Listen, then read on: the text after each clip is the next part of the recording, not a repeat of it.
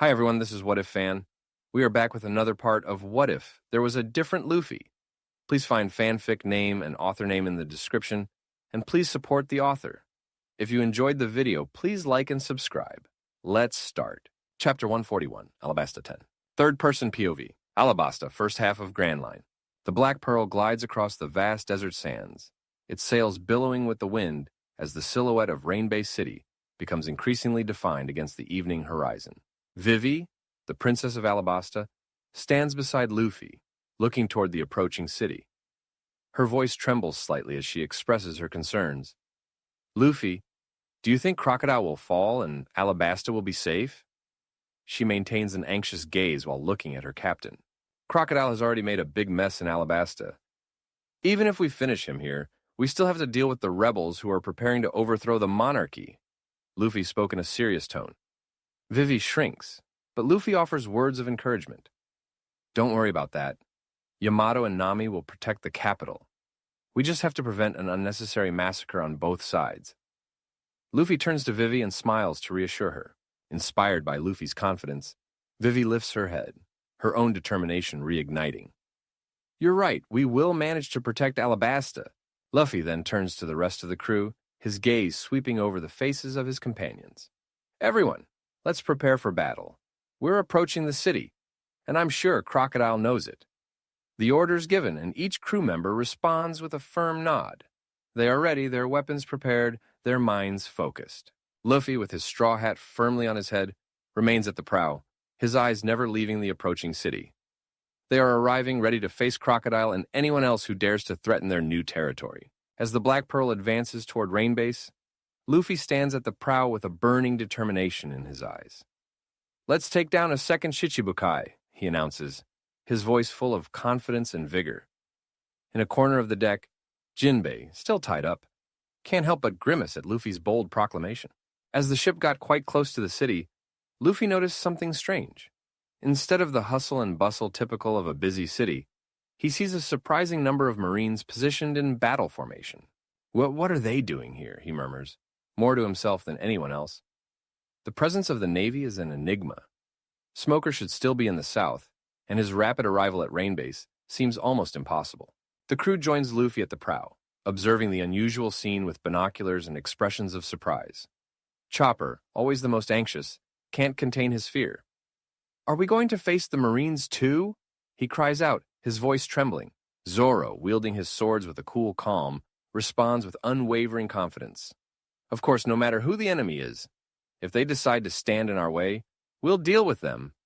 His tone suggests there is no enemy too big for the Straw Hats to face. Chopper, still nervous, rocks back and forth. That's scary, he exclaims, unable to hide his anxiety. Lami, with her arms crossed and a serious expression, adds her own observation. It seems we'll have more company than expected. Reiju looks at Lami and mocks. I hope you're not afraid of a few Marines, right? Lami responds with her own mockery. If you think I'm scared of the Navy, you don't know me. The entire crew awaits as the ship approaches. Hugo, with a firm and confident look, breaks the silence. Well, no matter who's there, we'll go over them. Woof, woof, Choo-Choo agrees. It's nothing. We have a Shichibukai to take down and a country to conquer. And no one is going to stop us, not even the Navy. Luffy encouraged everyone. Vivi, beside Luffy, can't hide a grimace at the fact that Luffy says he's going to conquer Alabasta. As they were already above the city, the silence is abruptly broken by the sound of rifles being loaded. A line of Marines, a formidable force, emerges in front of the city, their guns pointed directly at the Black Pearl. This is quite a disappointing reception. Where are the cannons? Comments Quina, drawing her sword. The Marines signal to each other, and a volley of shots is fired toward the ship. But Lami, quick and skilled, acts immediately. With her ability to control space, she creates a room around the ship. The bullets stop in the air as they enter her domain, suspended and harmless. Luffy, assuming command with the natural ease of a born leader, distributes the orders. Beppo, Nojiko, Alvida, Quina, Hachi, take care of the Marines. Hugo, Robin, Usopp, Brogy, and Dory handle the Baroque Works agents. Zoro, Reiju, Lami, you'll come with me to fight Crocodile and his main forces. Shirahoshi, Megalo, Vivi, Karoo, Laboon, Chopper, and Choo-Choo will stay on the ship to protect it. Understood? His voice is clear and commands immediate respect and action. Yes, Captain, the response comes as a unified chorus. As the ship approaches 40 meters from the Marines, Luffy, Zoro, Reiju, and Lamy leap into the air, using Geppo to launch themselves into battle. The Marines look up, surprised by their ability to move through the air. They're using the Navy's style, one exclaims, pointing to the sky. While all eyes are turned upward, a voice alerts among the Marines, "Stop looking at the sky, look at the ship." And then, huge shadows emerge from the side of the Black Pearl. Broggy and Dory, the giants, have returned to their colossal size after Luffy canceled their reduced transformation. The Marines, caught off guard, can only scream in shock. Giants! Where did they come from? Before the Marines can regroup, a group of Straw Hats charges towards the 40 Marines at the city's entrance. A storm of attacks envelops them, Rankyakus slicing the air, booming explosions, sharp sword strikes, and powerful mace impacts. The Marines, outmatched in skill and strength, fall one after another, easily defeated. The Marines have been taken down. We need to act. A Baroque works agent observes the scene with growing alarm. Around him, fear spreads among his peers. Can we fight them? They easily took down 40 Marines. And then the ground trembles beneath their feet. Crack! The agents look stunned in another direction, only to see the two giants approaching with steps that make the earth shake. We've found our enemies, Broggy! Dory celebrates, his voice booming like thunder. Broggy, with a contemplative look in his huge eyes, comments, "Will they be a challenge, Dory?" They look at the agents as if they were mere ants, a smile spreading on the giants' faces, awaiting a challenging fight, while the men looked frozen at the giants. Chaos ensues in the city, and the Baroque works agents find themselves facing a colossal dilemma. What are we going to do? Can we fight these giants? One of them exclaims, his voice trembling with fear in the face of the imposing presence of Broggy and Dory. I've never seen a giant before. Let's run away, another suggests, already backing away, his survival instinct speaking louder. However, while they are distracted with the giants, a new threat emerges. You shouldn't pay so much attention to the giants, a voice echoes, and suddenly Hugo appears among them. With quick and precise movements, he begins punching the agents, knocking one after another with surprising efficiency. Meanwhile, the Straw Hats begin to spread throughout the city, facing both agents and Marines. Crocodile and the Navy's plan was to corner them, but they underestimated the crew's strength and skill. Each member of the Straw Hats is more than capable of defending themselves, and the city quickly fills with the sound of booming and buildings cracking and breaking. Inside one of the houses, a frightened resident asks, "Hey, what's going on out there?" His wife, equally worried, responds, "I don't know, just the Marines asked us to stay inside because dangerous criminals were coming." But before they can process the situation, the wall of their house cracks, and a man appears flying, breaking the furniture. Outside, Dory reprimands Broggy with a worried tone. "Hey, Broggy, what did Princess Vivi say about not destroying the city?" Broggy, realizing his mistake, responds, "It's true, Dory. I went overboard. I hope she won't be angry." His voice carries a tone of genuine concern. Dory, aware of the impact of their actions, appears in the opening he created, his gigantic head filling the view of the residents. "Sorry about that, little ones. We'll be more careful," he says, trying to alleviate the situation. But the shock is too much for the couple. Seeing a giant apologizing through the destroyed wall of their house, they simply faint, falling to the ground the next moment. In the heart of the city, in front of the casino, while the battle unfolds in the streets, Crocodile and Vice Admiral Momanga are on an elevated spot, observing the city below. They start to hear the chaos spreading, the sound of fights and destruction reaching them from all directions. The confusion is palpable, and a sense of something having gone terribly wrong is apparent. What's going on? Has the plan gone wrong? Momanga questions, his face a mask of concern and surprise. Crocodile, with his sharp eyes, looks intently towards the various locations where the sounds of fighting are loudest. The composure he exhibited before is now replaced by a glimpse of uncertainty. At that moment, a Navy Commodore, using the Geppo technique to quickly reach them, appears. "Vice Admiral Momanga," he calls out, his expression tense and urgent. "Tell me the situation," Momanga demands, his voice carrying the weight of authority and the demand for clear answers. "The plan has gone wrong. All our forces are falling to the strength of the pirates. The entire crew is very powerful, and they're all using the 6 styles," the officer reports, the urgency clear in his voice. 6 styles? How is that possible? They're taking down everyone? Where's their captain? Momonga asks, trying to assess the severity of the situation and the next course of action. I'm right here. A voice sounds from the sky, and everyone looks up. Luffy appears, accompanied by Lami, Reiju, and Zoro, using Geppo to land in front of them. His arrival is as sudden as it is impressive. Monkey D. Luffy. Momonga speaks cautiously, his experience telling him that the young pirate before him is a far greater threat than he initially imagined. His haki is on alert, sensing the intensity of Luffy's power. Mugiwara, Crocodile comments, his voice still laden with arrogance, not imagining how Luffy is a threat to him. But he couldn't know that. Look who's here, the famous Vice Admiral Momonga and a Shichibukai. It's not every day we come across something as peculiar as you two together. Luffy smiles excitedly, perceiving the opportunity for a challenge here. The prospect of fighting such opponents seems only to elevate his spirit. Before Luffy and his team are Crocodile, Vice Admiral Momonga, Mr. One, Miss Doublefinger, and 4 Navy Commodores. The tension between the two sides is almost tangible, a thin line between negotiation and total confrontation. While the rest of the city is engaged in battle, the true confrontation, the heart of the storm that is Rainbase, is about to begin. You, Garp's grandson, will be captured today. Momonga speaks with a sharp voice, and Luffy just smiles at that. Interesting. I hope you'll be great opponents. Luffy smiles excitedly at this, while enemies look at him with raised eyebrows, as the rookie was quite excited, even in front of a Navy Vice Admiral and a Shichibukai.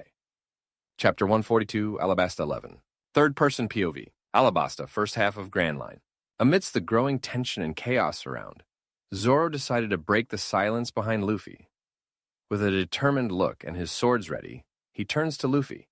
Hey, Luffy, leave one for me, he comments, with a gleam in his eyes. Luffy looks at Zoro, a bit surprised. Reiju, exhaling a puff of smoke from her cigarette after lighting it, adds her own complaint.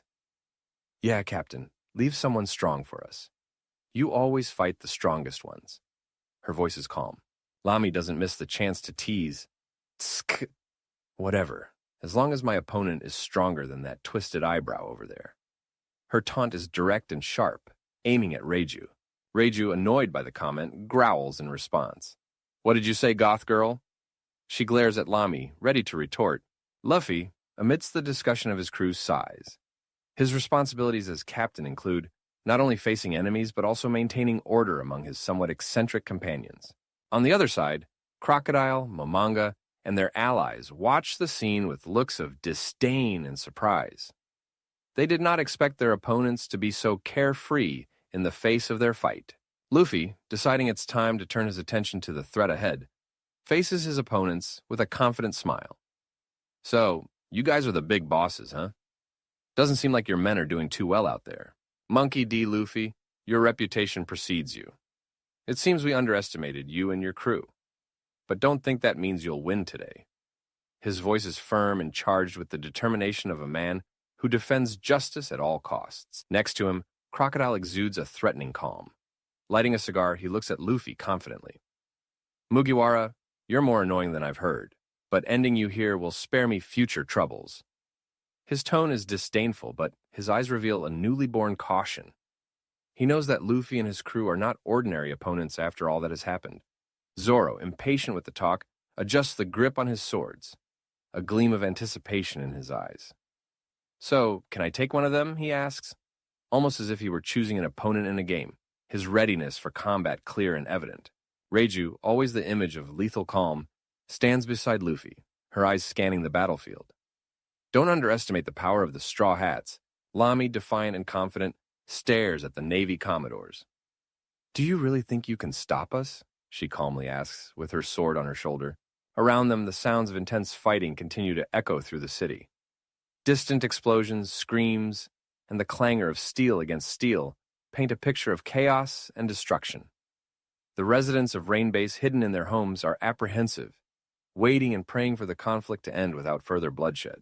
At the epicenter of the imminent confrontation, Vice Admiral Momonga takes the initiative, his stern expression reflecting the seriousness of the situation. With a deliberate and authoritative movement, he unsheathes his sword, the blade gleaming with promises of past battles and victories won. "Actions will speak now," he announces, his voice a firm echo of resolution. The Commodores at his side, feeling the urgency in the air, adjust their postures, ready to enter the fight. Crocodile, no less imposing, responds to the challenge. The sands around him begin to move as if possessed, enveloping him in a mantle of power and danger. "Prepare for the true terror of the desert," he says, his voice a threatening whisper that promises pain and destruction. The sand churns violently, ready to obey every command of its master. In this atmosphere of growing hostility, the two leaders prepare for the clash, each with their own form of lethal threat. Luffy and his companions, facing such formidable opponents, remain unshakable. Luffy advances fearlessly, his determination reflecting the confidence of someone who has faced countless challenges and emerged victorious. "Leave the two to me," he declares, his voice resounding with firmness. Beside him, Zoro frowns, clearly dissatisfied for not being able to face the most formidable opponents. But he recognizes the strength and resolution of his captain. Adjusting his iconic straw hat, Luffy faces Momonga and Crocodile with a defiant smile. "All right then, let's see who's going to be buried." Beside him, Zoro, Reiju, and Lami prepare to face the other enemies, each with a determined look and ready to enter the battle. The first move is made in an instant. Momonga advances with his sword raised, ready to deliver a decisive strike. His expression is one of total concentration, the focus of a man who has lived his life for the justice of the Navy. Simultaneously, Crocodile transforms into a sandstorm, his body blending with the grains in a threatening whirlwind. He moves with the intent to engulf Luffy, his form becoming almost indistinct in the midst of the sandstorm, a manifestation of his fearsome power and the threat he poses to anyone who dares to challenge him. Luffy, without a hint of hesitation, prepares to face both simultaneously. He lunges forward, ready to confront Momonga's sword and Crocodile's sandstorm with his own set of extraordinary abilities. As the tension between Luffy and his formidable opponents reaches a critical point, the captain of the Straw Hats reveals a surprise. He unsheathes one of the swords that Zoro acquired and lent to him, the Benaheim. The blade glows with a promise of power as Luffy holds it firmly, preparing for the imminent confrontation. Though not a traditional swordsman, his determination and combat skills are undeniable. The clash begins with an explosion of energy. Momonga's sword and Luffy's Benaheim collide, sending sparks and a shockwave through the air. The Vice Admiral is clearly more skilled in the art of the sword, his technique refined and precise. However, Luffy compensates with his surprising strength provided by his fruits. The clash of the two is a spectacle of strength and skill. After the initial impact, Crocodile takes the opportunity to attack. He flies toward Luffy, his claw ready to strike the pirate. But Luffy, always quick and cunning, reacts instantly. Using his Moa Moa no Mi ability, he performs a quick and powerful cut, severing Crocodile's head from his body. A blast of sand fills the area, and Luffy retreats, prepared for his adversary's next move. "Your strength is surprising," Momonga comments, his expression revealing a mix of respect and caution as he analyzes the sword in Luffy's hands. Meanwhile, Crocodile, far from being defeated, begins to regenerate. The sand stirs and gathers, reforming the head that had been cut off moments before. Crocodile reemerges, growling, fury and shock evident in his eyes. He underestimated Luffy, and that realization only serves to increase his anger and determination. As Crocodile and Momonga prepare to continue the battle, Luffy, determined and focused, decides which ability of the Moa Moa no Mi he will utilize. He knows he can only use one application at a time, and that his limit is to multiply a characteristic by up to 40 times. Hamoa Moa no Mi, strength. Apply 40 times. Luffy chooses to increase his strength to the maximum. As soon as he makes his choice, the confirmation thought resonates in his mind. His body adjusts, and he feels a surge of power coursing through his muscles, ready to unleash devastating force. With this increased strength, Luffy advances. Momonga, with his sword in hand, attacks first. But Luffy, now with his amplified strength, easily blocks the blow and counterattacks, pushing the Vice Admiral back with the impact. Momonga is surprised by the sudden and overwhelming strength of Luffy. Meanwhile, Crocodile, realizing Luffy's increase in strength, tries to use his sand to capture and immobilize him. However, Luffy, with his enhanced strength, manages to break free from Crocodile's sandy clutches and launches a powerful punch against him. The force of the impact is so great that Crocodile is sent flying, leaving a trail of sand in the air. The combat continues, with Luffy using his enhanced strength to face the challenges that Crocodile and Momonga present. On the battlefield, Luffy moves with dizzying speed, each step and each strike charged with the acquired strength. The fight is a whirlwind of movements, with Luffy at the center. Momonga, with his impeccable technique, launches a series of sharp thrusts, each aiming with lethal precision. Luffy, switching to his enhanced speed, dodges but feels the pressure of the Vice Admiral, who seems to predict and adapt to each of his moves. On the other side, Crocodile watches, waiting for the opportune moment. With a movement of his hands, he summons a wave of sand, trying to engulf Luffy. The pirate leaps high with Geppo, avoiding the trap, but the sand follows his movements, like a living beast hunting its prey. Luffy lands, and at the same moment, has to block a surprise attack from Momonga. He counterattacks, and for a brief moment, it seems he will overcome the Vice Admiral, but then Crocodile's sand hits him from the back, throwing him forward. Luffy stabilizes, but the constant need to fight on two fronts begins to take its toll. He starts to feel the weight of the pressure facing a Vice Admiral and a Shichibukai at the same time. The fight prolongs, transforming seconds into long minutes of incessant tension. In the heat of battle, a sudden explosion shakes the battlefield. Luffy, with a quick and fierce movement, strikes a nearby house, which collapses in a cloud of dust and debris. He emerges from the cloud, his silhouette defined by the violet flames that now envelop the Benaheim. With a war cry, he launches a wave of fire toward his adversaries. Momonga, with the agility of a master swordsman and instincts from his observation haki, dodges the flames' explosions, his figure a blur of precise and calculated movement. Crocodile, in turn, makes his body intangible, allowing the flames to pass through him without causing damage. His Logia ability to manipulate his sand form makes physical attacks useless without armament haki. Luffy, panting and sweaty, recognizes the difficulty of the situation. "It's really hard fighting both at the same time," he murmurs. But his voice doesn't carry despair, but rather an unwavering resolution.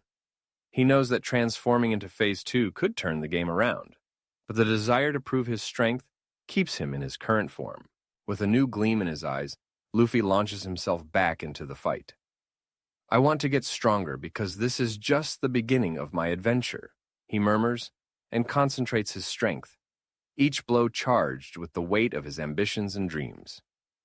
The Benaheim, surrounded by violet flames, becomes an instrument of power and determination in Luffy's hands. The battle unfolds like a furious storm of sand, steel, and fire. Luffy, despite the numerical disadvantage, fights with a tenacity that surprises his adversaries. He blocks, dodges, and attacks with precision, born from pure will to win. Momonga and Crocodile, recognizing the strength of the pirate before them, increase the intensity of their attacks. The fight becomes a symphony of chaos, with each combatant seeking to surpass the others. Luffy, at the center of the battle, continues to fight, his sword an extension of his will, his flames a manifestation of his burning passion. As the fight continues, Luffy's determination grows stronger with each challenging moment. He faces each adversity with courage, ready to overcome all obstacles and emerge victorious. The battle for Rainbase is a trial by fire, a challenge that Luffy is determined to overcome, no matter the cost. As the fight continues, Luffy and his companions are not far behind, each facing their adversary who ended up catching them. Chapter 143, Alabasta 12. Third-person POV Alabasta, first half of Grand Line. The battles between the Straw Hats and their adversaries turn the city into a war zone. The clash between Luffy and Vice Admiral Momonga and Crocodile creates a thunder of explosions and impacts that drown out almost all other sounds, the intensity of their fight overshadowing even the chaos around them. Shockwaves and sand explosions mix in a terrifying spectacle, with buildings crumbling under the force of the combatants. Not far from there, Zoro prepares to face Mr. One, his gaze fixed on the opponent before him. The tension between the two swordsmen is palpable, the air vibrating with the unreleased energy of two warriors. Zoro, with a calmness that defies the chaos around, maintains his relaxed posture, but his sharp and focused eyes reveal his readiness for the imminent fight. "Roronoa Zoro," Mr. One speaks, his voice laden with recognition and challenge. His ability to turn his skin into steel makes him a formidable opponent for most people at sea. Time seems to slow down as the two prepare for the showdown. Mr. One, watching the slightest movement of Zoro's hands towards his swords, knows the battle is about to begin. He hardens his skin, turning it into blades ready to cut and slash. Suddenly, with a speed that defies perception, Zoro unsheathes his swords. The movement is a blur, a demonstration of his superhuman skill and speed. Mr. One, in response, advances with his own deadly offense, his steel blades shining with a cold and threatening light. The collision between the two is explosive, the sound of metal against metal echoing through the destroyed space. Zoro attacks with a series of quick and precise strikes, each movement a combination of brute strength and refined technique. Mr. One responds in kind, his attacks a deadly dance of precision and power as a shower of sparks rises at the spot. Meanwhile, around them, the battle between the Straw Hats and the forces of the Navy and Baroque works continues. But for now, in this brief moment, all that matters to Zoro and Mr. One is the fight between them. Then, with a momentary recoiling movement, Zoro unsheathes the rest of his swords, the blades slicing through the air with a sharp sound among all the others. They advance toward each other, the distance between them disappearing in the blink of an eye. The fight begins with even more fierce intensity. With every blow Zoro delivers, with his three-sword style, Mr. One blocks or deflects with his blade body. The sound of the metal against metal fills the air, creating a chaotic symphony that resonates through the surrounding ruins. Despite the explosions caused by Luffy's fight, the rumble of clashes between Zoro and Mr. One still stands out on the spot. To a casual observer, the fight might seem a draw between two formidable swordsmen. However, for those with knowledge of fencing or with a sharpened observation haki, it's clear that the fight is uneven. This is disappointing. The captain took on the stronger opponents, and I have to deal with just a subordinate. Zoro complains, his words loaded with almost disdainful boredom as his swords clash against Mr. One's. Don't underestimate me, Mr. One growls, launching a flurry of attacks against Zoro. But the Straw Hat swordsman seems to handle it easily. It's time to end this, Zoro decides, stepping back before advancing with surprising speed with his velocity technique. He is a green and black blur, a force of nature advancing against the backdrop of a ruined city. His strength, amplified by nearly 2 months of relentless training, is now an unstoppable storm. Mr. One, realizing the change in the intensity of Zoro's attack, feels a twinge of surprise. The expression of confidence he maintained until now is shaken by the speed and power of the swordsman. He tries to prepare for the attack, but Zoro is already upon him, his blades singing in the air, ready to deliver the final blow. Zoro, with a fluidity that defies comprehension, unleashes a devastating attack. His swords, an extension of his will and technique, slice through the air with deadly precision. He executes a clean and powerful cut with the Santoryu technique, a demonstration of strength and skill that reinforces his resolve to achieve his dream. Mr. One, with his ability to transform his body into cutting steel, tries to react. He hardens his skin, turning it into blades ready to intercept Zoro's attack. However, the speed and precision of Zoro are simply overwhelming. Zoro's cut slices through Mr. One's defenses as if they were made of paper. The sharp blade meets its target, and Mr. One feels the devastating impact of the attack, the sound of steel being cut echoing across the battlefield. For a brief and eternal moment, time seems to freeze. Zoro, still, watches the outcome of his attack while his swords still tremble with the force of the strike. Mr. One, with an expression of disbelief and pain, kneels, feeling the warm blood flowing from the wound. I lost. So easily, he murmurs, his words a whisper of incredulity and resignation as he collapses unconscious on the ground. Zoro, without a word, sheathes his swords with an elegant movement. He looks around, his gaze passing over the other battles unfolding in the city. I'll find the others, he said as he rose into the air with Geppo. Meanwhile, on the other side, Reiju faces Miss Doublefinger. The cook maintains her calm and confident posture, facing her adversary with a solemn gaze. Miss Doublefinger, in turn, assumes a defiant pose, hand on her hip, a confident smile on her face. What do we have here? She says, her tone hinting at a mix of interest and disdain. Reiju, still with a cigarette between her lips, exhales a slow puff of smoke. Without wasting more time, she kicks the ground, making it crack. With a speed that surprises even the most attentive observers, she activates Soru towards Miss Doublefinger like lightning. Her form becomes a pink blur Before Miss Doublefinger can even process the speed of her opponent and even be surprised by it, Reiju is upon her. With a fluid and powerful movement, Reiju delivers a devastating kick.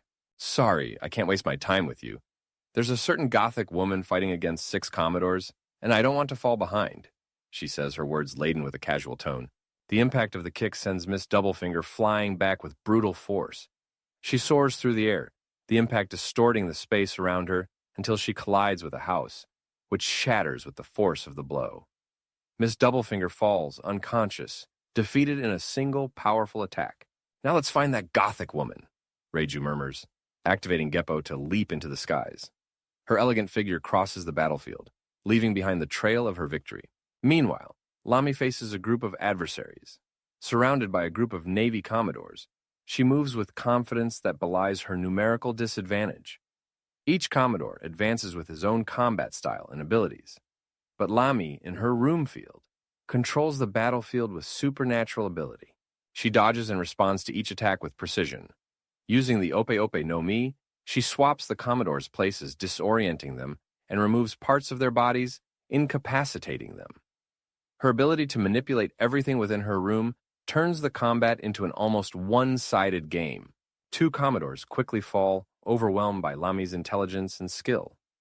They realize too late that underestimating the woman before them was a grave mistake. The Commodores, frustrated and confused, try to comprehend the situation. "Damn it! How can we not beat her?" exclaims one, his voice shaking with anger and disbelief. He tries to shoot at Lami while executing a Soru, but his shots miss their target, deflected by her agility and skill. Another Commodore, firmly holding his sword, comments with frustration, "This former bounty hunter possesses many of our styles, which even seem to be superior. How the hell does she have these abilities?" His voice betrays the surprise and apprehension they feel when facing Lami.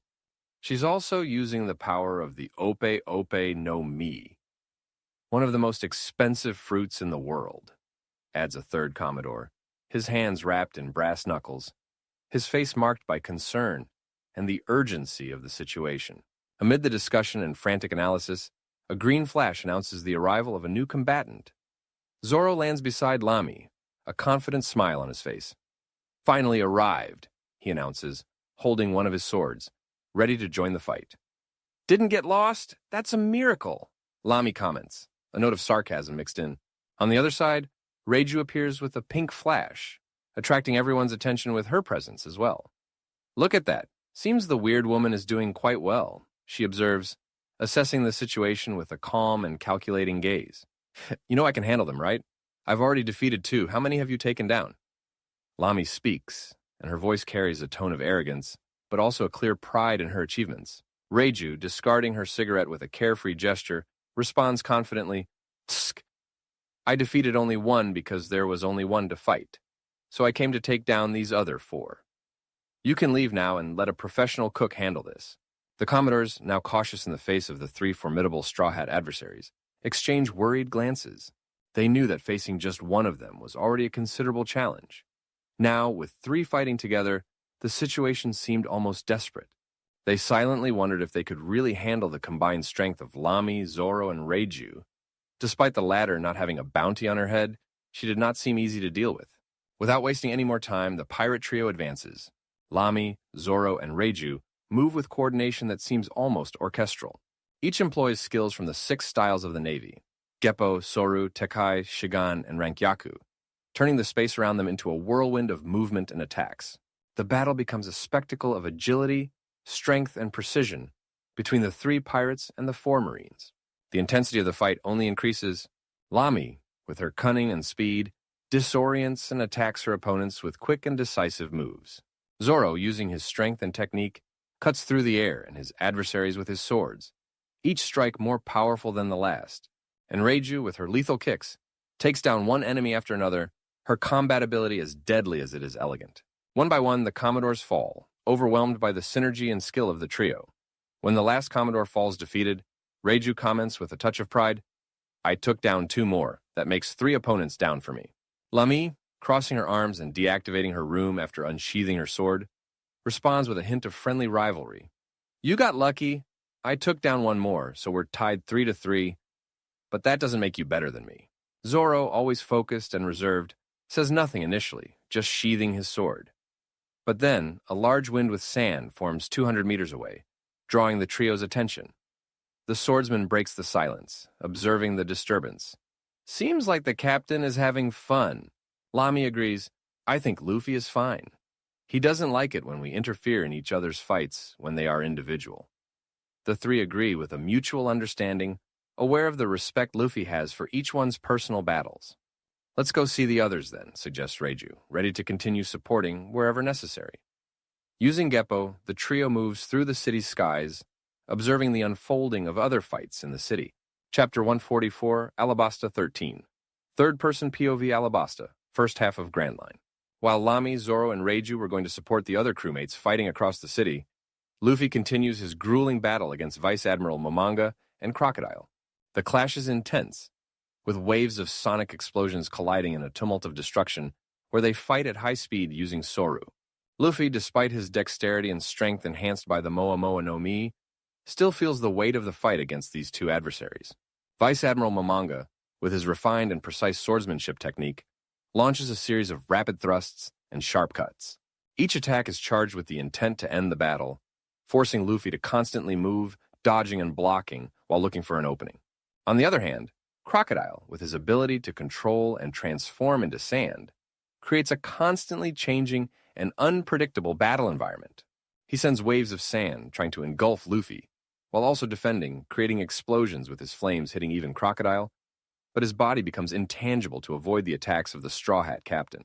Luffy, in the center of this sand and steel storm, struggles to maintain control and is trying to take down Momonga with powerful blows with his fencing that started to get more decent, but still far from what he expected.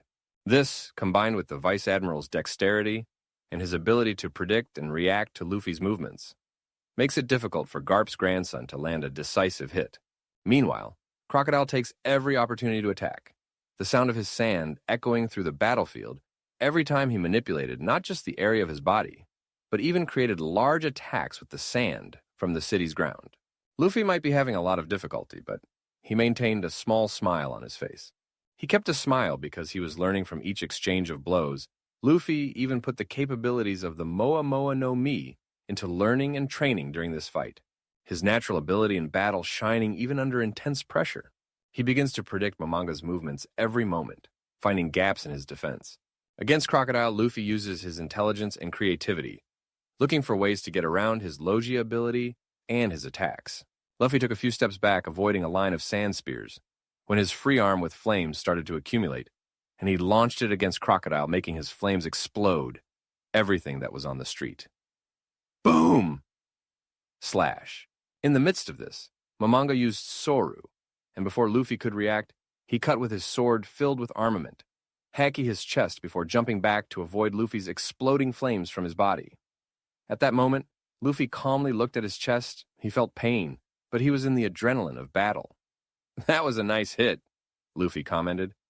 Momonga didn't respond. He just stared at Luffy with his sword raised, ready for the next move.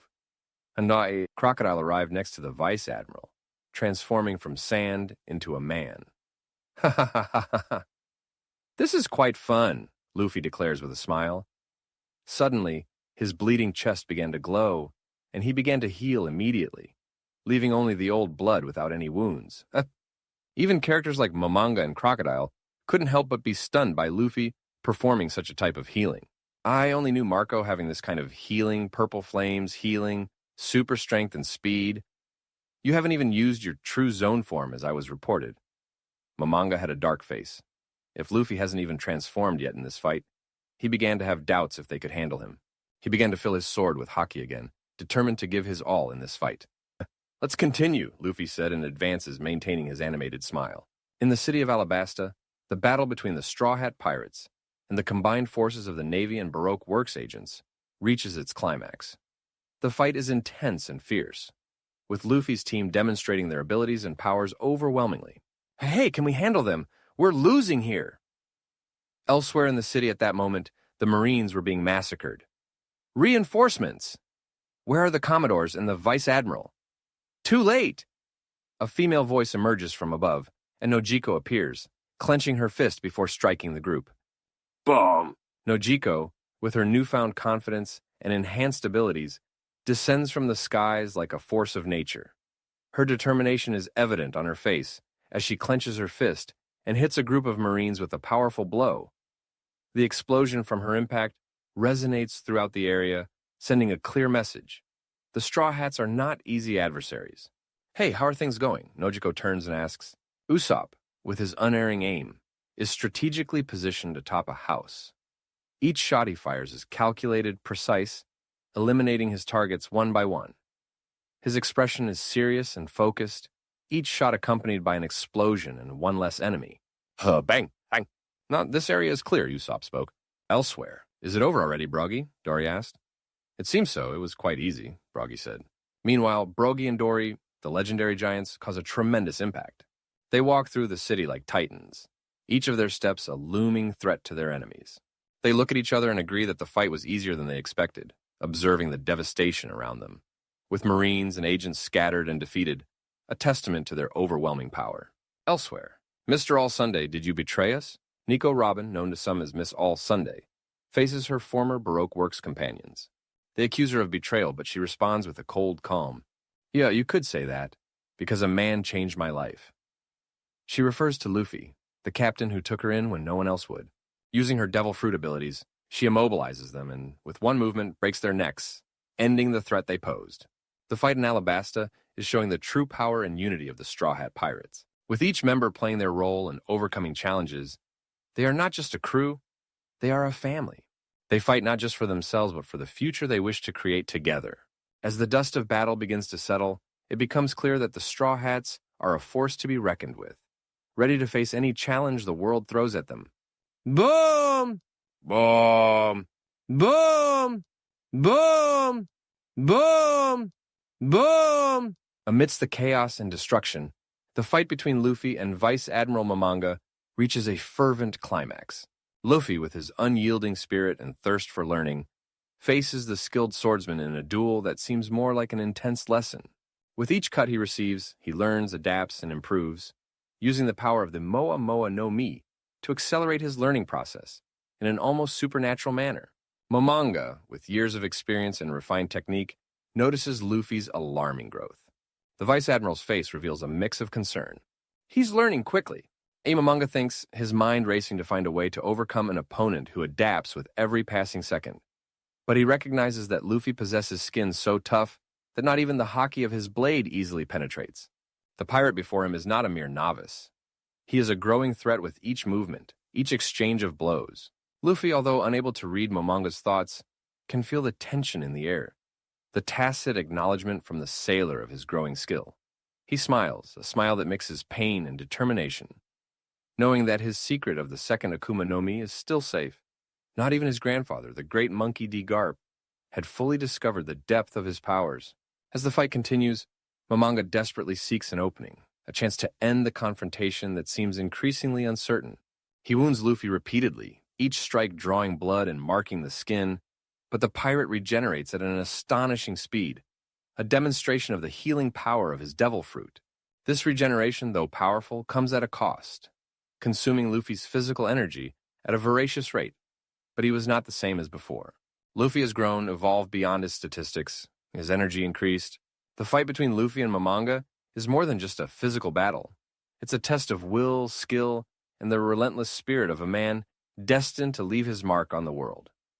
And as the duel continues, with the city of Alabasta as its witness, it becomes clear that the world is watching the birth of a power like no other.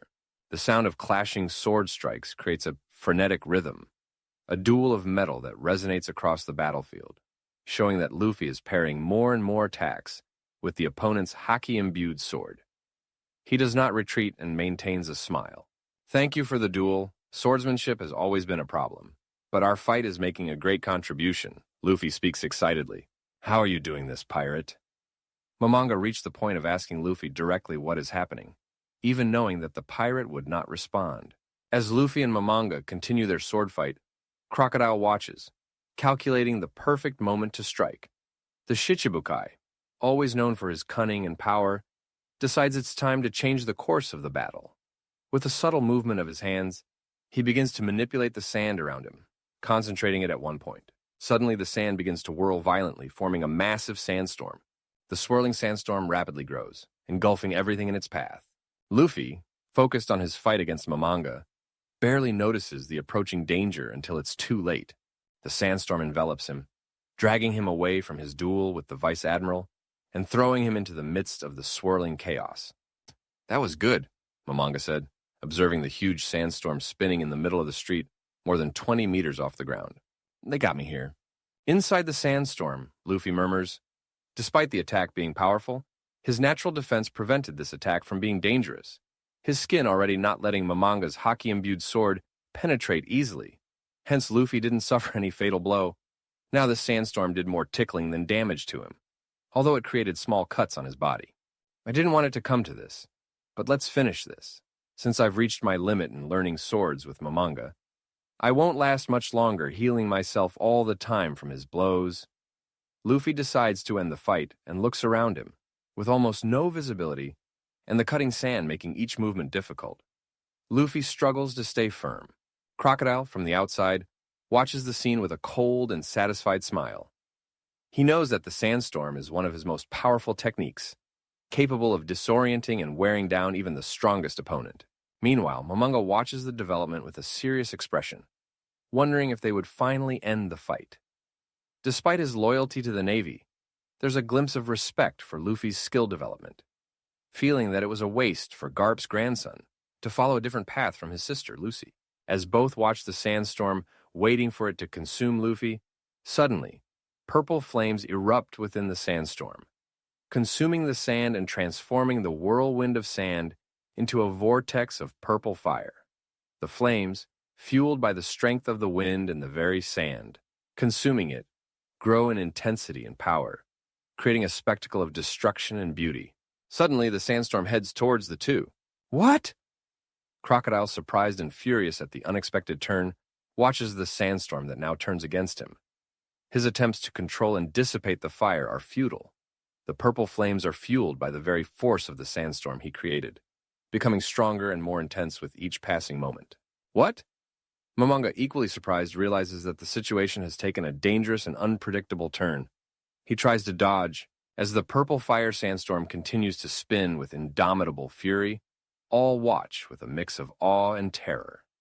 The flames of chaos, once unleashed, seem to have a will of their own, consuming everything in their path with relentless intensity. Luffy, at the center of the hurricane, turning Crocodile's sand trap into a hell of purple fire, had launched that bomb of chaos flames upon them. The firestorm sped toward them, scorching the ground at high velocity. As it neared, they had already jumped back, but the hurricane exploded in all directions, turning Crocodile into scattered sand and burning an arm of Momonga, who had to throw his navy cape away with the chaos flames. "Now let's start the second round," Luffy comments amidst the smoke, and his form is revealed to the two men, one trying to soothe the pain of his burned arm, and the other gathering sand for his normal form, both frowning at that unexpected attack from Luffy. As the smoke and burnt sand settle, a figure emerges from the center of what was once the hurricane. Luffy, now transformed, stands in the middle of the battlefield. Luffy's metamorphosis into Phase 2 is spectacular and impressive every time he transforms, making his adversaries look with a bit of horror at Luffy, feeling that Luffy was several times stronger. His strength increases exponentially, raising his statistics to extraordinary levels. Crocodile and Momonga, still observing Luffy's transformation, feel a shockwave pass through them.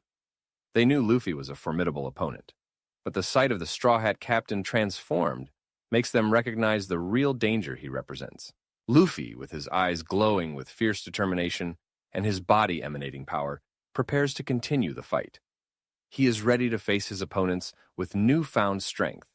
Chapter 145 Alabasta 14 Third-person POV Alabasta First half of Grand Line. On the battlefield, now silent after the dissipation of the firestorm, Luffy, in his impressive Phase 2 form, faces off against Crocodile and Momonga. The two adversaries cautiously observe, their expressions mixing surprise and recalculated caution in the face of the young pirate's transformation. The air carries a palpable tension, a prelude to the continuation of the confrontation. Luffy, taking a deep breath, breaks the silence. "I really wanted to beat you without resorting to this transformation," he begins, his voice carrying a note of disappointment and frankness. "But I have to admit, I'm having trouble dealing with both of you at the same time." His confession is sincere, revealing not just his ambition, but also a pleasure for a fight where he would break his own limits. Crocodile and Momonga, hearing Luffy's words, cannot hide. Crocodile, with his usual confident and arrogant demeanor, now shows a glimpse of uncertainty. The idea that Luffy was holding back, and yet he attempts to remain calm, as he was still a Logia user, and Luffy didn't seem to get around that until now. Momonga, on the other hand, maintains his serious and unwavering expression. Even still feeling his burned arm, he stood firm, but now his eyes betray a reluctant acknowledgement of Luffy's newfound strength. "You may be strong, Straw Hat, but justice will still prevail," Momonga responds, his voice firm. "Please, don't come to me with that kind of thing. Who will prevail will always be the strongest, not who believes most in their ideology." Luffy had to mock. "In this world, no matter how just you are, if you are not strong enough, you will be eaten by a bigger fish. Do not mock justice." Momonga raised his voice a bit furiously.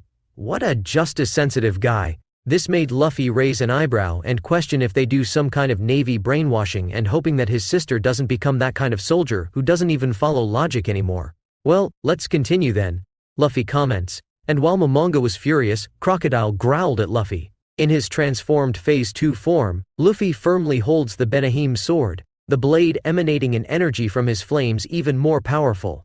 In his purple-toned body, the amethyst flames surrounding him dance furiously. Taking a deep breath, he concentrates his energy, the aura of purple fire around his body increasing in size and intensity. Luffy then advances, his speed enhanced by his transformation, making him appear more a blur than a human. He delivers a powerful strike with the sword, a combination of physical strength and energy from the chaos flames.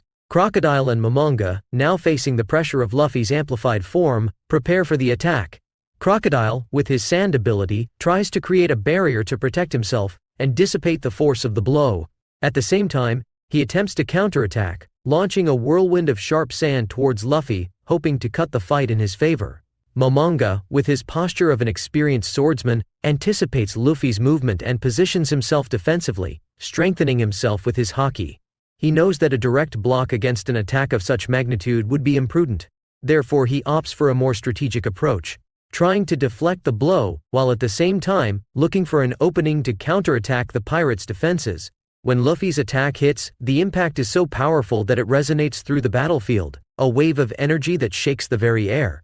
Crocodile and Momonga feel the full force of that blow, each struggling to maintain their position and defense under the overwhelming pressure.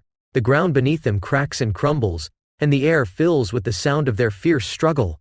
Crocodile, surprised by the strength of the attack, barely manages to keep his sand form intact, while Momonga, although managing to deflect part of the impact with his superior technique, feels the pressure of Luffy's power, a force he did not expect from such a young pirate. Luffy, at the center of this storm of strength and fire, does not diminish his momentum. He delivers a powerful blow charged with all the force of infernal flames. The flames burst from his blade in a massive explosion, engulfing the battlefield with a wave of heat and light. The earth trembles, and a cloud of smoke and fire rises into the sky, marking the devastating impact of his power that was about to engulf Crocodile and Momonga. Crocodile, trying to protect himself with his sand ability, barely manages to form a barrier in time. But the force of Luffy's attack is so intense that the barrier is almost immediately consumed by the purple flames. He is forced to retreat, trying to reform and protect himself from the firestorm that threatens to engulf him. Momonga, on the other hand, is caught off guard by the sudden explosion. With not enough time to react or defend adequately, he is hit full force by the impact of the flames. His body is thrown backward like a projectile, flying through the air and destroying a nearby house with the force of his collision. The structure collapses under the impact, a cloud of dust and debris rising where Momonga fell. The Vice Admiral, stunned and wounded, struggles to rise from the rubble, the pain and shock evident on his face. He was already with a burned arm, and this attack injured him even more as he had blood trickling down his face. Luffy, standing at the epicenter of the chaos he created, looks at his adversaries with a solemn gaze, while only the echo of the impact sounds. His purple flames still dance around him, a visual testament to the power he holds. He knows the fight is far from over, but this last attack was a reminder to Crocodile and Momonga that he is not the same as before. Luffy focuses his attention on Crocodile. The Shichibukai, still trying to recompose from the previous explosion, barely has time to prepare for the next attack. Luffy knows the only way to overcome Crocodile's Logia ability is by using Haki, and he was pleased that he had been training it in recent weeks. With an intense look, Luffy concentrates a small amount of armament Haki in his fist. The flames around his hand glow with a more intense light. He advances rapidly, each step increasing his speed and intensity. Crocodile, realizing his senses screaming for the first time in the fight, is surprised by this and tries to transform into sand to avoid the blow, but it's too late. Luffy, with the Soru technique, hits Crocodile with a powerful punch. The impact of the blow may not be amplified by Haki, but Luffy has his natural monster strength. He hits squarely, with his fist maintaining a small amount of Haki. Luffy was nullifying his ability to become sand as he did when he fought with Ace. The blow is so powerful that it makes Crocodile spit saliva, the impact reverberating throughout his body. Luffy doesn't give Crocodile time to recover from the shock of being hit or the damage the punch caused. He continues to attack, each punch and kick charged with Haki and the fury of the purple flames. Crocodile tries to defend and counterattack, but Luffy is relentless. He gives a real beating to Crocodile. "Straw Hat, you had Haki this whole time," Crocodile growls with hate, while lines of blood run down his face. Luffy doesn't bother to respond and activates his Soru and Geppo to reach the Sandman. Crocodile, once one of the most feared Shichibukais, is now on the defensive, dominated by Luffy's strength and determination. As he continues his relentless assault against Crocodile, Luffy pauses for a moment, his fists still ready for the next attack. With a defiant look and a mocking smile, he decides to say a few words to the stunned and overwhelmed Shichibukai in front of him. "Hey Crocodile," Luffy begins, his voice full of confidence and scorn. "So you call yourself the Lord of the Desert, don't you? Seems like you can't handle the heat." Luffy laughs, his purple flames reflecting in his eyes, lighting up his face with a wild and triumphant glow. Crocodile, covered in wounds and clearly shaken by Luffy's power, looks furiously at the young captain. "Straw Hat. Don't mock me," he growls, his voice full of anger and frustration. However, Luffy is not intimidated. "I came here to Alabasta expecting a challenge, but I didn't expect to find a woman turned into a man so aggressive, Miss Croc." Luffy comments with a big smile to the man or woman of sand in front of him. Crocodile is in shock at Luffy's comment. How do you know about that?" He explodes, trying to hit his claw against Luffy with a dagger at the tip. Surprisingly, Luffy does nothing, and the claw breaks as soon as it hits his skin, leaving Crocodile scared.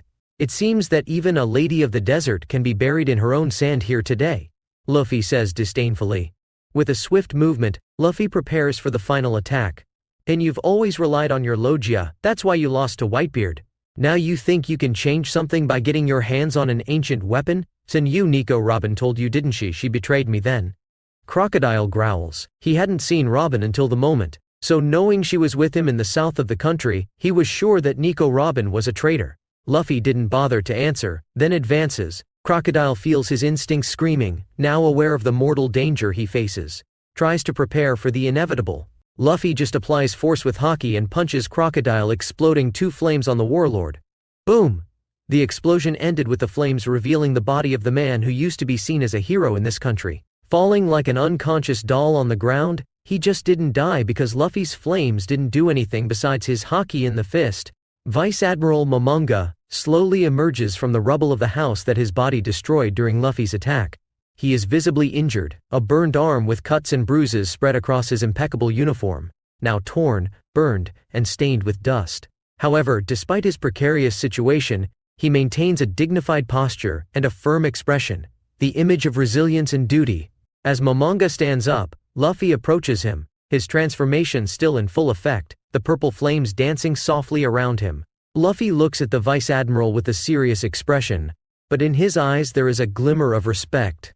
"Vice Admiral Momonga," Luffy begins, his voice carrying a mix of challenge and recognition. "Mon, you are really strong.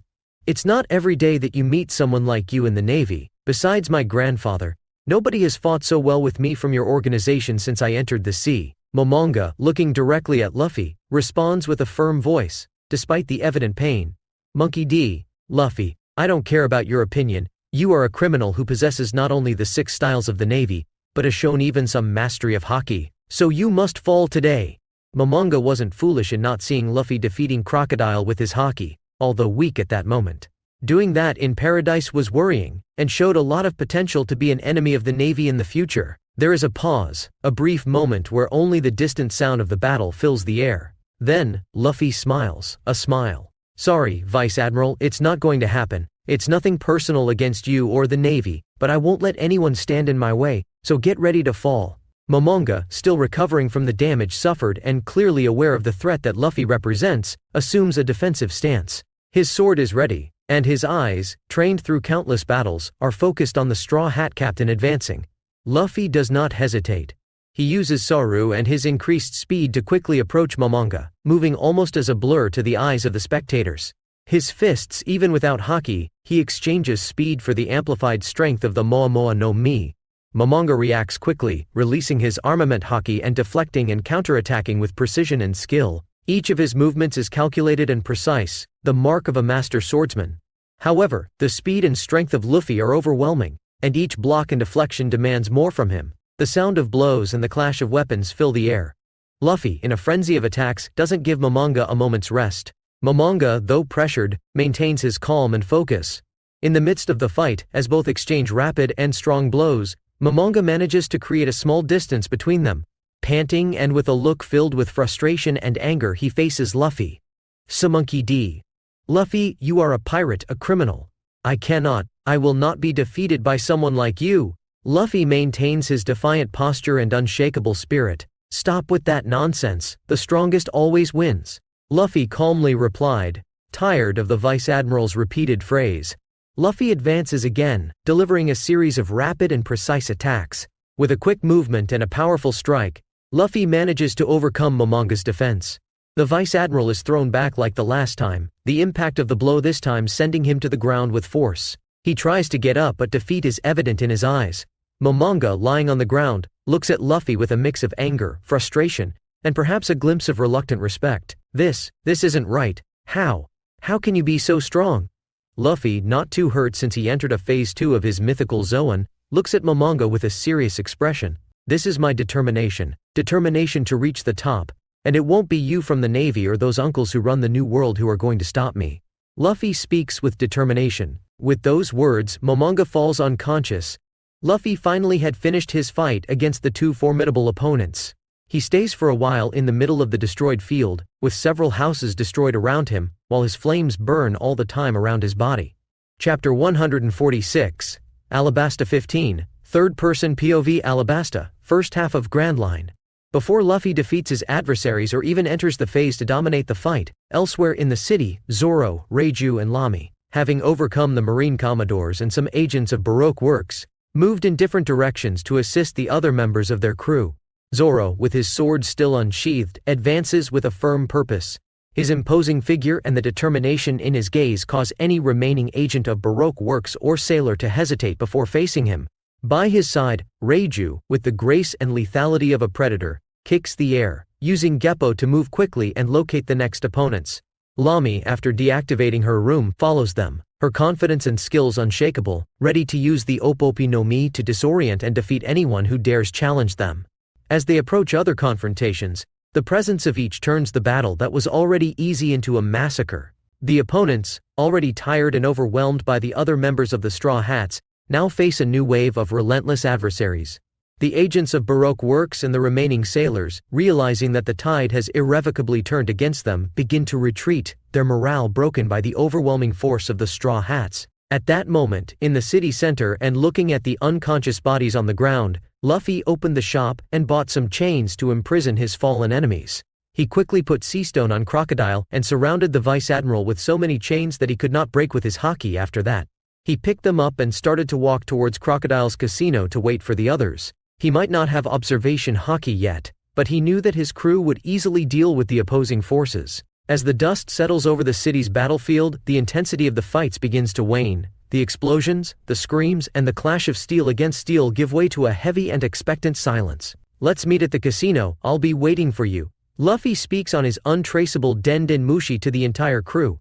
Quickly the members of the Straw Hats one by one begin to head to the designated meeting place, using Geppo to find Luffy in front of the location, who had already undone his transformation.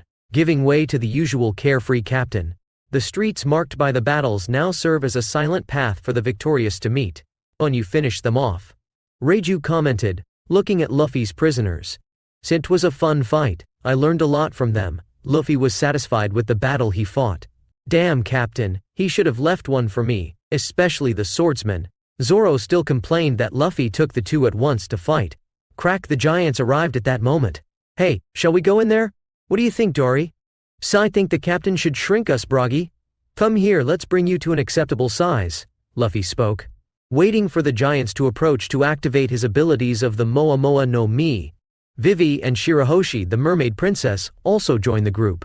Ironically, Vivi was carried in the air with Shirahoshi using Geppo with Megalo at her side. Despite not having directly participated in the fights, their concerns for their companions were evident. "Luffy-sama, are you okay?" Shirahoshi asked, approaching Luffy with her innocence and kindness, looking at Luffy with eyes full of admiration and concern. Her question about his well-being is loaded with genuine concern and relief at seeing him safe and victorious. "I'm fine, Shira." "Were you okay on the boat?" Luffy asked her. "Yes, Luffy-sama. Some bad men tried to attack us, but Chuchu-sama defeated them all," she said excitedly. "That's good. I see that the desert princess is emotional." Luffy turned to Vivi in tears as she looked at Crocodile, the desert lord who controlled the shadows of Alabasta, now lying powerless and unconscious, with special chains reinforced with sea stone wrapping his body. "Thank you, Luffy, you defeated him. Now will Alabasta be safe? Did you save the country?" Vivi, with tears streaming down her face, is a mixture of relief, gratitude, and a bit of sadness for what her country had to endure. She goes up to Luffy and hugs him, being emotionally overwhelmed. The sight of Crocodile, her greatest enemy and the source of so much suffering for her people, now defeated and chained, is almost too much for her to process. "Well, for now, everything is settled. If nothing strange happens, I believe it's all resolved," Luffy replied with a smile. Now, without Crocodile, there was no reason for the rebels to start an attack, so Luffy thought. "You really defeated him." Robin approached, looking at Crocodile alongside Momonga. "And it told you, I didn't even need to use his weakness." Luffy smiled at the woman. The situation calmed down, and the fight stopped throughout the city. But the residents, realizing that the criminals controlled everything with the Marines and the men of the kingdom's hero, Crocodile, were shocked and feared for the future of the city as they locked themselves in their homes. "Should we inform the people about the real crimes of Crocodile?" Vivi asked, feeling the city's atmosphere. "No, that won't help at all. Let's wait to hand over the evidence to the Marines. And speaking of evidence, Robin, can you lead the way to the casino?" Luffy turned to Robin at that moment. "Yes," she calmly replied and followed with Luffy and the others through the entrance doors. The group of Straw Hats led by Nico Robin entered Crocodile's casino. They enter the casino, the doors opening to reveal a luxurious interior, now silent and empty except for the frightened employees who were caught off guard by the sudden invasion.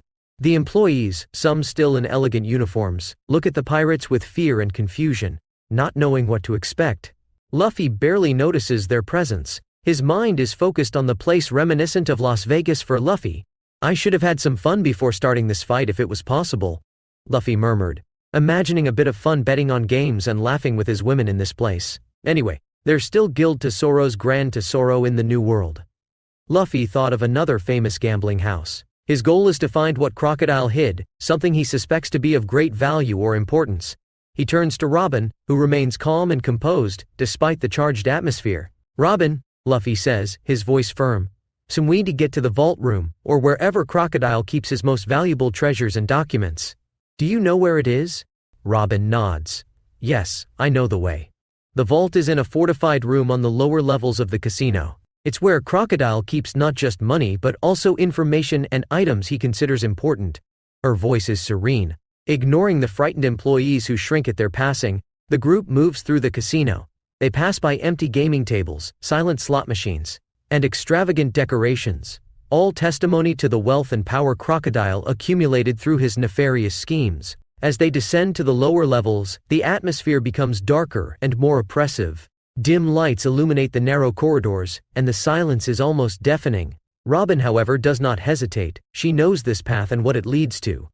Usopp, always the most vocal and expressive, can't contain his surprise and alarm when he comes across a crocodile lurking inside an aquarium. His exclamation echoes through the corridors, briefly breaking the oppressive silence. "What is that?" he shouts, instinctively recoiling with Megalo and Beppo. Reiju, on the other hand, stares at the crocodile with a calculating look and a comment about the animal's potential culinary use. "Looks good. It must make great meat. She doesn't show fear or surprise, just a cold and practical assessment, typical of her nature. As they continue, passing what appears to be Crocodile's secret office, filled with documents on the table with maps. And then, finally, they arrive in front of a massive and reinforced door. It is clearly different from all the others they have encountered so far. It's here. Robin stops in front of it and turns to her companions. Luffy, with a knowing look, turns to Zoro. Zoro, he says, confident in the swordsman's ability. Zoro, with a smile that shows his enthusiasm for the task, steps forward. He unsheathes one of his swords, the blade faintly gleaming in the dim light. With precise and powerful movements, he attacks the door. Slash, slash. The sound of metal cutting through wood and metal of the door resonates, a testament to his strength and skill. The door splits in two as he finishes, and the treasure room is revealed to the group. The interior of Crocodile's vault is a cave of wonders, filled with piles of money, bags of shining coins, glittering jewels, and rare artifacts. It's the result of years of manipulation, extortion, and power of Crocodile over Alabasta and beyond. Through Baroque works, Luffy enters. Crocodile was swimming in money. So much is here? Kuina asks, looking at the place. If Nami were here, she'd have said it in a second. Nojiko commented. Let's take everything, Luffy decides, looking around the vault. I'm not putting this into the system. Let's clean this place out and take it to the ship. Luffy had decided that as much as he didn't have money in the system, he wanted to keep a considerable amount in the ship's vault to use with the crew. One by one, the crew members begin to fill their bags and pockets with the treasure from the vault. In a short time, the vault, once filled to the brim with the wealth accumulated by Crocodile, is emptied. The money's gone, now let's go for the documents, Luffy comments, and Robin begins to pick up some of them. There's a lot here, but it doesn't prove everything. Crocodile always made sure to destroy any evidence. But I have my own documents hidden in this city, let's pick them up as soon as we leave, Robin mentions, and Luffy nods satisfied. As the group walks toward the abandoned church, the air is charged with a mix of tension and relief. The city of Rainbase, once bustling with the energy of Crocodile's casino, is now eerily silent, a mute witness to the recent battles. Upon arriving at the church, Robin moves with a quiet grace, retrieving the hidden documents. She hands them to Vivi, who accepts them with trembling hands. These documents prove everything, Robin says softly, her tone serious and firm. Extortion, bribery, plans to overthrow the kingdom. Everything Crocodile did is here. Vivi leafs through the papers with a look of shock and sadness. I knew he was behind everything, but to see it in black and white, she murmurs, her voice almost getting lost in the vastness of the church. Luffy, watching the interaction, places a comforting hand on Vivi's shoulder. Now you have what you need to end all the conflicts in Alabasta, Vivi. Vivi looks up at Luffy, her eyes shining with renewed determination. Yes, we'll end them all. The group then heads back to the Black Pearl. The energy is a mix of exhaustion and satisfaction for some. So guess we can finally take a rest, right? Like no training. Usopp comments, trying to relieve the tension. Since we never rest, Zoro responds dryly, checking his swords.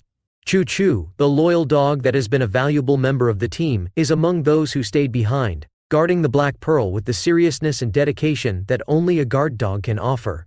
Good boy, Shachu, Luffy says, giving an affectionate pat on the dog's head. And you took good care of our ship. The other crew members smile and pet Choo-Choo, who enjoys the attention and recognition of his efforts. With everyone on board and the evidence secure, the Straw Hats prepare to set sail. It was time to head to the kingdom's capital, Alabarna. Let's set sail, guys, Luffy announces, and the Black Pearl begins its journey. Chapter 147, Alabasta 16, Third-Person POV Alabasta, First Half of Grand Line. Black Pearl was once again sailing through the desert, while heading for the capital of the eastern country. At this moment, the moon painted the sky in the early hours of the morning, most of the Straw Hats deeply asleep, recovering from the battles and emotions of the day. The boat is quiet, with only the soft sound of the sands being dragged as the ship sways. Luffy opened his eyes at this moment. He was between his two naked women, Nojiko and Alvida. He carefully got up, not wanting to wake anyone, and put on a robe to leave the room. Luffy, you're going out again. It's Robin, isn't it? Nojiko opens one of her sleepy eyes with a yawn and asks Luffy, who smiles at her before making a face on her head. Nojiko, you're always perceptive, he said calmly. It's not hard to see the looks you send each other, she said as if it was the most obvious thing. Well, that's true, he had to admit. Anyway, if it means you'll be leaving the bed and waking up in the morning without you here, for God's sake, Invite that girl to spend the night here, she complained. So Robin is a bit shy, she seems to be getting used to this new kind of relationship. It's hard to explain. Luffy scratched his head a bit lost. Of course he had talked with Robin about this, but the girl was still not ready to present herself in that way to the other women. I understand, but come back here in the morning, I promise a reward. Nojiko gave a seductive smile. Luffy nodded and left the room after dressing a bit. Luffy left the corridor and went to a specific cabin. He knocked on the door calmly. It's open. Luffy heard Robin's voice inside and opened the latch in the dark room. He quickly notices in the dark room a solitary figure ahead, standing near the window while looking at the ship traveling through the sand. Looking at the night desert, Luffy approaches silently, observing her for a moment before speaking. What do we have here? A girl who can't sleep, he says with a soft voice. Robin turns to look at him, a slight smile on her lips. There's a lot to think about, she responds. And the night is full of surprises, isn't it? Like a handsome man appearing in my room while everyone is sleeping. She speaks even with a seductive tone. Luffy agrees with a nod. Yes, it's a good time for thoughts, and an even better time for surprises. He smiles like a rogue and approaches her. He raises a finger, and a flame is born from it so he can see this woman better. Robin was in an open jacket with open underwear. She gets a bit embarrassed when Luffy sees her with the glow of his flame. I see you're wearing the lingerie I bought you yesterday. You look delicious in it. Luffy smiles, making Robin blush a bit more with Luffy's bold words. Then, gently, Luffy extends his hand and holds Robin's. She doesn't pull away, instead, accepting the gesture, their fingers intertwining. They remain like this, in silence, sharing the comfort of each other's company. Robin takes the initiative and approaches her captain for a kiss. Luffy takes her by the waist and takes her to bed. This night would be one he wouldn't sleep for the next few hours. As the sun rises on the horizon with its first golden rays over the Black Pearl, Crocodile and Momonga awaken from their unconscious state, finding themselves tied on the deck of the ship as if some kind of trophy. I see you've woken up. A thick voice was heard on their side, and both were shocked. Next to them, to their surprise, was another man also chained, Jinbei, the Shichibukai known as Din Knight of the Sea. Jinbei? Momonga couldn't help but exclaim. Sin, I see that even you two have fallen into the hands of that pirate. It seems that Ace's brother is quite dangerous and even daring. Who would have thought that a rookie pirate would have a vice-admiral and 2 Shichibukai as prisoners on his ship? Jinbei murmured, as that was precisely the situation. Shmugiwara! Crocodile, with an expression of disgust and anger, looks around trying to understand how he ended up in this situation. The last thing he remembers is the crushing defeat at the hands of Luffy, and now, here he is, chained like a common prisoner. Momonga, equally surprised but with a more controlled composure, observes Jinbei.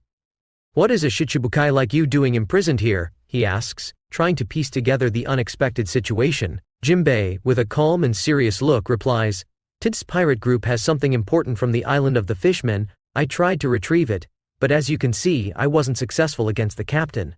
I was defeated and captured in the end. While Crocodile and Momonga process this information, they hear a new voice approaching. A princess surprisingly flying with Geppo using her tail, enters the deck with a plant watering can. Shirahoshi, with her soft and melodic voice, begins to sing as they navigate through the vast desert of Alabasta, a song that reflects her gentle spirit and curiosity about the world. Under the blue sky, so vast and bright, we sail together, with hearts so light. Alabasta appears, with golden sands, each grain, a story, in the palms of our hands. Oh, what a wonderful world, so vast and so new, each day a discovery, under the sky so blue. With friends by my side, and Megalo too, we sing our joy, we sing to the beyond. Sharky, Sharky, Sharky. Megalo appears behind, screaming with his friend. With his deep voice, echoes like a wave. Together we explore, with laughter and songs, with each new dawn, there's new emotions. Beneath the ocean, I daydreamed, now on the surface my soul is enchanted. Each new island, each new sea, is a blank page, to explore together. O world, spin slowly, let me savor each precious moment, let's not rush. For with the straw hats every day is special, singing with Megalo my joy is complete. Sharky, Sharky, Sharky, Sharky, sings my friend, in this vast world there's no longer danger. For with courage and love and friends so loyal, every day is an adventure, under the blue skies. Her song echoes through the desert, a melody of hope and joy, while Megalo, by her side, accompanies with his Sharky Sharky, making the moment even more special and memorable. Together they celebrate the beauty of the world, and the sweet freedom to explore it. Shirahoshi had the habit of watering some plants that Luffy picked up in Little Garden. Every morning she sang a song with joy. "Jinbei, good morning." Noticing Jinbei awake, she greeted him. "Good morning, princess." Jinbei spoke a little embarrassed. "Princess?"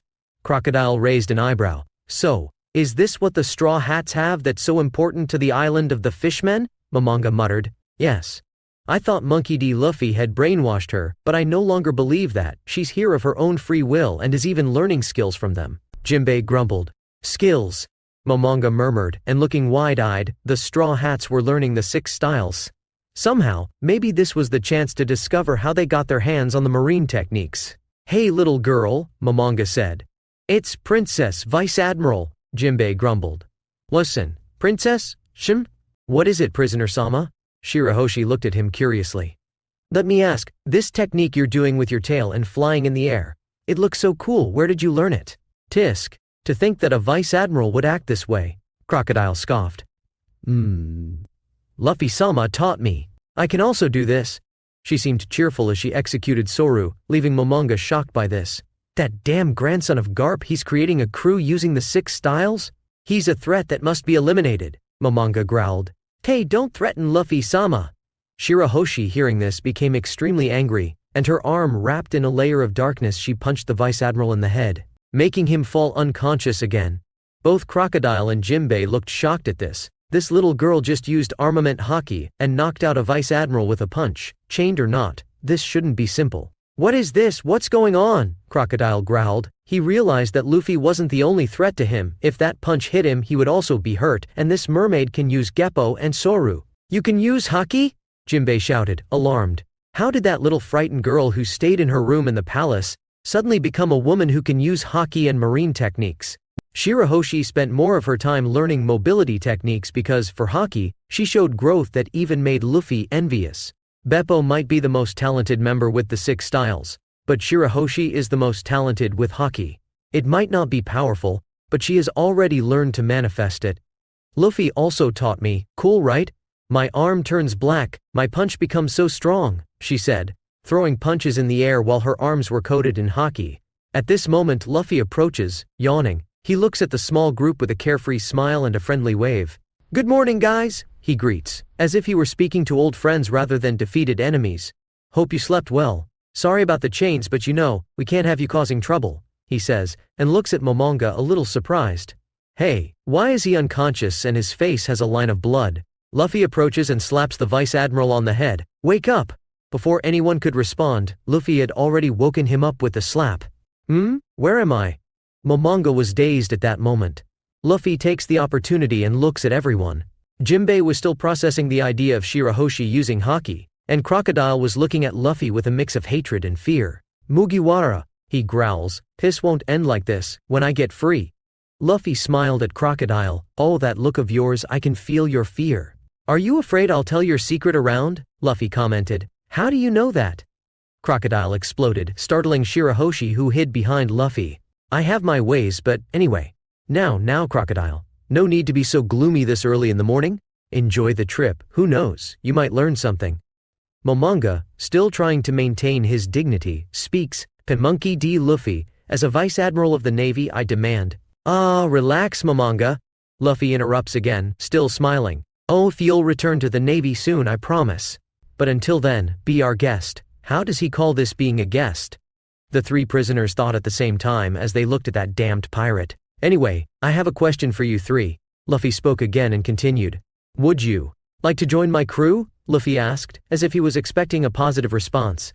"Of course not," the 3 shouted at the same time. "Whatever, enjoy the day, let's go." Shirahoshi, Reiju must be preparing breakfast by now. Luffy called her. "Yes, Luffy-sama," she said, and with Megalo, they followed Luffy to the kitchen of the boat. "Luffy-sama, I think Robin is feeling sick," Shirahoshi suddenly spoke as they walked. "What do you mean?" "Son, I heard her making some strange sounds yesterday." "Damn, you heard. Forget it, she's fine, it's a form of nighttime exercise." Luffy tried to end the conversation. "Really? So she seemed to be having fun? It seemed like she was enjoying it then. Can I learn to do that too?" Shirahoshi asked expectantly, making Luffy fall to the ground. "Definitely not." It wasn't Luffy who shouted, but Jinbei, annoyed with that conversation. "If you take away the princess's innocence, I swear you'll pay, Monkey D. Luffy, Jinbei growled. Sometime later, Luffy returns with the entire crew, and they spread across the deck. Some began to fight each other and even spar, like Reiju and Lamy. Some read books in chairs, like Robin and Nojiko. Some trained with swords like Zoro, Kuina, and Hachi. Others played on the deck with straws, like Usopp, Chopper, Karoo, Choo-Choo, Beppo, and Laboon. There were beach chairs with others sunbathing like Alvida, Vivi, while others were doing other things. While Crocodile, Momonga, and Jinbei remained chained, watching the movement on the deck, Luffy returns for a more extended conversation. He approaches with an air of casualness again, as if about to strike up a friendly chat. So, how are you feeling? Luffy asks, almost as if he's concerned for their well-being, but with a mischievous glint in his eyes. It's not every day that one is captured by the Straw Hats. Crocodile mutters something inaudible, clearly displeased with the situation, while Momonga responds with forced dignity, "Son, I don't want to answer any more questions from a criminal, but let me warn you not to think this will last. The Navy and the government will not let this pass." Luffy laughs. You are very useful to us here, and I doubt the Navy could send someone in time to stop us and rescue you, Luffy said, and turned to the middle of the deck.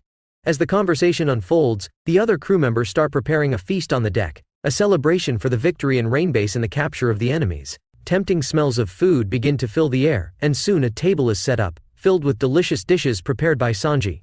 The prisoners look at the feast with a mix of interest and resentment. The sight of the delicious food is torturous, considering their current situation. The Straw Hat members gather around the place, laughing, talking, and enjoying the food. They make toasts, celebrate their victories, and discuss future plans. The atmosphere is joyful and full of camaraderie. Although the prisoners are physically close to this scene of celebration, they feel isolated.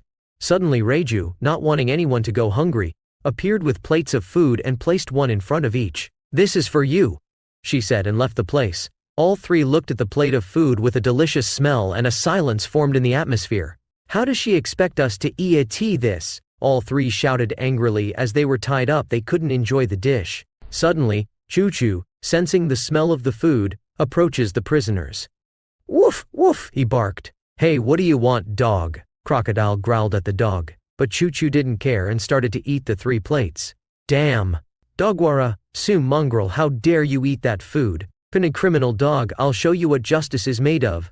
Crocodile, with a spasm of anger, being humiliated all the time, reached the limit when a dog ate his plate of food. And he managed to hit Choo-Choo with a kick, breaking the plate of food. Choo-Choo looked at that surprised. "Curt, you like that, damn dog?" Crocodile smiled, seeing that he was humiliating at least someone from the crew. But what would follow was not something he expected. The dog growled at him and suddenly started to grow, turning into a 4-legged 3-headed monster, until reaching 10 meters in height and 20 in length on a 50-meter ship. Jinbei, Crocodile, Momonga. All three looked alarmed at that dog that turned into that monster. Each head revealed an element, ready to kill the 3. "Damn Crocodile, you're going to cause our death here," Jinbei shouted, scared seeing that lightning was being pointed at him. "What's with this crew? How can they be rookies? Even the dog is a monster." Momonga was in a scared tone. "Hey Chachu, don't kill them," Luffy suddenly said next to him, and the monster stopped charging fire, lightning, and ice in his mouth. Choo-Choo obeyed, going back to his common dog transformation. "Woof woof," he barked. "Good boy, now go with Usopp and the others, I'll deal with these guys here," Luffy said, and Choo-Choo obeyed.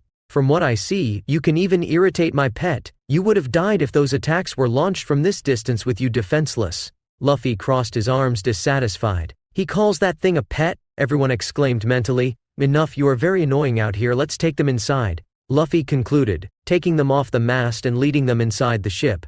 "Come on guys, time to go to your temporary accommodations," Luffy says with an ironic smile, indicating that they will be taken to the cells on the ship.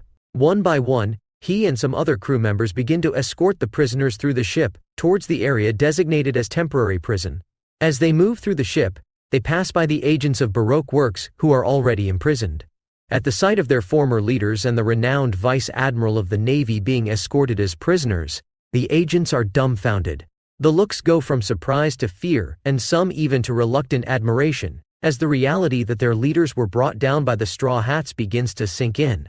Crocodile, with his pride still intact, walks with an aura of forced indifference, but the murmurs and looks from his former subordinates clearly affect him. He was their unquestionable leader, a figure of power and fear, and now his downfall is exposed for all to see. Momonga, on the other hand, maintains a dignified posture, his expression firm and controlled. As a representative of justice and order, being captured by pirates is a shameful situation, but he does not allow his emotions to show, determined to maintain his sense of duty and honor even in defeat. Jinbei, always calm and thoughtful, silently observes the scene around him. This isn't his first time here. Once everyone is inside cells, Luffy throws another prisoner he had kept in his pocket, and Mr. Own falls into the cell with Crocodile. In the end, he looks at them and says, "Teach rest a bit. Tomorrow is another day and who knows what it will bring." With that he walks away, leaving the prisoners and returning to continue his own activities. Sometime later, the atmosphere on the Black Pearl, which until then was permeated by a sense of victory and post-feast relaxation, is suddenly interrupted by the urgent sound of a denden mushi. Luffy, recognizing the characteristic ring, approaches and answers the call, only to hear the worried voice of Nami on the other end. "Luffy, we have a problem," Nami begins, her voice tense with urgency. "When the rebels have initiated an attack on the capital. It seems that one of the Baroque Works members who wasn't captured gave the signal to start the attack. They think it's time to act, now that Crocodile has been defeated." Luffy sighs deeply with evident frustration on his face.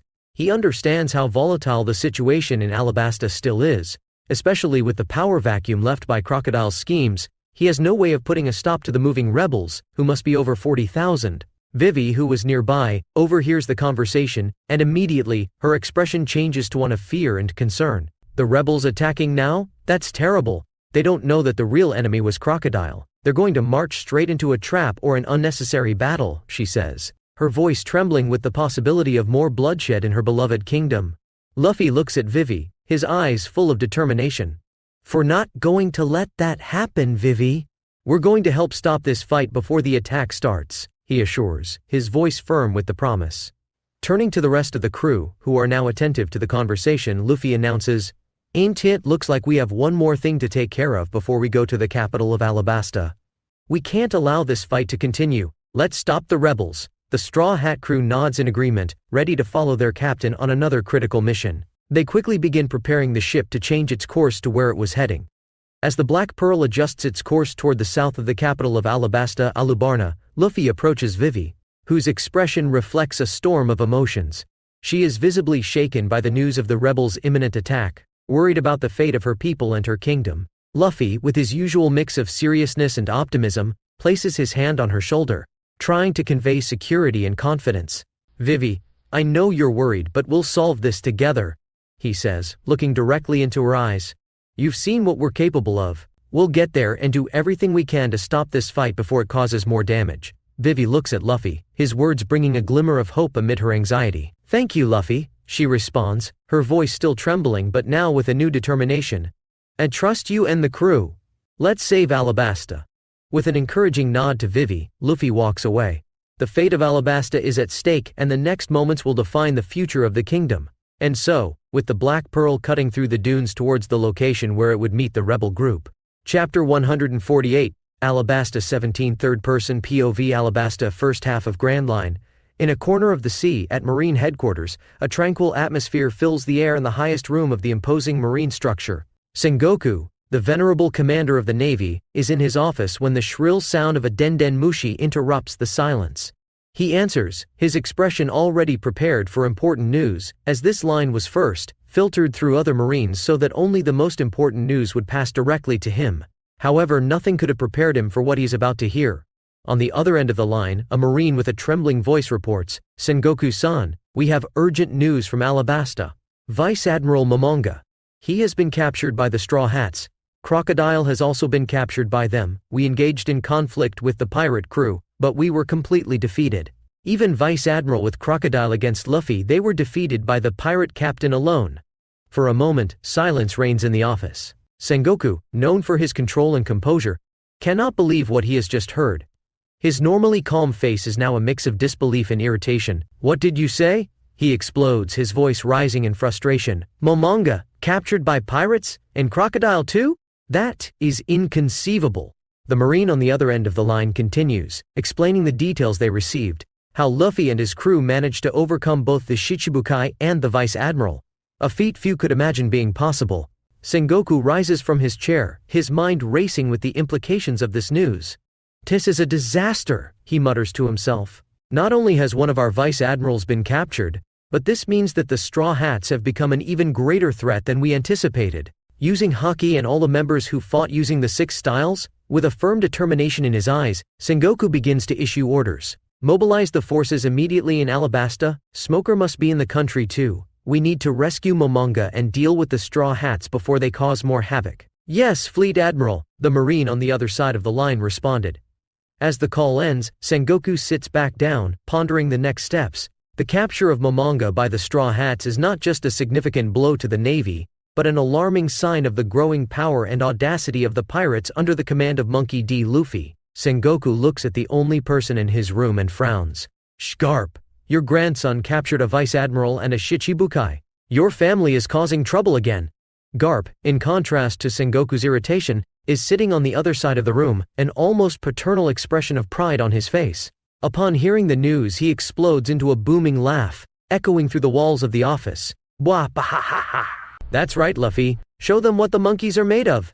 Sengoku looks at Garp with a mix of disbelief and irritation. "Garp, this is no reason to celebrate. Your family is turning the world upside down. Your grandson is a wanted pirate, and now he's capturing important figures of the Navy. How can you be so unconcerned?"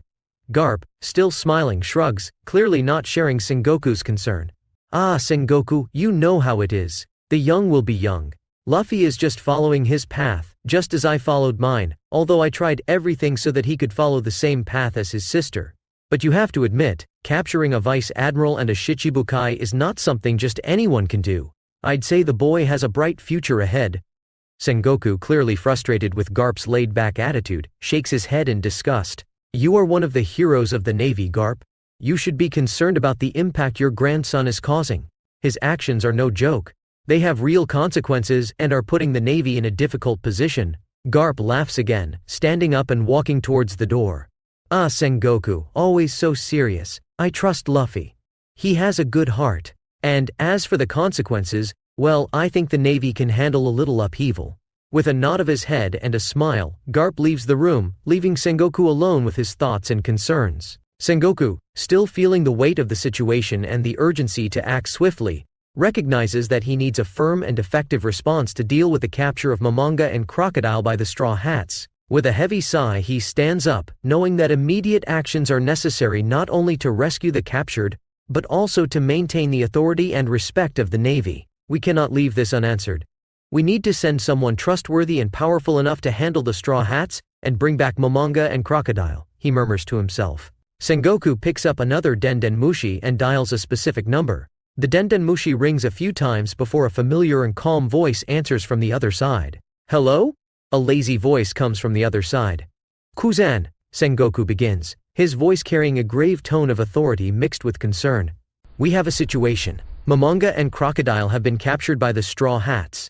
We need you to go to the beginning of the Grand Line and bring the 2 back. I'll send all the data by fax." On the other side of the line, Kuzan responds with a calm that almost seems misplaced given the gravity of the situation. "Understood, Sengoku. I will handle it." Sengoku nods, even knowing Kuzan can't see him. "So our skill will be crucial. We know the potential of Luffy and his crew. Be prepared for anything." Kuzan, in his typically succinct response, simply says, "Understood," before the call ends. Kuzan receives the papers on his side, given by the Marines who fought against the group in Rainbase, which included photos of all the crew members, and one catches his attention: Nico Robin, the child he spared almost 20 years ago as a favor to an old friend in Ohara. Well, you're with them then," he says calmly. On Sengoku's side, now a bit more relieved to have one of his best on the case, he sits down again, but his mind continues to work frantically. Sending Kuzan is a significant move, and the consequences of this decision may reverberate throughout the world. However, he knows it is a necessary action to maintain the order and justice that the Navy strives to uphold. Sengoku feels a growing frustration bubbling within him, a feeling uncommon for a man of his position and experience. He is accustomed to dealing with crises and threats, but the current situation seems to be unfolding on a scale and speed that even he did not anticipate. He paces back and forth in his office, his mind working at a rapid pace. First we have 2 Yonko commanders sailing in paradise, Ace from Whitebeard and Jack from Kaido, he murmurs to himself. As if that weren't enough, now we're dealing with a rookie, but he's not an ordinary rookie. Garp's grandson has considerable strength and an impressively competent crew. This is becoming a worrying pattern. The worst part is that they have somehow gotten their hands on techniques taught to the elite of the Navy. Now they're even learning hockey on this side of the sea. Sengoku pauses for a moment, looking at the large world map hanging on the wall of his office. He observes the marked territories, the known routes of pirates, and the positions of the marine bases. This isn't just about Luffy or the Straw Hats, he thinks aloud. It's a reflection of the state of the world now. Powerful pirates are emerging everywhere, challenging the balance of power we've maintained. A new era is dawning, and it's bringing with it a wave of changes that we cannot ignore. We need to rein in this era of pirates. We need to do something grand, to show the world that even the most powerful cannot handle the justice of the Navy. We need to show our power to the world. With these thoughts in mind, Sengoku begins to devise numerous plans, gathering his resources and intelligence. He is determined to create something to ensure that justice prevails in Alabasta. Aboard the Black Pearl, the atmosphere is one of preparation and anticipation, with the Straw Hats training every day and every moment they can. Luffy, with his role as captain always in mind, is thinking not just about the next battle, but also about how to strengthen his crew. He knows that each member has a crucial role to play, and ensuring that everyone is at their best is essential for the group's success. Hugo, come with me outside. In the midst of his thoughts, Luffy calls Hugo, one of the most robust members of his crew in the middle of training. Hugo approaches, curious about what his captain might want to discuss. Hugo. Luffy smiles, his expression full of confidence. You have been doing very well, and I know you have been working hard training and fighting, but I think you can benefit from something more specific. I thought of something that can increase your abilities and give you an extra edge. Hugo tilts his head, curious and slightly anxious. I'm listening, Captain. What do you suggest? Luffy, with a confident smile, pulls something out of his pocket. It's a strange fruit, with spiral patterns and what looks like a monster's face on it, and an exotic coloring that resembles rocks. Hugo looks at it, curious about what it could be. And Captain, is that the fruit I found? Hugo asks, looking at the fruit with interest. That, Luffy begins. And it's not just any. It's the Icon no Mi Titan, as I mentioned before. You found it, and it wasn't by chance. Zoan has its own will, and it chose you. It's time for you to have what already belongs to you, Luffy declares. Hugo looks at the fruit, surprised and a little hesitant. It chose me? Yes, let me explain its power. Luffy begins, tossing the fruit from one hand to the other, considering how to explain.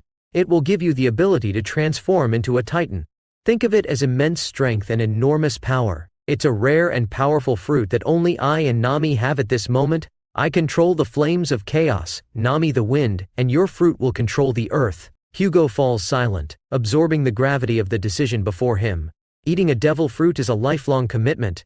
He would lose his ability to swim, a significant disadvantage at sea, but in return, he would gain incredible powers. Captain, are you sure about this? It's a big change.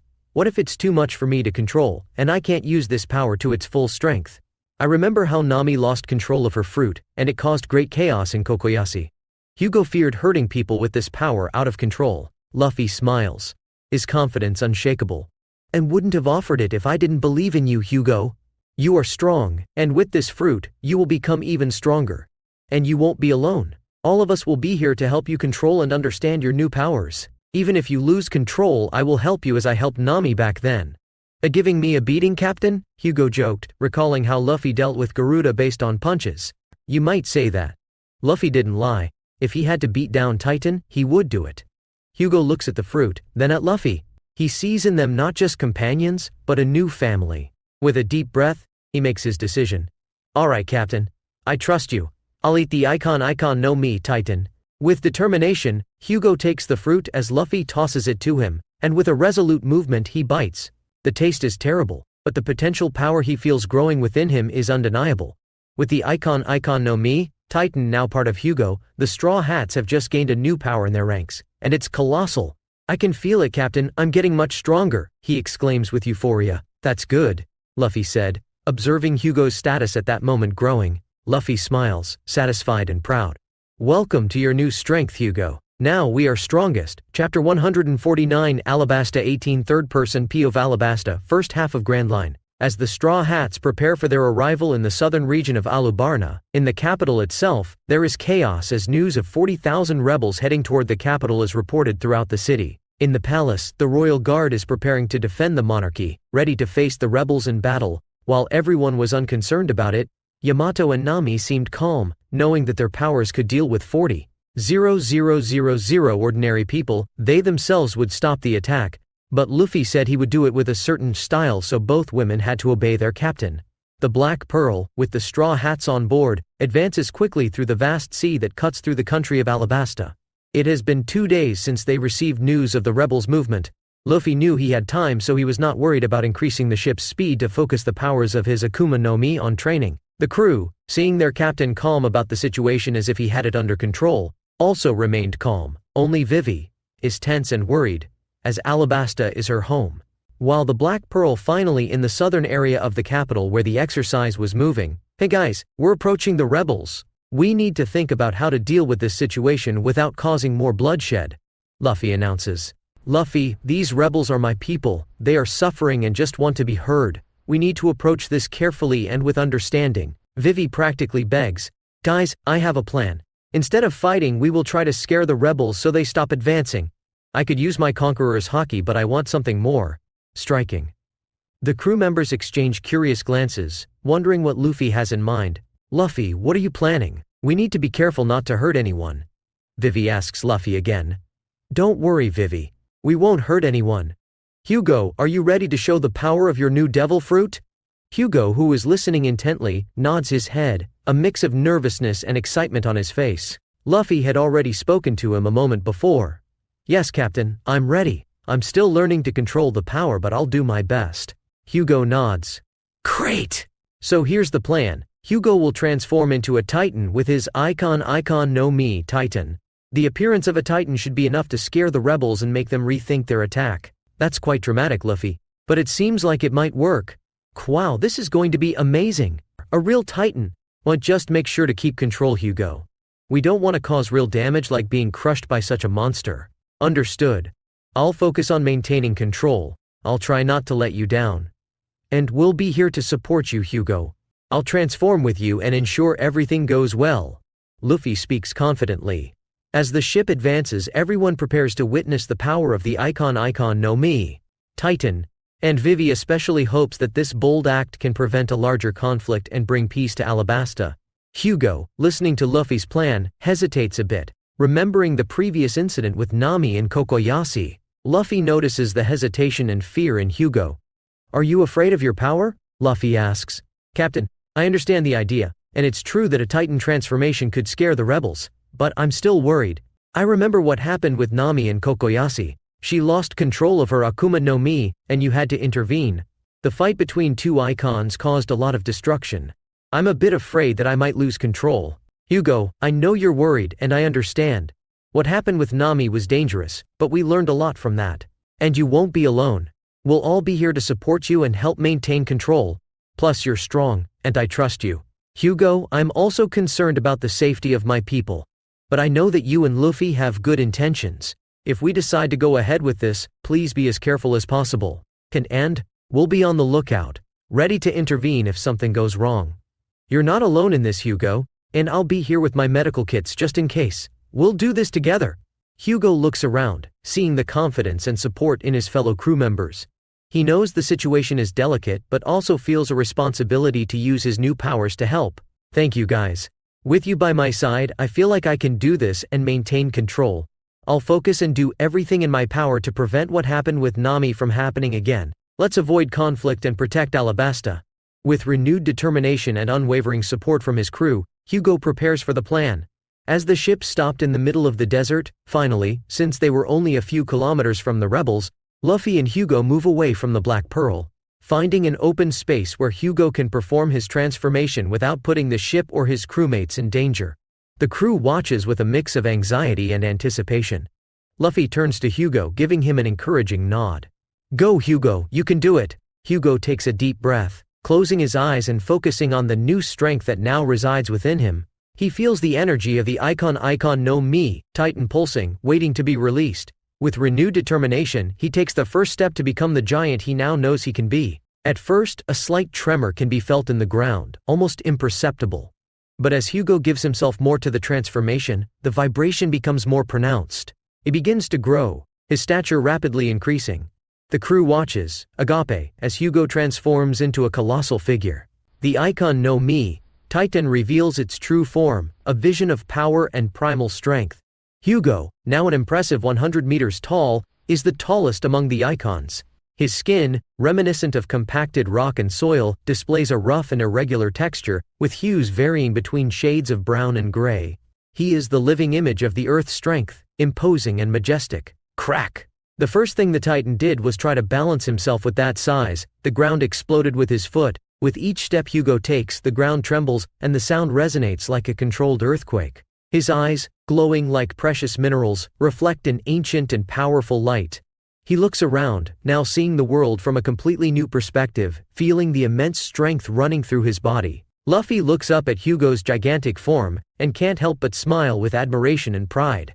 "It's incredible, Hugo! Now, let's show the rebels your power. I'd love to see their faces with your form." Luffy knows that now it's his turn to transform to deal with Hugo should he lose control.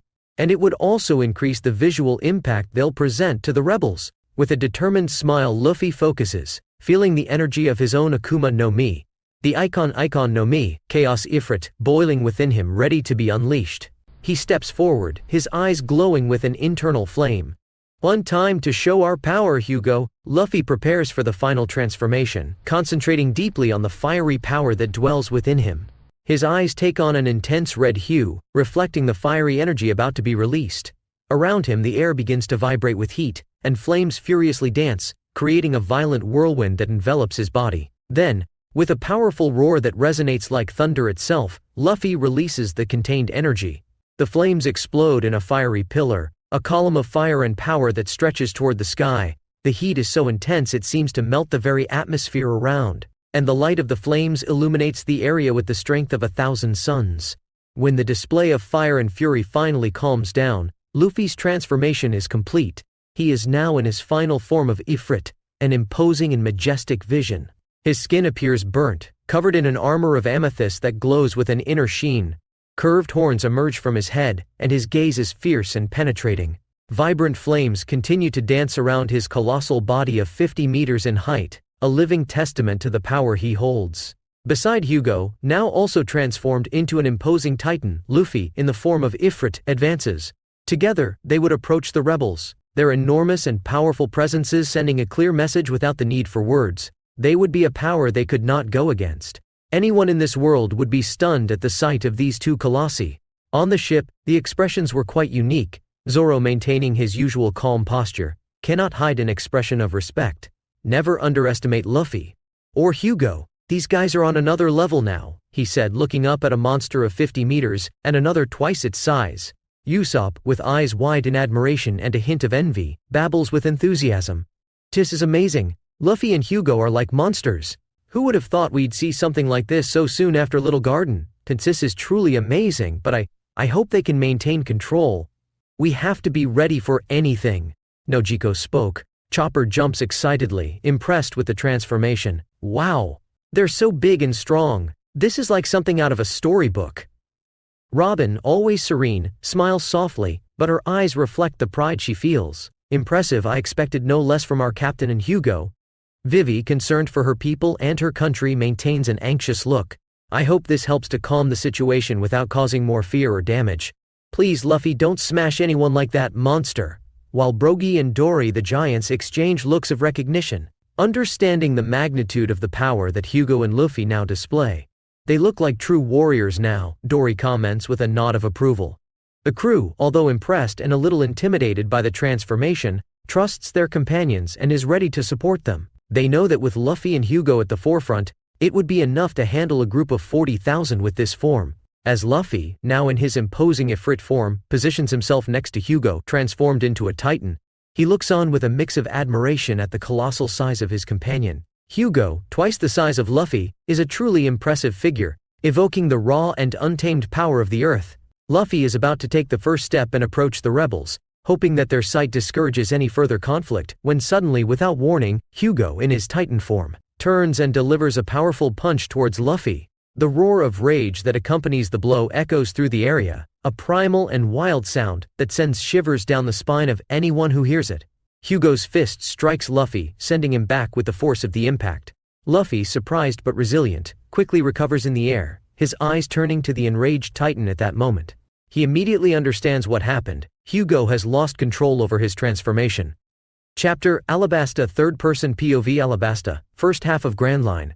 As the dust and sand raised by the impact of the Titan's colossal fist settle, Luffy in his Ifrit form flies backward. He is visibly shaken, his hand on his jaw, feeling the weight of the powerful blow he just received.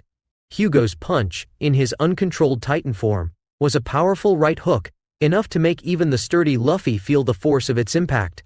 Damn, Hugo. That was quite a punch. A big right hook, Luffy murmurs to himself as he adjusts his jaw. He looks at Hugo but doesn't seem overly concerned, unlike his crew who watched the scene with slightly worried eyes. Luffy just cracked his colossal neck, ready to fight Hugo as he stared him down. Hugo's eyes, now red and wild, show no sign of recognition, just the uncontrolled fury of a being that has lost its connection to humanity. He roars silently again, preparing for another attack, while Luffy positions himself to fight the Titan. I have much more control of my fruit than when I fought against Nami. Let's see if I can handle a Titan more easily, Luffy thinks calmly. He wastes no more time, and prepares to face the challenge of calming an enraged giant. The flames around Luffy begin to dance more intensely, reflecting his excitement and readiness for battle. They swirl and twist, creating a spectacle of light and heat that illuminates the surrounding area. Hugo, let's see what you can do, but don't think I'll go easy just because you're my nakama. His flames burn so much that at one moment, Luffy advances with an explosion. He charges towards the huge being from a diagonal angle as he ascends to hit its chest.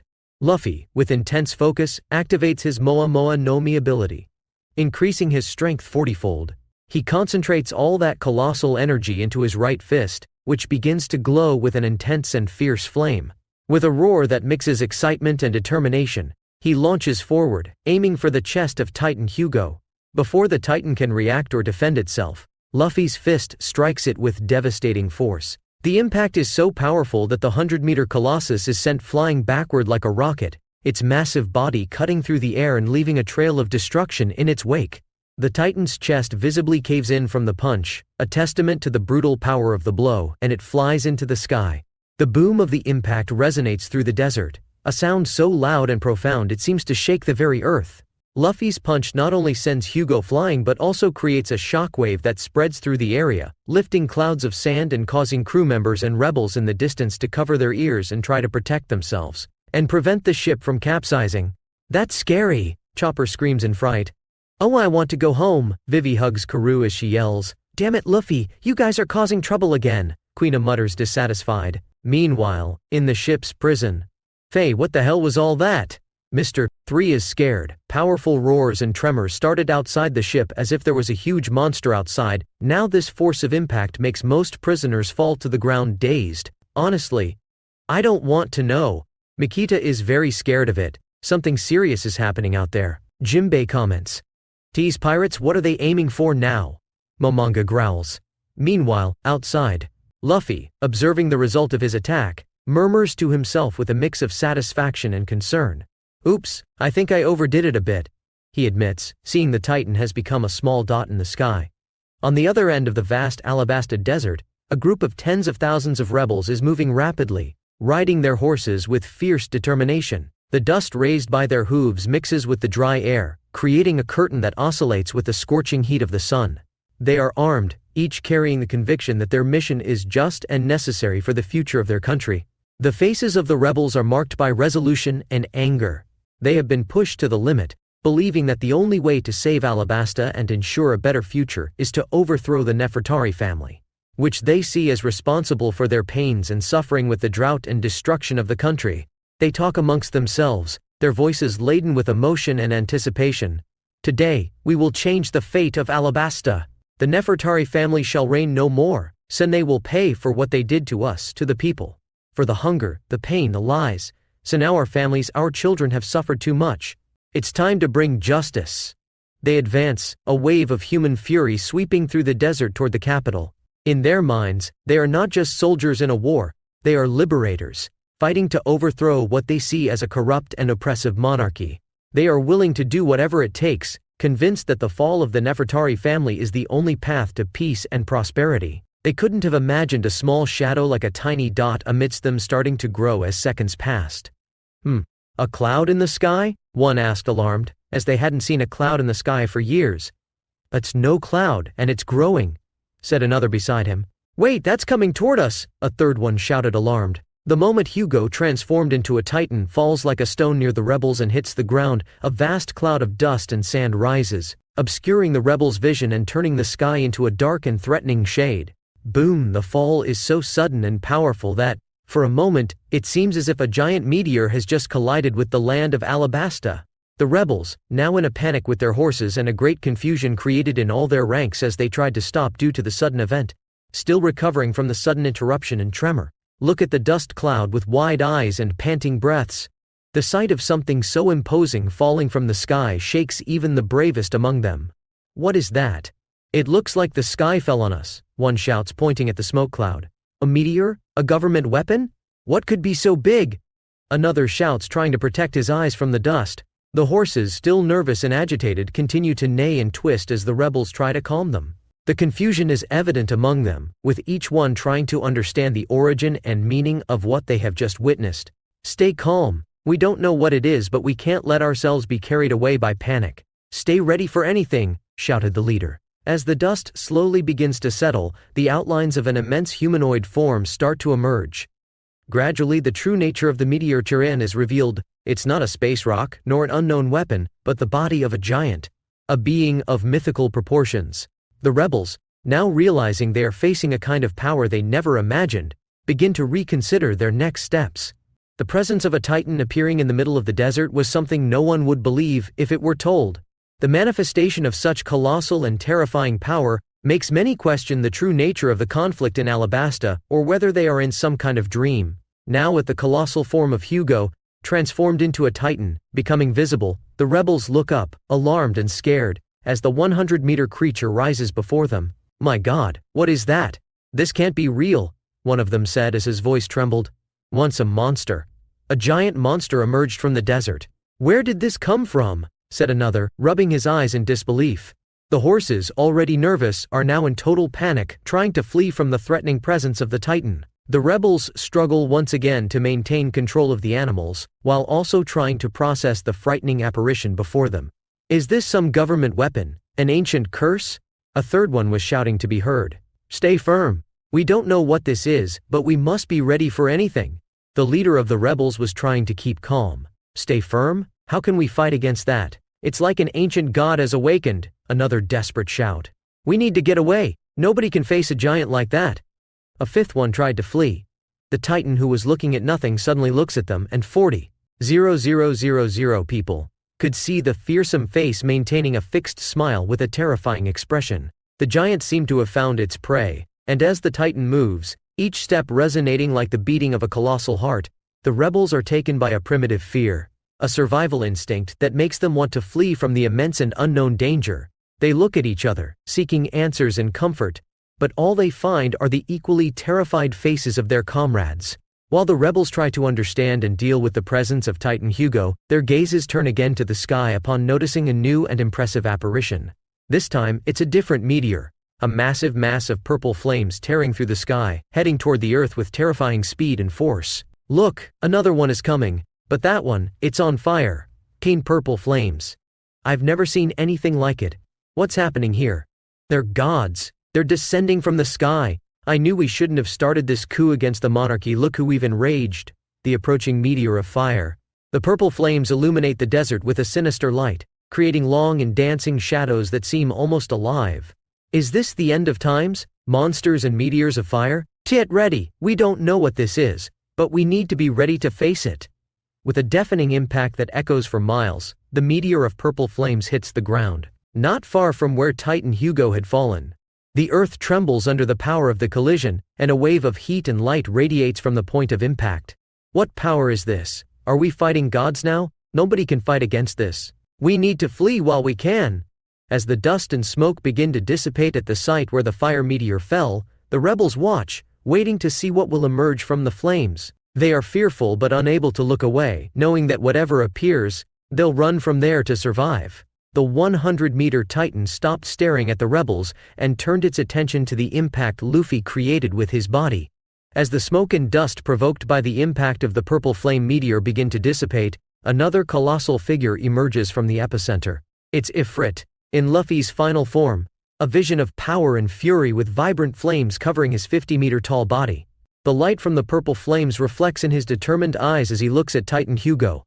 Luffy, as Ifrit, emits a powerful roar that resonates through the desert, a declaration of challenge and a call to battle. The sound is so intense and primal that even the bravest of the rebels feel a shiver of fear.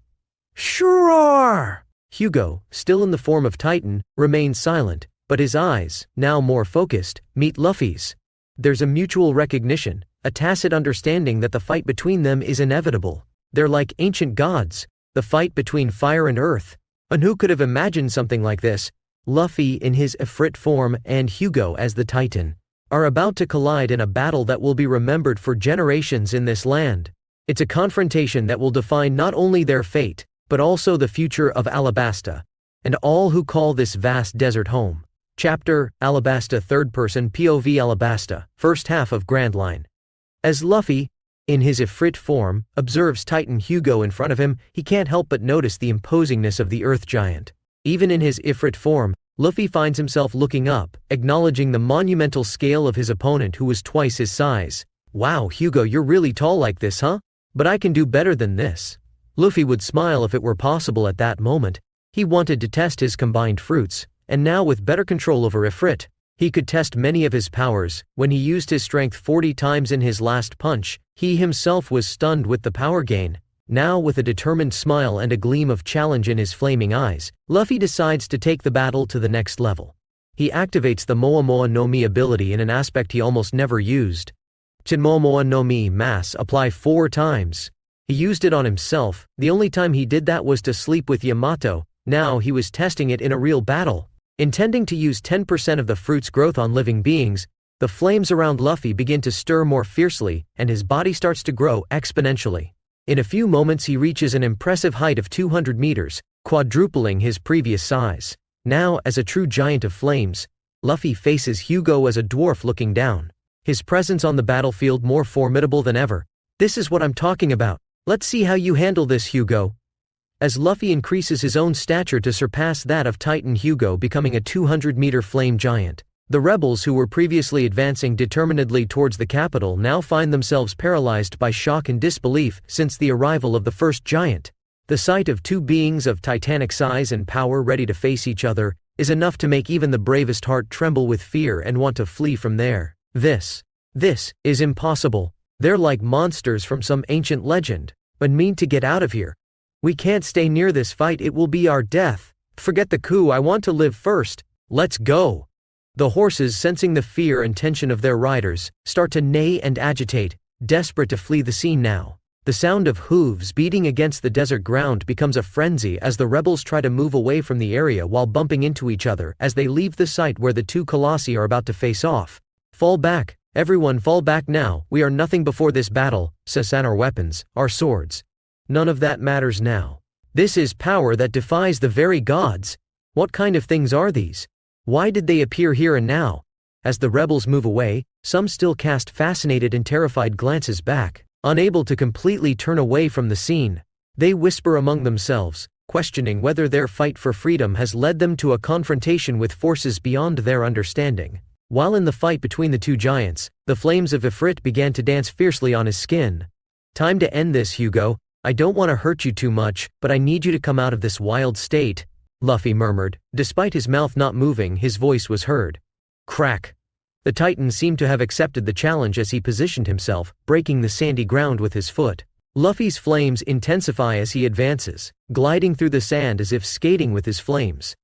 Ifrit moves with an impressive speed for his scale. Every tens of meters he passed made the earth burn and tremble. Even in colossal form, Luffy's agility and dexterity are evident, a sign of how his control over the Ifrit form and his skills as a fighter were getting better and better. As Luffy approaches, Titan Hugo prepares to face him. Despite his reduced size compared to Luffy, Hugo's presence is still incredibly powerful. the energy of the earth emanating from him as a palpable force. His eyes, though clouded by uncontrolled fury, show a glimpse of recognition upon seeing Luffy approaching, and his instincts are ready to act. Luffy doesn't hesitate. He knows that the key to bringing Hugo back is to subdue him without causing severe injuries as he did with Nami. It's a delicate balance, facing a friend in such a wild state, but if anyone can do it, it's Luffy. As Luffy draws near, the two colossi raise their fists, symbols of their strength and element. One accumulates flames in his fist, while the other creates a layer of earth as both launch against each other in a powerful and decisive movement. The clash of their fists is cataclysmic. A shockwave radiates through the desert, causing the sand to rise in a storm, and the sound of the impact echoes like thunder, creating a wind that runs in all directions, lifting sand. Despite Hugo's formidable power, it is Luffy who prevails. His mass, amplified by the Moa Moa no Mi, makes Ifrit grow not just in size but his strength and even defense is equivalent to his size. His Akuma no Mi is at an unprecedented level now. The fist with the excess size presses down on the smaller one, and with a roar of flames and force, Luffy pushes Hugo back. The Titan is sent backward with tremendous force, flying through the air and leaving a trail of destruction in its wake.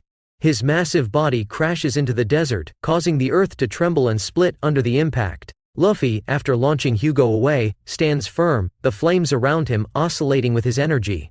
He knows the battle is not over yet, and needs to keep pressing to bring his friend back to reason.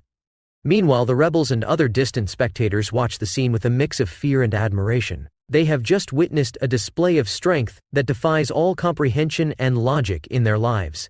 Crack! The Titan begins to rise from the cloud of sand, looking at Luffy, but suddenly balls of purple flames are sent towards him before he could act. Boom, boom, boom, boom, boom. Luffy raised a hand, and flames began to be launched from it toward Ifrit. With force, the flames exploded on the Titan's chest, making him fall backward awkwardly, as more flames exploded on him. Luffy wastes no time after seeing Hugo explode backward, knowing that this won't deal with it alone. The Titan has more powerful strength and defense of the icons with his earth element. As the adversary tries to rise again, Luffy knows he needs to act quickly to bring his friend back to reason before more destruction is caused. Luffy advances, skating among his fire on his feet again. Luffy quickly is upon Hugo, but it's just the beginning. He quickly draws back his arm where he would initiate his beating of the Titan. Then he began to deliver his punches to the Titan still on the ground, with some of his flames. With a series of precise and controlled blows, he explodes the ground with the Titan still down, each impact accompanied by the roar of the flames and the resounding sound of his force colliding with Hugo's body of rock and earth. The desert around them becomes a chaotic battlefield, marked by the struggle between these two powerful beings. Despite the fury and strength of the Titan, Luffy continues his offensive, blow after blow without letting the Titan even get up, each punch an explosion designed to weaken Hugo and force him to revert his transformation. Luffy's flames illuminate the scene, casting a sinister glow over the fight. The Titan tried everything to get out of there, trying to kick and punch Ifrit, but Luffy, now being twice his size, continued to withstand Hugo's uncontrolled powerful blows, while the latter became increasingly injured by it. Finally, after an intense exchange of blows, Hugo begins to show signs of defeat. His punches start to weaken as he still remains on the ground. Luffy hit him so much that he began to create a colossal hole in the area, lifting tons of sand. Luffy realizes that he has finally given in and stops punching his opponent. The titanic form begins to falter and shimmer in brown, the energy sustaining it beginning to dissipate. Luffy, noticing this, concentrates his strength in one last powerful attack. With a final roar and a decisive blow, Luffy strikes Hugo, and the Titan's transformation begins to undo. The colossal figure shrinks, the earth energy forming it dissolving into a cloud of dust and debris. As the dust settles, Hugo is back in his human form, unconscious, but alive and, most importantly, safe. Luffy, now also returning to his normal form, approaches his fallen friend, a sigh of relief escaping his lips. Hugo lay there in the middle of the crater they had created with his body all battered while having blood all over him. Sorry, Hugo, but I must say it was fun. Luffy couldn't lie, it was so satisfying to have a fight between Megazords, as he himself calls it. Since he fought with Nami, he hadn't had any other experience like this, so he got excited after a fight with Hugo, especially since he proved to be much stronger with his combined fruits. Around them, the desert is marked by the scars of the battle, a silent testament to the clash between the two Straw Hats. The fight is over, and now it's time to tend to the wounds and move on with their plans. Luffy looks at Hugo and thinks of the rebel army now distanced from the area after witnessing this fight. He walked up to his companion on the ground and placed him over his shoulder, multiplying his recovery by 30 times. He jumped with Geppo out of the crater, which should be at least meters deep, that was opened by pressing the Titan's body with the earth through punches. Looking around, he saw all the damage caused. There were many flames still burning over the area. Luffy couldn't help but think of some important things with this. This fruit. It's really amazing. The Moa Moa no Mi isn't just about increasing size. I can multiply my strength, my speed, my endurance. It gives me so many options in a fight. In my colossal form, unlike the last time I fought with Nami and had to keep her in mind aspects not to lose control of Ifrit, now I used it freely and was able to quickly fight against the Titan and defeat him. Luffy thought, I can't imagine how strong I will make Ifrit with armament haki when I learn to use it. It will be interesting. Luffy smiles. He lands outside the crater and throws Hugo on the ground, giving him a slap as his usual way of waking people up. Hugo woke up startled. Good afternoon, sleepyhead. Luffy smiles at him. What happened? Hugo asked dazedly, looking around at all the destruction and feeling his body all battered. He had broken his arm and many bones in his body. Yes, you lost control, but we'll talk about that later. First I want to deal with the rebels. Let's go. Luffy speaks as he jumps into the air towards where the rebels fled and were regrouping. He just needed to talk to them because he knew his form of intimidation worked better than he thought. Despite being quite dazed, Hugo looks at his captain jumping into the air and follows him using Geppo too, since he doesn't have much choice. Chapter 152, Alabasta 21. Third-person POV Alabasta, first half of Grand Line. After a titanic battle that shook the foundations of the Alabasta Desert, the conflict between the two giants finally calmed down. The sand, previously raised in huge clouds by the fury of the combatants, now began to settle, revealing the scenery devastated by the fight. The ground was marked by deep craters, and the air still vibrated with the echo of the powerful impacts. The rebels, who had arrived with hearts full of determination and anger, now found themselves paralyzed, watching aghast at the consequences of the clash between beings of unimaginable power. The flame giant had managed to subdue the other titan, the shock, admiration and fear dominating the faces of the rebels, as they witnessed the end of the confrontation with the two monsters disappearing. This left them cautious, as the scene of the giants fighting each other gave way to just the wind of the desert, with some flames still burning in the place with several holes.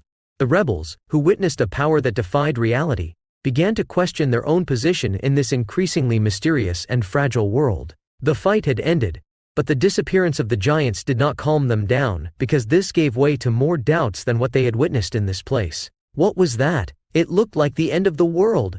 One of them broke the silence, scared, rubbing his eyes trying to understand what he had just witnessed. I've never seen anything like it. They were giants, monsters. Another rebel with a pale face of fear looks at the place where the battle occurred. This changes everything. How are we going to continue our attack on the capital after this? A third rebel, worried, questions his companions, looking for answers. I don't think they are enemies. It looked like one was trying to stop the other. Another comments, being an observer, tries to make sense of the situation. But what if they come back? What if they decide to attack the cities? Can anyone stop them? A young man, fearful, looks around to see if the others share his concern. We can't continue with the plan now. We need to go back and rethink our strategy. The leader of the rebels, with a serious and determined expression, signals to the group. You're right. We don't know what they are, or what they want. It's better to retreat for now. A commander of the forces, agreeing with the leader, begins to move away. Together, the rebels begin to retreat slowly, occasionally looking back at the site of the fight, hoping that another giant would appear again. Many are confused, some still fearful, but all are re-evaluating their position and their plans. Luffy approaches the rebels at high speed without them noticing, and before they can react, he falls like a rocket in front of the rebel leader, who is startled trying to calm his also scared horse. Boom! What is this? An enemy attack? Someone shouts. Yo! A shadow appears from the raised sand, and Luffy appears with his hat on his head. Who are you? The leader of the rebels shouts, a little alarmed. So you're Koza, Vivi's childhood friend? Luffy approaches nonchalantly. Who are you? He asks again, pointing his gun at Luffy. Such a bad mood. Well anyway, I'm stopping your attack. Luffy speaks calmly. He's not afraid of a bullet, none of that has an effect on him.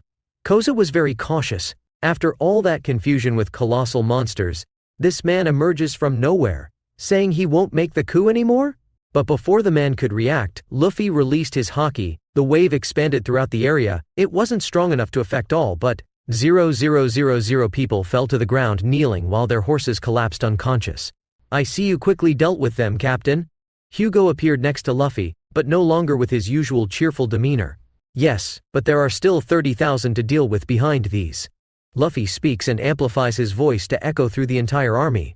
I am Monkey D. Luffy, captain of the Straw Hat Pirates, and you just saw what happened in a fight between me and another crew member. His tone travels through the entire army, and everyone becomes aware that the giant monster was actually a man? This alarms them. He's a pirate? But that power, how is it possible for a man to become that monster? This was the talk of many. I'm not here to fight you. I came to stop the conflict in Alabasta.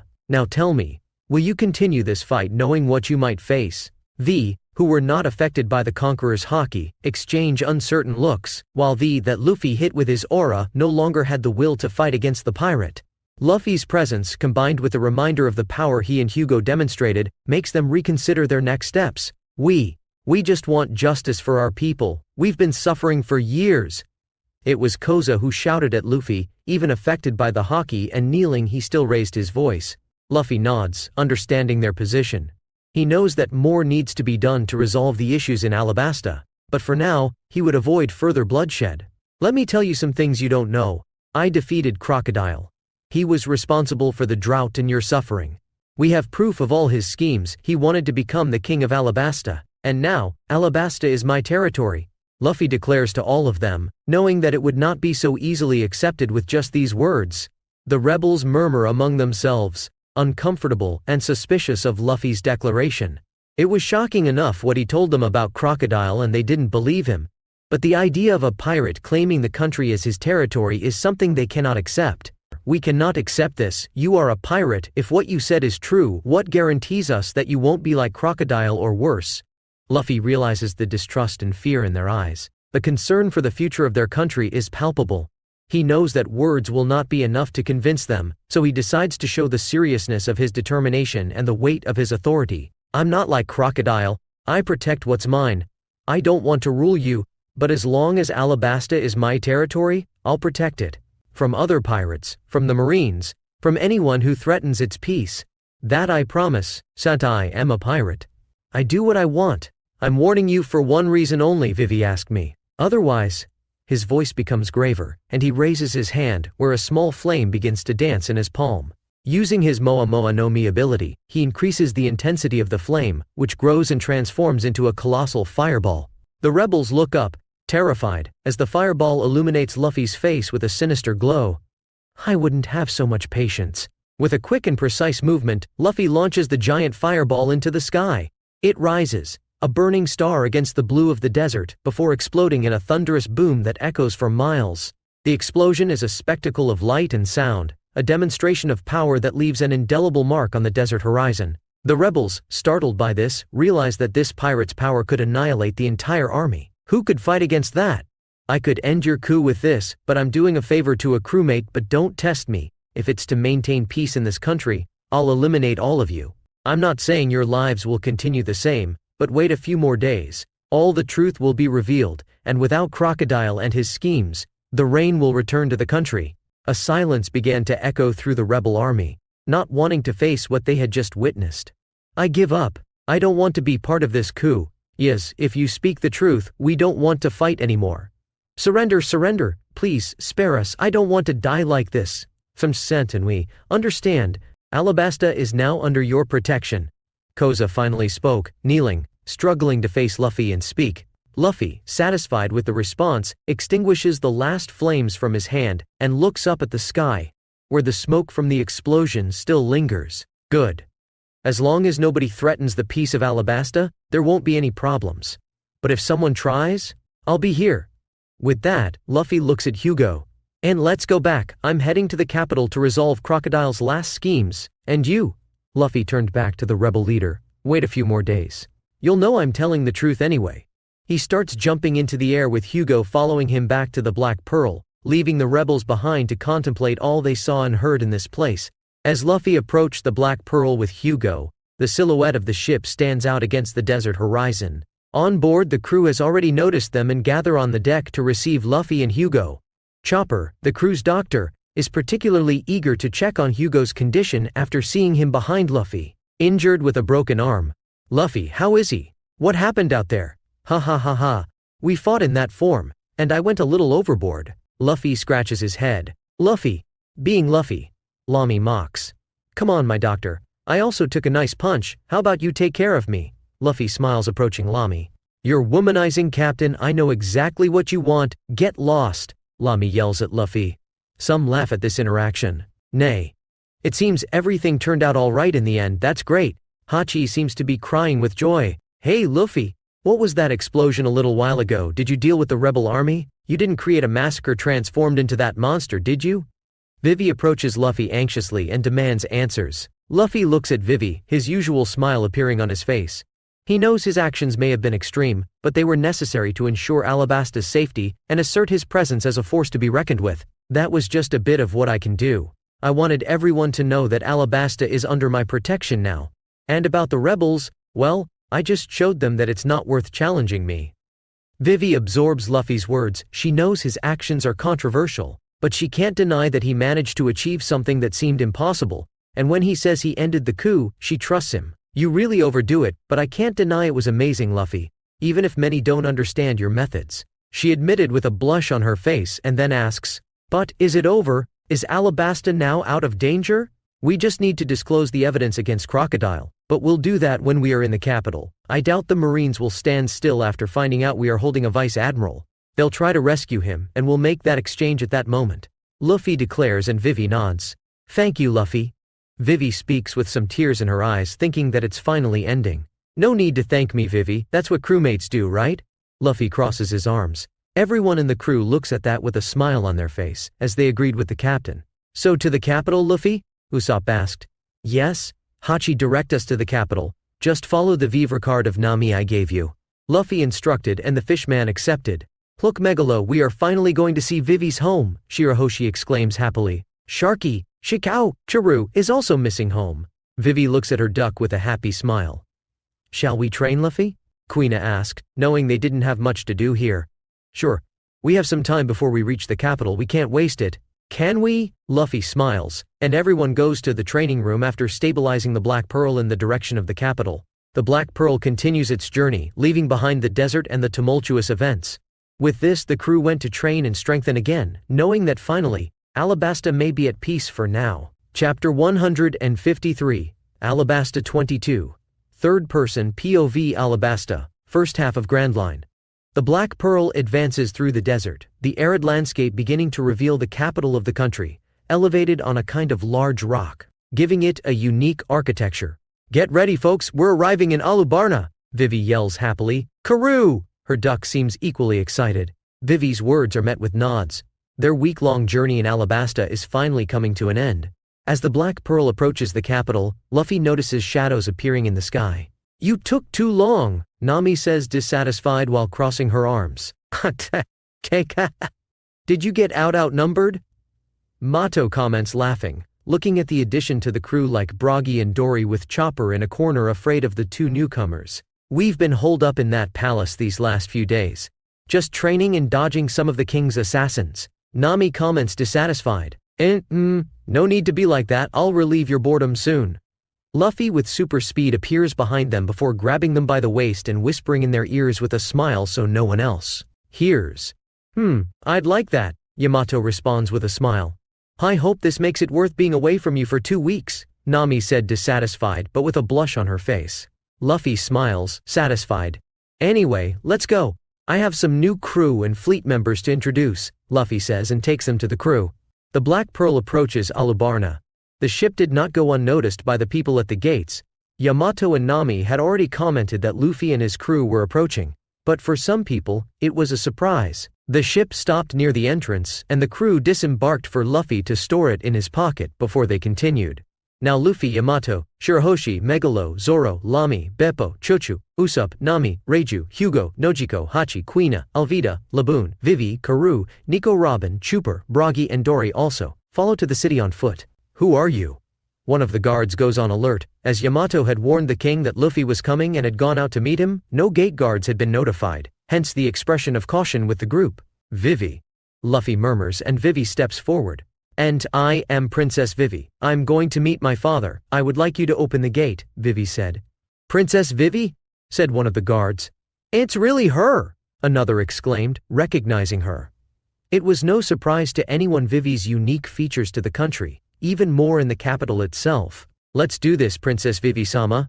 Do you want an escort to the palace? A guard asked. No need to worry, I'm quite safe with them. Let's go, folks, Vivi exclaimed, and they entered the city after climbing the stairs. Luffy's group passed through the streets while everyone walked and made comments here and there about the place. The people noticing the strange group couldn't help but be surprised by it, making similar comments to when they were in Logtown. Some recognized Luffy as the captain of the Straw Hats and exclaimed in shock. After all, it was a pirate band with almost 500,000. What kind of crime they must have committed to have that bounty on their heads? Upon arriving at the palace, they are received by guards who quickly recognize the crew that fought alongside their princess. They are led through opulent corridors, decorated with tapestries and artifacts that speak of the rich history and culture of Alabasta. Finally, they enter the main hall, where King Cobra awaits them. The king, a man of noble posture and gentle expression, receives them with a warm thank you as he rises from his throne to greet them. Captain Monkey D. Luffy and his crew, welcome to the royal palace of Alabasta. I am aware of everything you've done, and Alabasta is in debt to you. No need to thank us, King Cobra. Helping Alabasta was our choice, Luffy responds with an unpretentious smile. Even so, it's disturbing how our country was being covered with a shadow that we couldn't do anything about, and how you, along with my daughter, emerged and helped this kingdom out of a crisis. The king praises, looking at the diverse crew. That's just what we do, King Cobra. Besides, Vivi is part of our crew. We couldn't leave one of our territories in danger, Luffy continues, indicating Vivi with a hand gesture. Vivi, my daughter. King Cobra approaches his daughter and hugs her, his gaze full of admiration for his most precious possession. Hello, Daddy, she says with a smile. Now tell me everything that happened and your plans. He turned his attention back to Luffy, who nodded. They exchange information, with Luffy reporting the attack against Crocodile, confrontation with the rebels, and the declaration of Alabasta as his territory. King Cobra listens attentively, recognizing the complexity of the new reality that his nation faces. Your support and protection mean a lot to us. Alabasta will face many challenges ahead, but with friends like you, I have hope for the future. Luffy, with a confident smile, responds, We'll always be here if you need us. Alabasta is part of our journey now.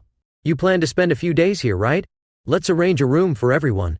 And with that, the Straw Hat crew spends some time in the palace, resting, recovering from the journey. When night falls, a grand banquet is prepared in honor of their heroism in the country. They celebrate the victory over Crocodile and the restored peace. And as always, the group is quite peculiar, especially at the joint banquet. The hall of the Alabasta Palace is lit by torches and chandeliers, creating a welcoming atmosphere for the banquet in honor of the Straw Hat Pirates and their allies. The table is filled with local delicacies, exotic fruits, and succulent meats. The sound of music and laughter fills the air as crew members and kingdom guests mingle and celebrate. Luffy, already with a full plate, yells excitedly, "Tit is amazing! It's not better than Reiju's food, but it's so tasty!" He tries to balance a giant piece of meat in his mouth. He used a lot of his energy in the last days, so he needed to replenish his energies. Yamato, sitting next to Luffy, laughs. "Don't forget to chew, Luffy. We don't want you to choke." She herself can't resist and grabs a chicken leg. Shirahoshi, a little shy amidst the crowd, looks at the dishes with curiosity. "So much food I've never tried before. Can I really taste everything?" Megalo by her side makes a noise of approval. Sharky, Zoro, trying to get up to get more sake, ends up getting lost and going in the opposite direction. "Hey, this isn't the way to the kitchen," he murmurs confused. Lami, watching from afar, comments with Beppo, "Those two never change, do they? Always getting lost or eating too much?" Beppo just smiles and agrees with a nod. Shochu, lying at Luffy's feet, barks happily whenever a piece of food falls from the table. Luffy laughs and gives him a special piece of meat. Usopp, trying to impress some palace guests, exaggerates in his stories. And then, with a single shot, "I defeated a giant beast." Chopper, listening, nods enthusiastically, totally convinced. Reiju, preparing some special dishes in the kitchen, calls Terracotta, the palace's cook, "Come taste this.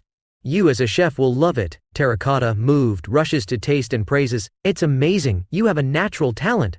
Hugo, with his calm manner, chats with Nojiko and Hachi about the different cultures they encountered on their travels. Kuina, the young swordsman, listens attentively. dreaming of her own adventures. Alvida, always trying to draw Luffy's attention, offers him the juiciest piece of meat. Luffy, dear, try this. Luffy, distracted, accepts without realizing her intention, continuing to have fun with the others. Nami, glued to the side of Luffy like Yamato, puts another piece in the captain's mouth. Meanwhile, Bragi and Dory share stories of their epic fights with others, making everyone around laugh and ask for more details. The night advances with food, drink, and many stories. King Cobra, watching the scene, smiles, knowing that his kingdom has gained strong allies and unique friends. And, in the middle of it all, the cheerful sound of Luffy's laughter echoes, uniting everyone in a memorable celebration. As everyone settles down, King Cobra proposes a toast. To the health of the Straw Hat Pirates, to the heroes of Alabasta, and to lasting friendship, everyone raises their glasses in a toast. The laughter and stories being shared continue with an overall feeling of camaraderie and relief. Luffy, thank you again. You not only saved Alabasta, but also brought joy and hope back to our people.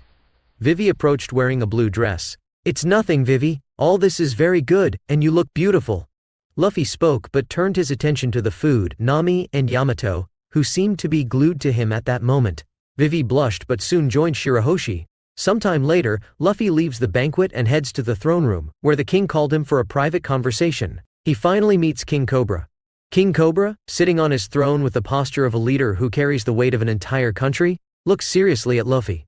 Despite being grateful, there is a clear concern in his eyes, a father's worry. Captain Monkey D. Luffy, I want to thank you again for what you did for Alabasta. But there's something we need to discuss, about my daughter Vivi. Luffy, with his usual casualness, nods, indicating he's listening. Vivi mentioned an agreement between you. She chose to join your crew to help her people, but that also means she's more under your protection, right? That's right. Vivi is my crewmate, of course, she will be protected. Luffy speaks calmly. And nothing more. Monkey D. Luffy, I don't want to seem intrusive, but as a father there's something that has been weighing on my mind, he said seriously. Luffy tilts his head, indicating for the king to proceed. There was something in the seriousness of the king's gaze that made him pay attention. You and Vivi have spent a lot of time together, facing dangers and sharing victories. She talks a lot about you and your companions. I can see, she has special fondness for you, and I, as a father, cannot help but worry about what this might mean for her future, and potentially for the future of our lineage. Luffy scratches his head, wondering where the king was going with this, but played dumb. Well, Vivi is amazing. We all like her. But it's not just that, King Cobra insists, choosing his words carefully. Luffy, you are a young man, on a path that leads to many dangers and discoveries. Vivi, as your companion, will be at your side on this path. But what will happen if, one day, this closeness leads to something more? If she chooses to start a family with you? The word, family, makes Luffy stop for a moment. He imagined having several children in the future. But that only after his journey, when he becomes a conqueror and has a safer life to give attention to the children. After all, he wanted to raise his own children with their mothers. I don't know, Luffy admits. And I haven't thought much about it now, as I intend to finish my journey before building a family. Even so, accidents can happen, and I'm talking about something like children, Captain Monkey D. Luffy, my grandchildren. The future heir to the throne of Alabasta, King Cobra explains. If Vivi chooses this path with you, she will be choosing a life very different from what she could have here. And that worries me, not just as a king, but as a father. Will she be happy? Will she and the children be safe in such an uncertain world?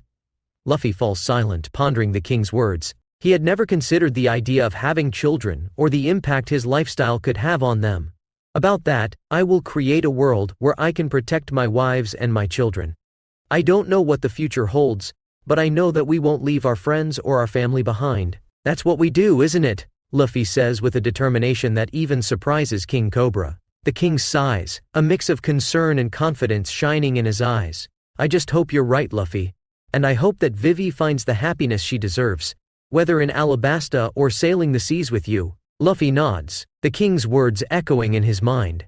He knows there is much to consider, and that today's choices will shape tomorrow, for him, for Vivi, and for any future they may create together. They continue to talk a little more about the future of Alabasta and the plans of the Straw Hats. When the conversation ends, Luffy stands up, ready to join two specific companions. He bids farewell to the king with a nod, and goes to one of the palace's rooms. In this place there were two women waiting for him with no surprise. Nami and Yamato had expelled Alvida and Nojiko to have a night alone with Luffy, wanting to catch up on 2 weeks of not sleeping with their man. Luffy sighed before entering because this night would be one filled with activities to satisfy two beauties.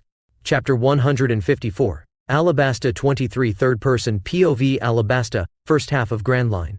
The following morning, Luffy's vibrant energy was palpable as he left the room, accompanied by his companions. Lack of sleep didn't seem to affect him. He was more concerned about having a cold beer as he headed to the Great Hall where his crewmates were already gathered. Entering the room with an enthusiastic "and good morning," he was greeted with a mix of salutations and exclamations. "Good morning, Captain. Good morning, Luffy. Good morning, husband," echoed through the hall. The variety of greetings reflected the diversity and closeness of his crew. "So you're the captain?" During the lively meal, a woman bearing a striking resemblance to Igaram emerged. "Yes, you're Igaram's wife, aren't you?" Luffy asked. "That's right. May I know why my husband hasn't returned to Alabasta?" she inquired. "He's handling some stuff for me in Whiskey Peak, don't worry, he'll be back soon," Luffy responds. His answer seemed to reassure her, and she returned to the kitchen. "Captain, what are we going to do now?" Zoro asked in his typical style. "Hey, how can you drink rum for breakfast?" Usopp yells at Zoro drinking from a barrel. "We're going to stay here for a few days. As I said, when the Navy arrives, we'll leave. During these days, we'll train and enjoy the city." Luffy declares his plans and everyone nods. After breakfast, Luffy heads to the castle courtyard. He takes the black pearl from his pocket and throws it into the yard. Using his Moa Moa no Mai ability to bring it back to normal size, a 50-meter ship falls to the ground, creating an impact in the castle. "Damn pirates, what's happening? I'm hungry, nobody feeds us for hours." Among screams of surprise and complaints of hunger from the prisoners in the prison feeling the ship's impact, Luffy couldn't hear them. With the black pearl now in the courtyard, Luffy and his crew prepare for the coming days with extensive training and hobbies around the city, enjoying their extended stay in Alaburna. "Let's go, it's time to train." Luffy speaks, and everyone enters the training area to focus on training and improving their skills. "Come on, guys, I want to see everyone improving." Luffy, as the leader, established a simple routine for the coming days: training and enjoying the city. The crew agreed. The training sessions were intense and focused on the 6 styles and haki. Luffy encouraged everyone in his usual way, pushing them to improve and hone their skills. Yamato, Shirahoshi, Megalo, Zoro, Lamy, Beppo, Chuchu, Usopp, Nami, Reiju, Hugo, Nojiko, Hachi, Kuina, Alvida, Laboon, Vivi, Karu, Nico, Robin, Chopper, Bragi, Dory, and even Pell participated in this rigorous training. Between training sessions, the crew explored Alabarna. They marveled at the unique architecture, strolled through bustling markets, and interacted with the locals. The evenings were filled with laughter and a customary feast, with Luffy ending his night spending time with 4 women and then sneaking off to Robin's room in the middle of the night. After intense days of training and sightseeing, Luffy realizes it's time to address the last pending issues with King Cobra before the Navy arrives. He understands the importance of establishing a solid foundation for the territories now under his influence and protection. Luffy, accompanied by key members of his crew, meets with King Cobra in his office with some main ministers. "King Cobra, as Alabasta is now part of the territories we protect, I want to discuss an alliance." "Continue, Captain Monkey D. Luffy." "Please, call me Luffy from now on," Luffy suggested. "Luffy then." Cobra spoke, and Luffy continued his explanation. "We have an alliance among various kingdoms and places that have become our territories, including Goa Kingdom, Kokoyasi, Syrup, a company in Logtown, Whiskey Peak, Drum, and now Alabasta. I want all of them to have an exclusive commercial and military agreement among themselves." King Cobra, aware of the power and influence such an alliance would bring, ponders the implications. This would bring stability and security to Alabasta and the other involved kingdoms. But how exactly would it work? Well, we will all support each other. If one kingdom is in danger, the others will help. And we will all exchange things with free trade and no taxation on some things, like food, medicine, technology, and weapons. This way everyone gets stronger and safer. The king nods, understanding the logic and strength behind the proposal. "This sounds promising, Luffy. Alabasta would be honored to be part of this alliance. I will discuss with my advisors and handle the details with you and your crew. But what about the world government? They certainly won't let this happen." But you can do all this with all these countries, islands, and trading companies. It will take some time until they discover our connection, and when that happens, I will have enough power to threaten them before they try to do anything against any of my territories, don't worry." Luffy spoke. He had a plan that he would execute in a few months that would make the 5 elders rethink a little before attacking any kingdom under his flag. The meeting continues with discussions on how to implement and manage this alliance, addressing issues like communication between the kingdoms, mutual defense, and stimulating trade and cooperation. Luffy, although not fond of details and formalities, understands the importance of ensuring that his friends and territories are safe and prosperous. Beppo, the polar bear mink, who is much more than just a cute member of the crew, plays a crucial role in planning and structuring the alliance proposed by Luffy. With his astute mind for economics and politics, he has become an essential piece in creating a solid and sustainable plan for the alliance between the territories, while Luffy and Beppo discuss their plans with the Council of Alabasta. During the meeting with King Cobra, Beppo is present alongside Luffy, carrying documents, maps and charts illustrating possible trade routes, defense agreements and economic development plans for the allied territories. Look, King Cobra. By establishing direct trade routes between Alabasta and the other territories, we can reduce costs and increase trade efficiency. Additionally, with a common defense fund, we can ensure mutual security against external threats. I think a port being built on this side of the country will help trade with the Drum Kingdom, Whiskey Peak, and with the entrance of the Grand Line. King Cobra, impressed with the depth of knowledge and strategic skill of Beppo, listens attentively and asks questions. Beppo responds with a clear vision of how these relations can benefit everyone involved. Impressive, Beppo. Your knowledge is extremely valuable. We can structure all this in a way that benefits everyone. Thank you. I'm sorry. Beppo blushes and mutters apologies as always. Over the following days, Luffy let Beppo work tirelessly, consulting with economists and politicians from Alabasta and the other territories, refining the agreements and ensuring that all aspects of the alliance are considered and optimized. He also coordinates with Nami, the navigator and treasurer of the group, to ensure that the trade routes are not only economically viable but also safe and efficient. With Beppo at the forefront of economic and political structuring, the alliance promoted by Luffy has a solid foundation for success, demonstrating that the Straw Hat Pirates are not just a powerful force on the seas but also a positive and constructive influence on the territories they choose to protect and ally with. After the details of the alliance are discussed and plans are well underway, King Cobra decides it's time to share one of Alabasta's most closely guarded secrets with Luffy and Nico Robin, one that Luffy had already asked him for. He invites them for a visit to the Royal Cemetery, a place that holds much of the kingdom's history and where a poneglyph rests. They walk towards a discreet entrance leading underground. As they descend, Luffy creates a flame that hovers in the air, lighting the way. At the center of the room rests the poneglyph. This is one of the great secrets of Alabasta, a poneglyph. For generations, my family has protected this relic and the knowledge it contains. Despite the knowledge on it still being a mystery to me, Robin approaches, her eyes shining with the excitement of an archaeologist before another valuable discovery. She reads exactly what Luffy told her 2 weeks ago, as if he were some kind of seer, making her look at the man she loves and think even more about who he could be and how he has all that knowledge. Luffy, this poneglyph. It talks about Pluton, exactly as you said, even its location. She murmurs a bit dazed. Luffy calmly nods and turns to Cobra. King Cobra, this poneglyph is very dangerous for Alabasta. If the world government or other pirates discover you have information about Pluton, they won't hesitate to attack. Alabasta could become the target of a Buster Call. Crocodile was already looking for it. There's no doubt this information could fall into the hands of others. King Cobra looks at Luffy, recognizing the sincerity in his words. He knows well the ruthless reputation of the world government when it comes to secrets that threaten their power. What do you suggest then? Cobra inquires, the concern evident in his voice.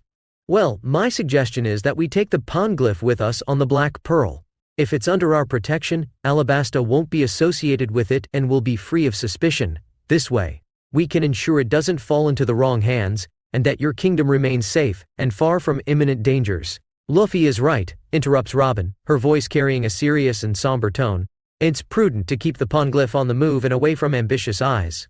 I saw what happened to Ohara, my homeland, and I don't wish for any other nation to suffer the same fate. The fear of the Buster Call has haunted her since she was 8 years old, a memory that burns like an eternal flame in her heart. King Cobra remains silent for a long moment, the weight of the decision weighing on his shoulders. Finally he nods, adopting the resolute expression of a leader who recognizes what must be done for the greater good of his people. If this is the best way to ensure the safety of Alabasta and its people, then I agree.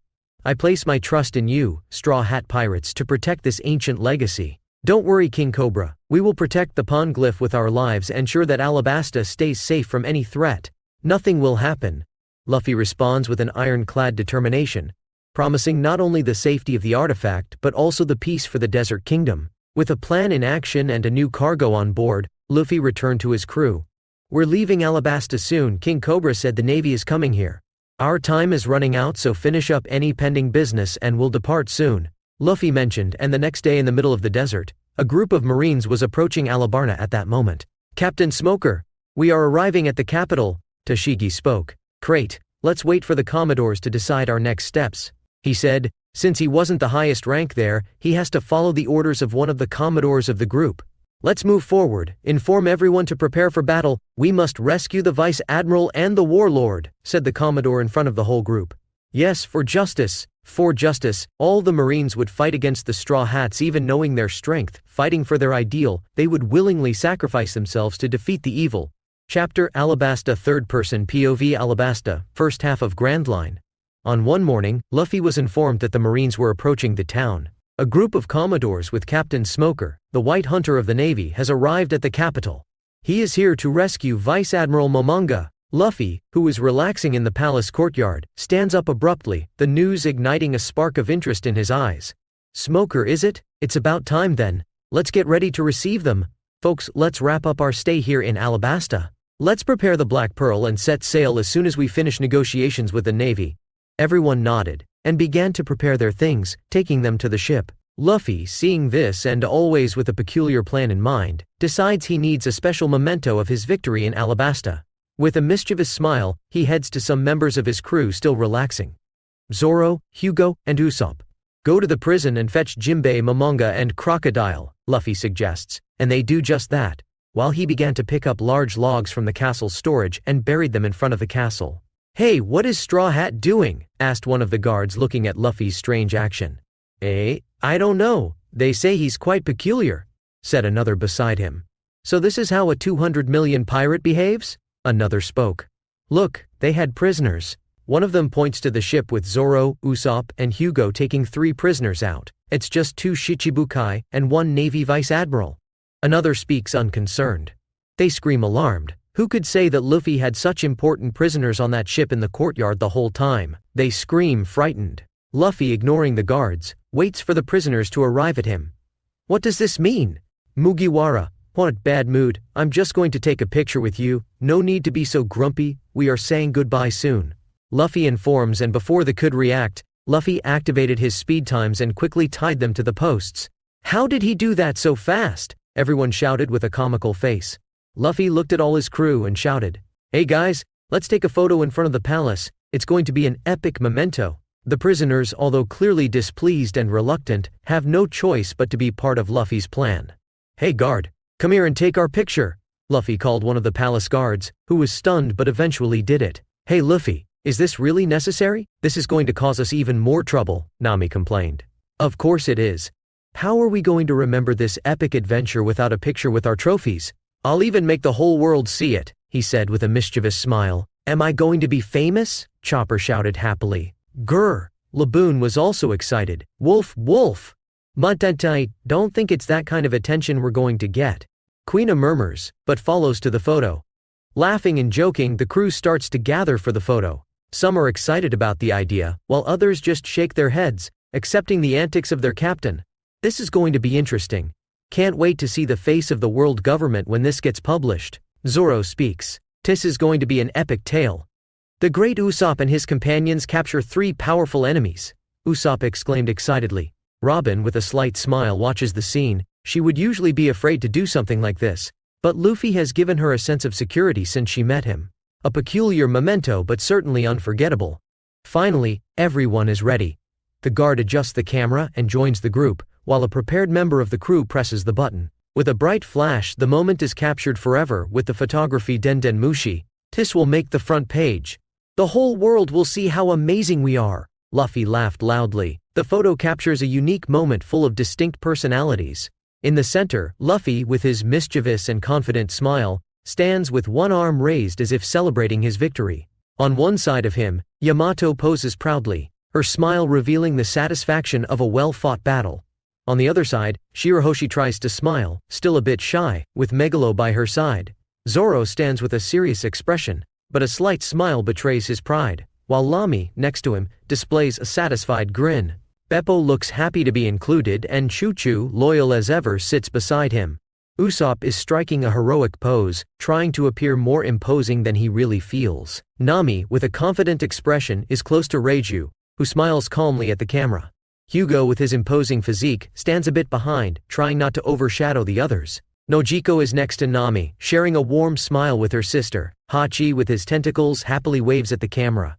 Kuina, though young, stands with the firm posture of a swordsman, while Alvida, with her beauty and arrogance, poses seductively. Laboon tries to fit into the photo next to a cheerful Luffy. Vivi and Karoo are together, representing Alabasta with an air of gratitude. Nico Robin stands a bit apart, with a gentle smile and eyes reflecting the depth of her knowledge. Chopper, in his small form, seems excited to be included. Lastly, Bragi and Dory, the giant warriors, are kneeling to fit in the photo, each with an expression of contentment. Luffy made them grow to normal size with the intention of being more intimidating. In the lower center of the photo, right at the front, Jinbei, Crocodile and Momonga are tied up and clearly displeased, but they are a crucial addition to the image Luffy wanted to create. They represent the victory and audacity of the Straw Hat Pirates. The result is a vibrant photo, full of energy and personality, a memento of their journey in Alabasta. After the photo, the Navy, led by Commodores, arrives at the castle with an imposing presence, determined to fight the pirate crew again. Smoker, with his characteristically stern expression, steps forward in the vanguard, his determination clear in every step. As soon as they arrived, the Marines were shocked to see their Vice Admiral Momonga and two Shichibukai, notorious and feared figures, tied to imposing pillars in front of the castle. The scene provoked a mix of anger and disbelief. "Damn pirates! How can they be so bold?" one of them exclaimed, voice trembling with fury. Vice Admiral Momonga, a Commodore, with a face pale with concern, shouted, trying to understand the chaotic situation. "Look, there are two Shichibukai, and not just Crocodile," someone observed, pointing to the captive figures. The crowd of Marines fell silent for a moment, shocked by the revelation. "What?" Collective disbelief echoed through the air. "That is Jinbei. How could he have become a prisoner too?" The confusion and fear were palpable as they contemplated the legendary Triton Shichibukai, now imprisoned as a trophy. "What will we do? It's more serious than we anticipated." Concern was stamped on each face as the gravity of their mission became apparent. Mugiwara. "In the name of Navy justice, I demand that you release Vice Admiral Momonga and the Shichibukais immediately," Smoker, always imposing and unyielding, shouted with authority, his voice cutting through the tension like a sword.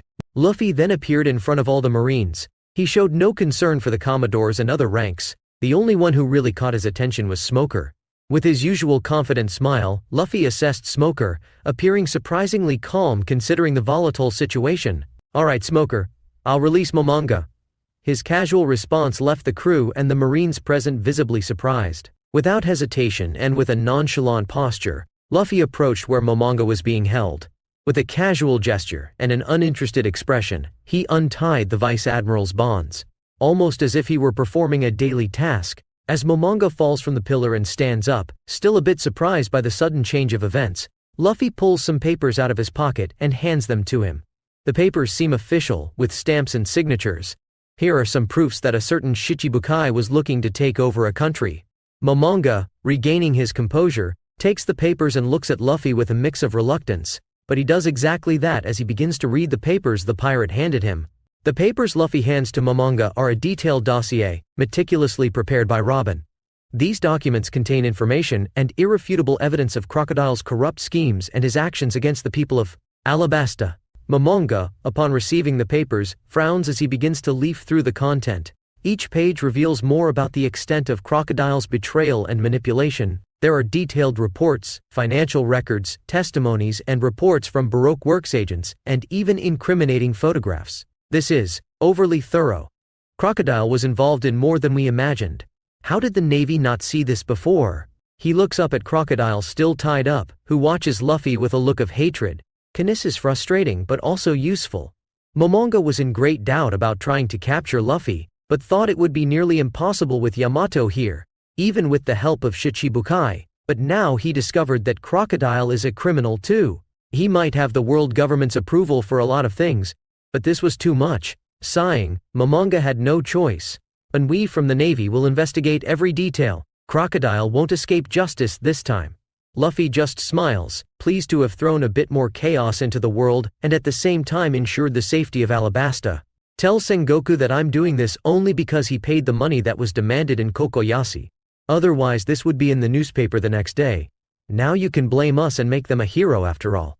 That's how the Navy manipulates the news. Luffy openly mocked, leaving Momonga scowling.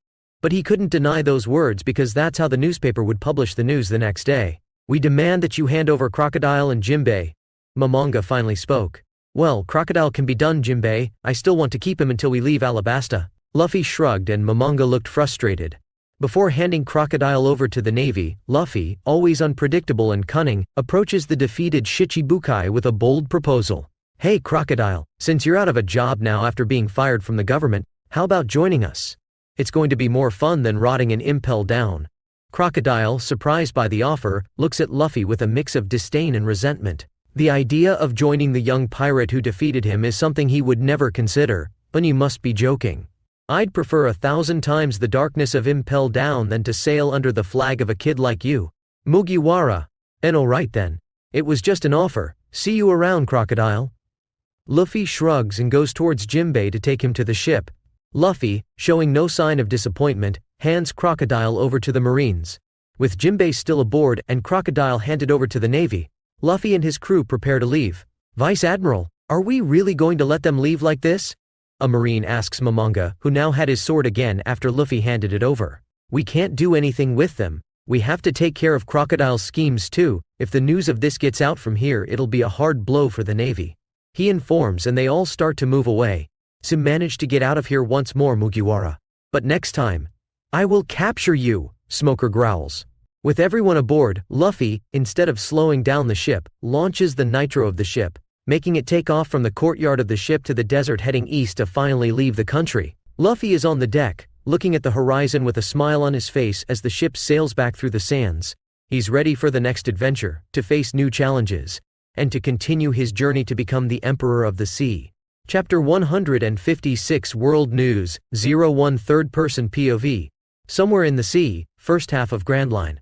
After a whole day of sailing from the sandy shores of Alabasta, the Black Pearl finds itself in the open waters of the ocean, a solitary point distant from any land.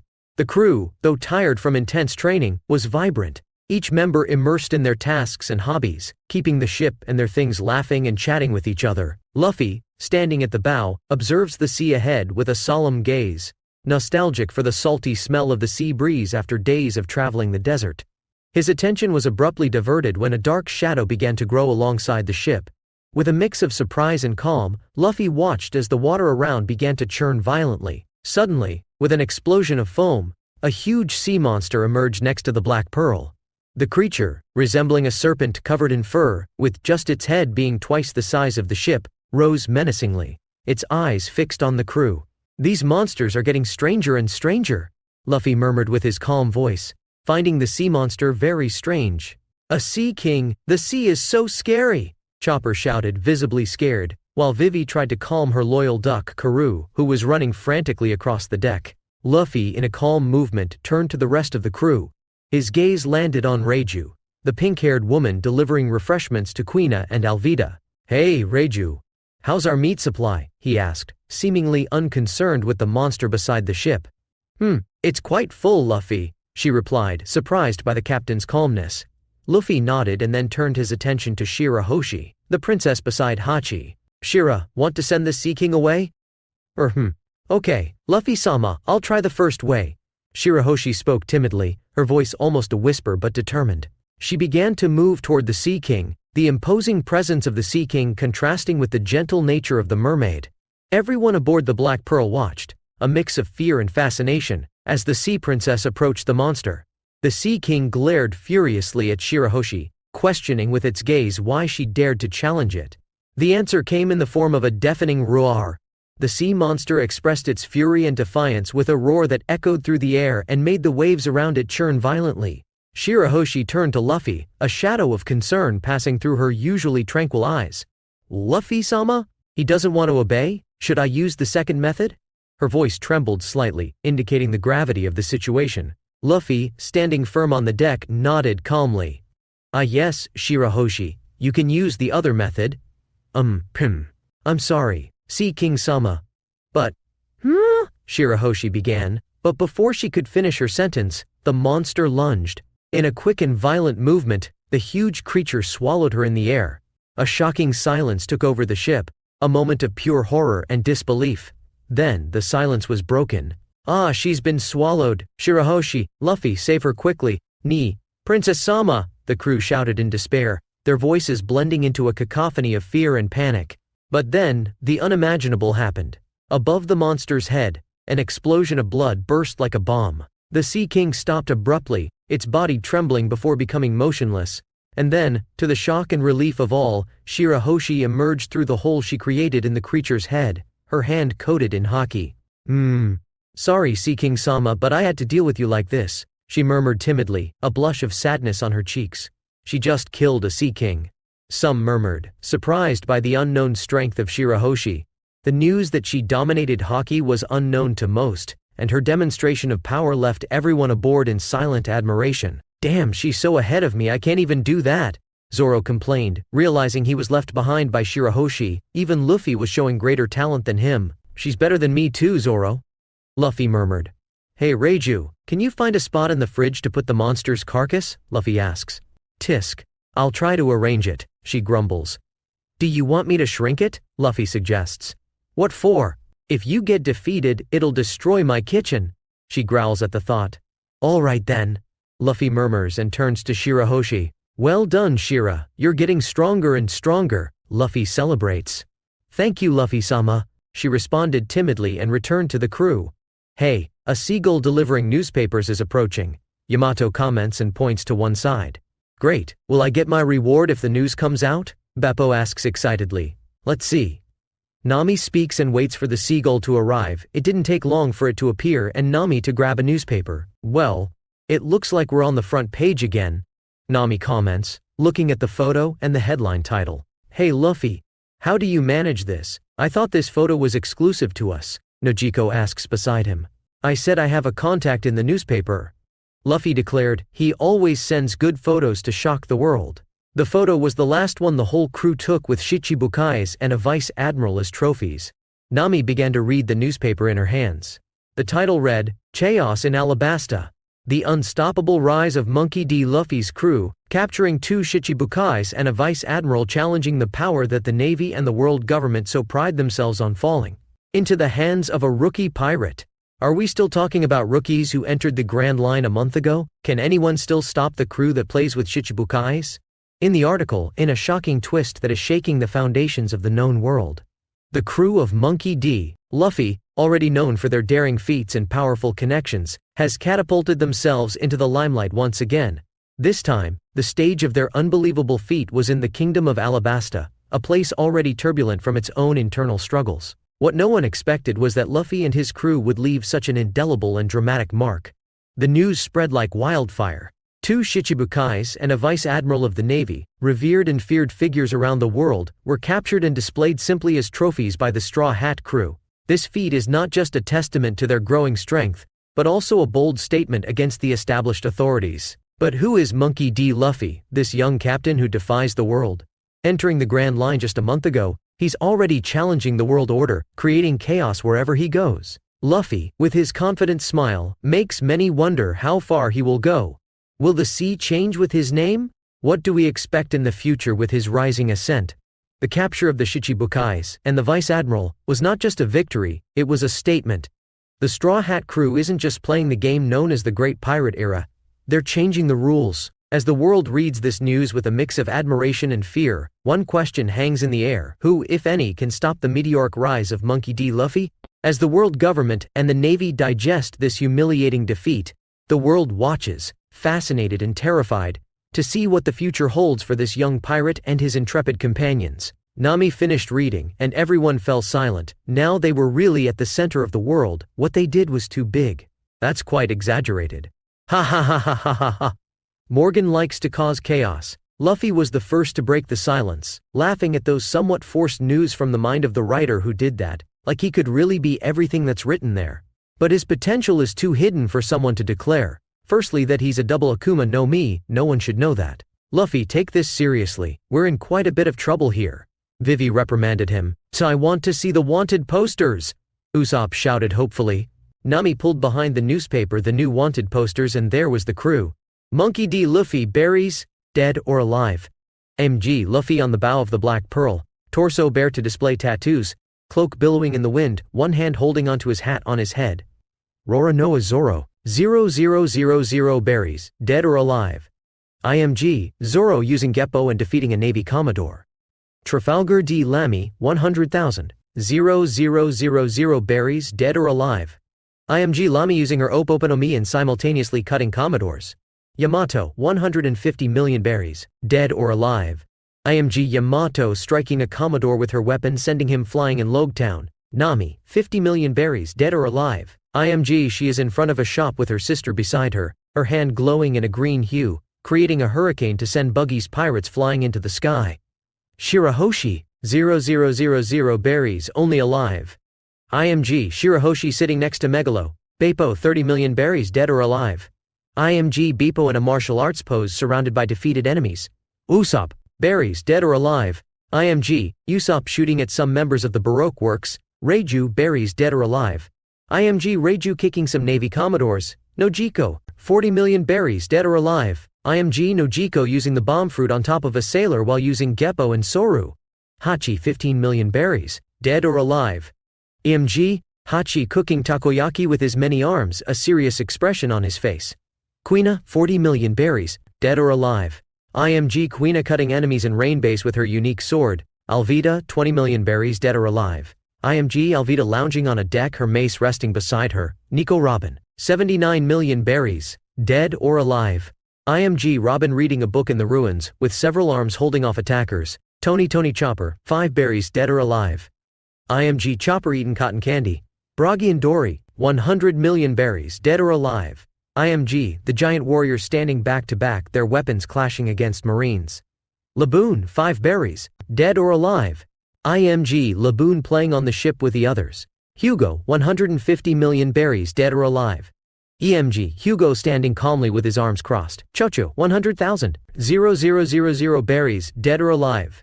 IMG Chacho crossing paths with a female dog in an alley in the first city Luffy stopped at in Alabasta. After Nami revealed the wanted posters, a wave of reactions took over the deck of the Black Pearl. 500 million? Luffy exclaimed, his smile widening. Am I expensive, huh? Zoro, looking at his own poster with a value of 80 million, let out a grunt. Not bad, but I was expecting more after all this. Lamy, with a sly smile, commented on her 100 million reward. Looks like my skills are being recognized. Watch out, Luffy, I might overtake you. Yamato, observing his poster, seemed satisfied. Titan 150 million. Not a bad reputation to start with. Nami, holding her 50 million poster, said relieved. But didn't change it this time at least. Shirahoshi, with a shy expression, looked at her 5 million poster. Psy didn't want to cause trouble. 5 for Chopper? Is that a joke? Usopp laughed, despite his own value of 25 million. In 5 berries? Chopper seemed shocked. Reiju, with an indifferent expression, observed her 80 million reward. Seems like I have to be more cautious now. Still, I'm 20 million below that gothic woman. Nojiko looked at her 40 million poster and sighed. This is going to bring more trouble than I expected. Hachi, with his 15 million value, just smiled. Said just want to make takoyaki in peace. Kuina, with a determined expression, looked at her 40 million poster. This won't stop me from continuing my path. Alvida, as vain as ever, looked at her 20 million value. They must have forgotten to add a zero. Robin, with a mysterious smile, observed her 79 million poster. Seems like my bounty hasn't changed besides associating me with Luffy and the others. Beppo, excited, asked about his reward. 25 million. My bounty. Bragi and Dory, the giant warriors, laughed together. 100 million is an honor for a warrior. Laboon, playing on the ship, had no idea of his value of 5 berries, but everyone laughed at the irony. Hugo, with his arms crossed, just nodded to his 150 million value. This is unexpected, but I haven't done anything. Chuchu, the valiant dog of 100 million, barked, clearly confused but liking that he was famous along with the others. Chapter 157 World News 02. Third-person POV somewhere in the sea. First half of Grand Line. Luffy, holding the newly received wanted posters, frowned as he pondered the bounties. This is strange. He murmured more to himself than to the others, but his voice was enough to draw Nojiko's attention. What is it, Luffy? Nojiko asked, approaching with a curious look. Luffy held up Hugo's poster. I can understand that Nami and Yamato didn't have a change. Or that Vivi and Karoo aren't in the bounties because the Marines still believe Vivi is the princess of Alabasta. But what I find strange is Hugo's bounty. He didn't do anything to deserve 150 million. Hugo, who was close enough to hear, nodded with a thoughtful look. It's true, I just fought against some Marines and Baroque Works agents and… Wait! A sudden realization seemed to hit him. Luffy completed Hugo's line of thought. One exactly, they found out about our fight in the desert. Probably a rebel took a photo. It's very likely that our fight will appear in the newspaper tomorrow. Two mythical Akuma no Mi in the same crew like ours would certainly shock the world. Robin, who approached with her usual calmness, intervened. This will be worse for us. We already have a quite large amount of bounties on our heads. Her voice was soft. Luffy nodded in agreement. Yes, but we can't do anything anyway. Just strengthen ourselves to face whatever they send for us. His determination was clear. At that moment, Quina, with her poster in hand, joined the group. And what will we do now? Her question was direct, reflecting the curiosity and anxiety of the entire crew. Luffy looked at his companions, a smile forming on his lips. Fool, you can enjoy and celebrate your bounties. We will have another feast without training this day to celebrate. His statement was met with a mix of relief and excitement. While many seemed happy, others, like Chopper, cried in a corner, complaining about their small bounties. The day passed with a great celebration. However, the tranquility lasted only one night. The next morning, shocking news from the newspaper rocked the ship. Luffy, with the newspaper in hand, laughed at the photo on the cover. It was him in his Ifrit form, immense and powerful, fighting the Titan in the Alabasta Desert. Even before growing to meters, he was an impressive sight, a force of nature ablaze before the sand giant. However, the headline was what really caught attention. A crew with two mythical Zoans? Disagreements among the Straw Hat members, the kind of argument that shocks the world. How a fight between the captain and one of his members, Hugo, turned into a brawl between mythical creatures. The article detailed the battle in the desert, speculating on the reasons for the confrontation, and describing with admiration and fear the powers of Luffy and Hugo. It talked about Luffy's transformation into Ifrit, and how he demonstrated similar abilities in Logtown, in addition to trying to dissect the mysterious and fearsome powers of Hugo. Don't believe everything you read, Luffy said with a smile, folding the newspaper, but it's good to know that they recognize our strength. The day passed with training this time, as they ignored the newspaper, expecting something like this. But the next day came what happened in Alabasta. However, the routine of training was interrupted the next day by more news from Alabasta. Luffy, holding the new newspaper, gathered the crew on deck to share the latest information. The main headline, "End Chaos in Alabasta," immediately captured everyone's attention. With a calm expression, Luffy began to read aloud. As soon as Luffy and his crew captured the Vice Admiral and two Shichibukais, Luffy read, his voice amused. The Marines who were in the country gathered to fight the Straw Hats and rescue the prisoners. With the help of half a dozen Commodores and Smoker, they managed to free them. And along with all the Marines and Shichibukais, Justice managed to expel the Straw Hats from Alabasta. The crew listened in silence, some with somber expressions, others with defiant looks. The article painted a picture of an epic battle where the Marines, supposedly united in strength and purpose, had risen en masse to confront, and ultimately repel the infamous pirates from their territory. Luffy paused for a moment, his eyes sweeping the crew before continuing. But not just that, he continued. Smoker discovered a greedy scheme of crocodile in the country, and they obtained evidence for the Shichibukai's criminal actions, arresting him and removing him from the organization. The news that it was Smoker who had unearthed and exposed Crocodile's nefarious plans in the country and obtained sufficient evidence to ensure his arrest and removal from the position of Shichibukai sounded like something straight out of a twisted fairy tale. What a lie! I didn't know that Marine would take all the credit. Vivi seemed dissatisfied and shook her head in disgust. How can they twist the truth like this?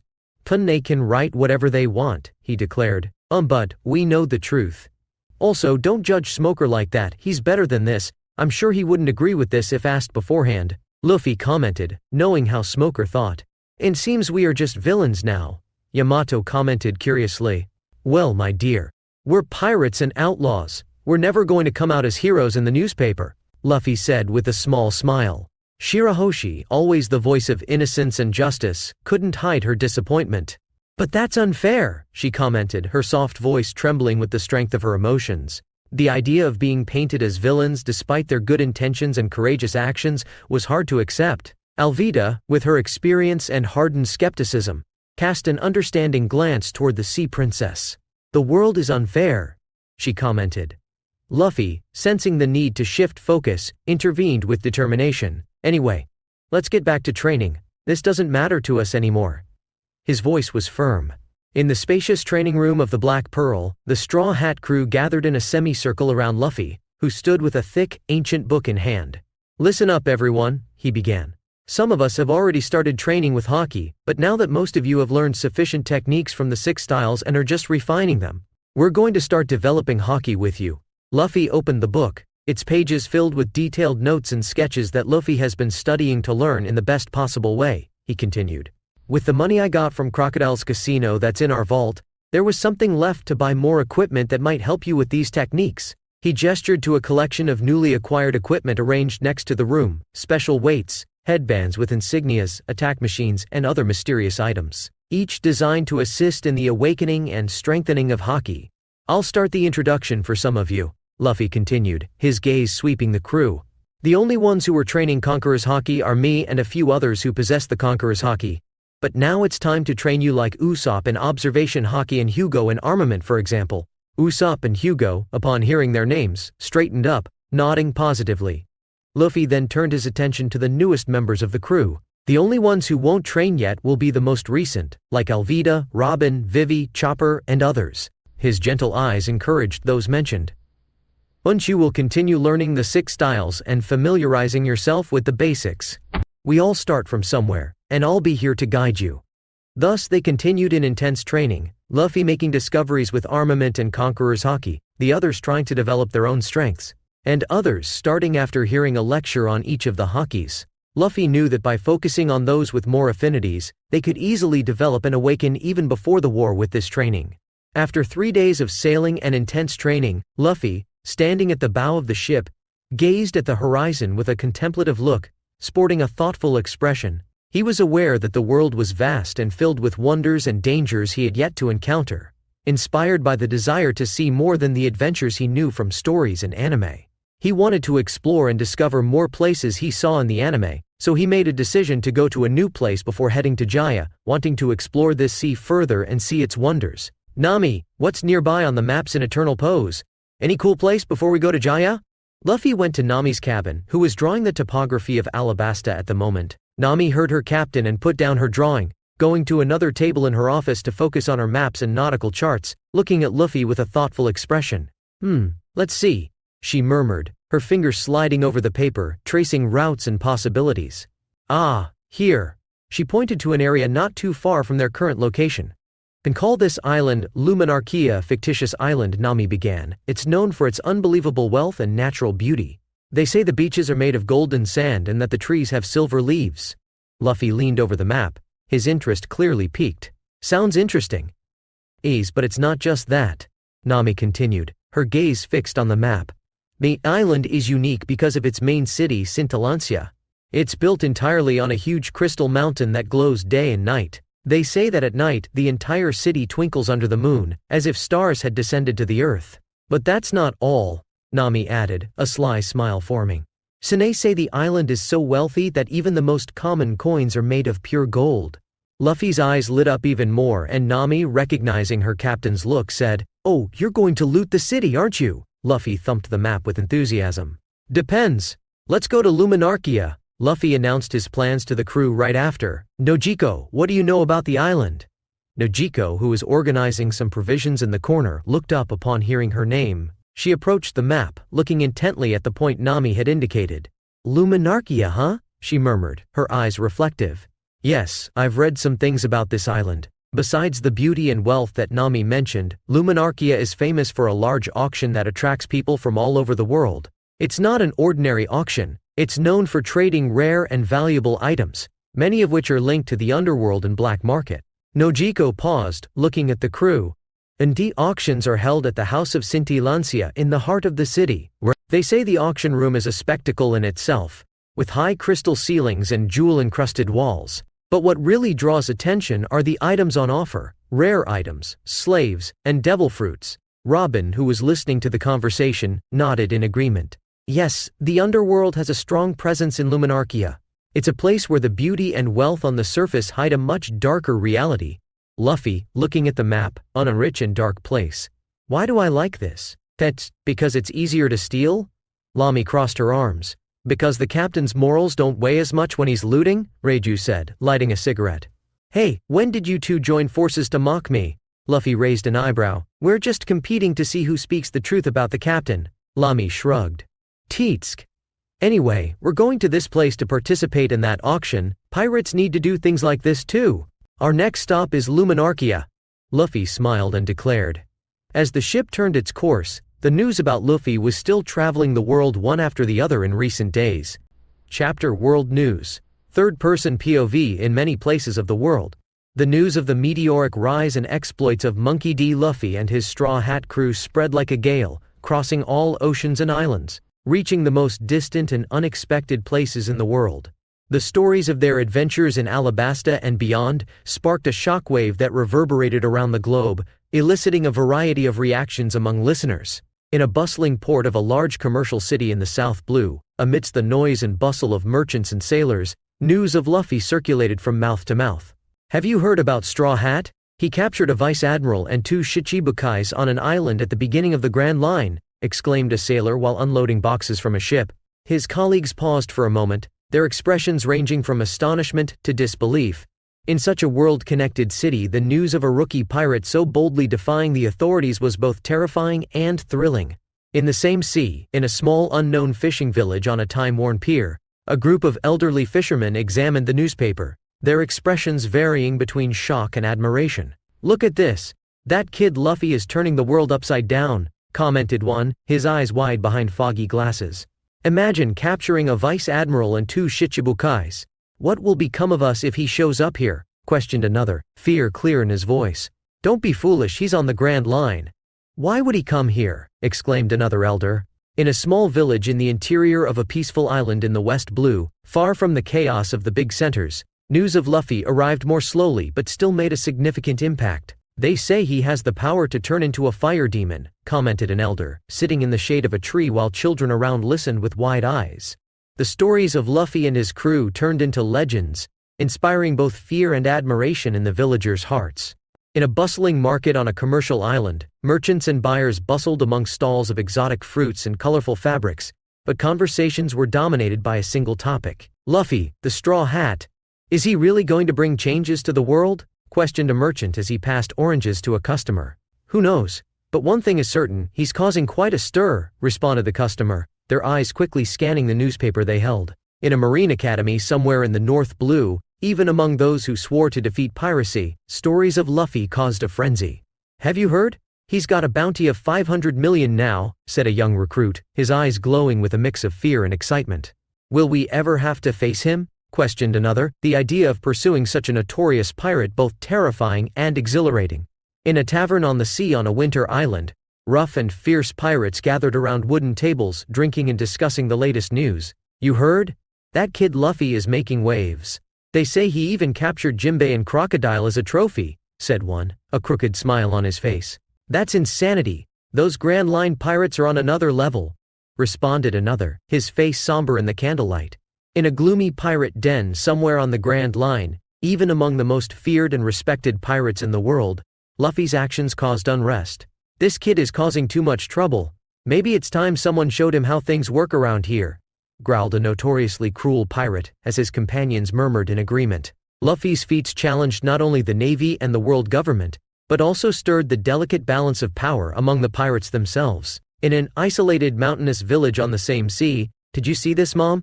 A young boy ran up to his mother, holding a worn newspaper. This pirate Luffy is doing incredible things. The mother, a woman with a gentle face and hands calloused from work, looked at the newspaper and sighed. Pirates will always be pirates. I hope he doesn't bring trouble to our village." Around the world, in taverns and halls, in markets and palaces, news of Luffy and his companions traveled fast and provoked a myriad of reactions. Some saw him as a hero, a symbol of freedom and defiance against oppressive power. Others saw him as a threat, a danger that needed to be eliminated. Regardless of how people perceived him, in the East Blue, a sea previously known for its relative calm compared to the imminent dangers of the Grand Line, it had caught the world's attention thanks to the actions of a young pirate. However, things calmed down as soon as the same pirate entered the Grand Line. But what people didn't expect was how Luffy's actions would mark the world once again, and the East Blue was in a frenzy at that moment. Monkey D. Luffy's recent actions in Alabasta, along with his previous exploits, shook the region to its core. Every town, village and port was in uproar with the news that arrived, with each new report adding more fuel to the fire of speculation and rumors. In Logtown, the city of the beginning and end of pirates, was especially agitated. It was as if Luffy's very essence had permeated the air since his last destructive visit. He challenged the Navy and the world government right here, shouted that he would dominate the seas where Gold D. Roger was executed, exclaimed a local citizen to a group of newcomers, pointing to where the platform was. The site was still under reconstruction since the Battle of Garp, Dragon and Luffy.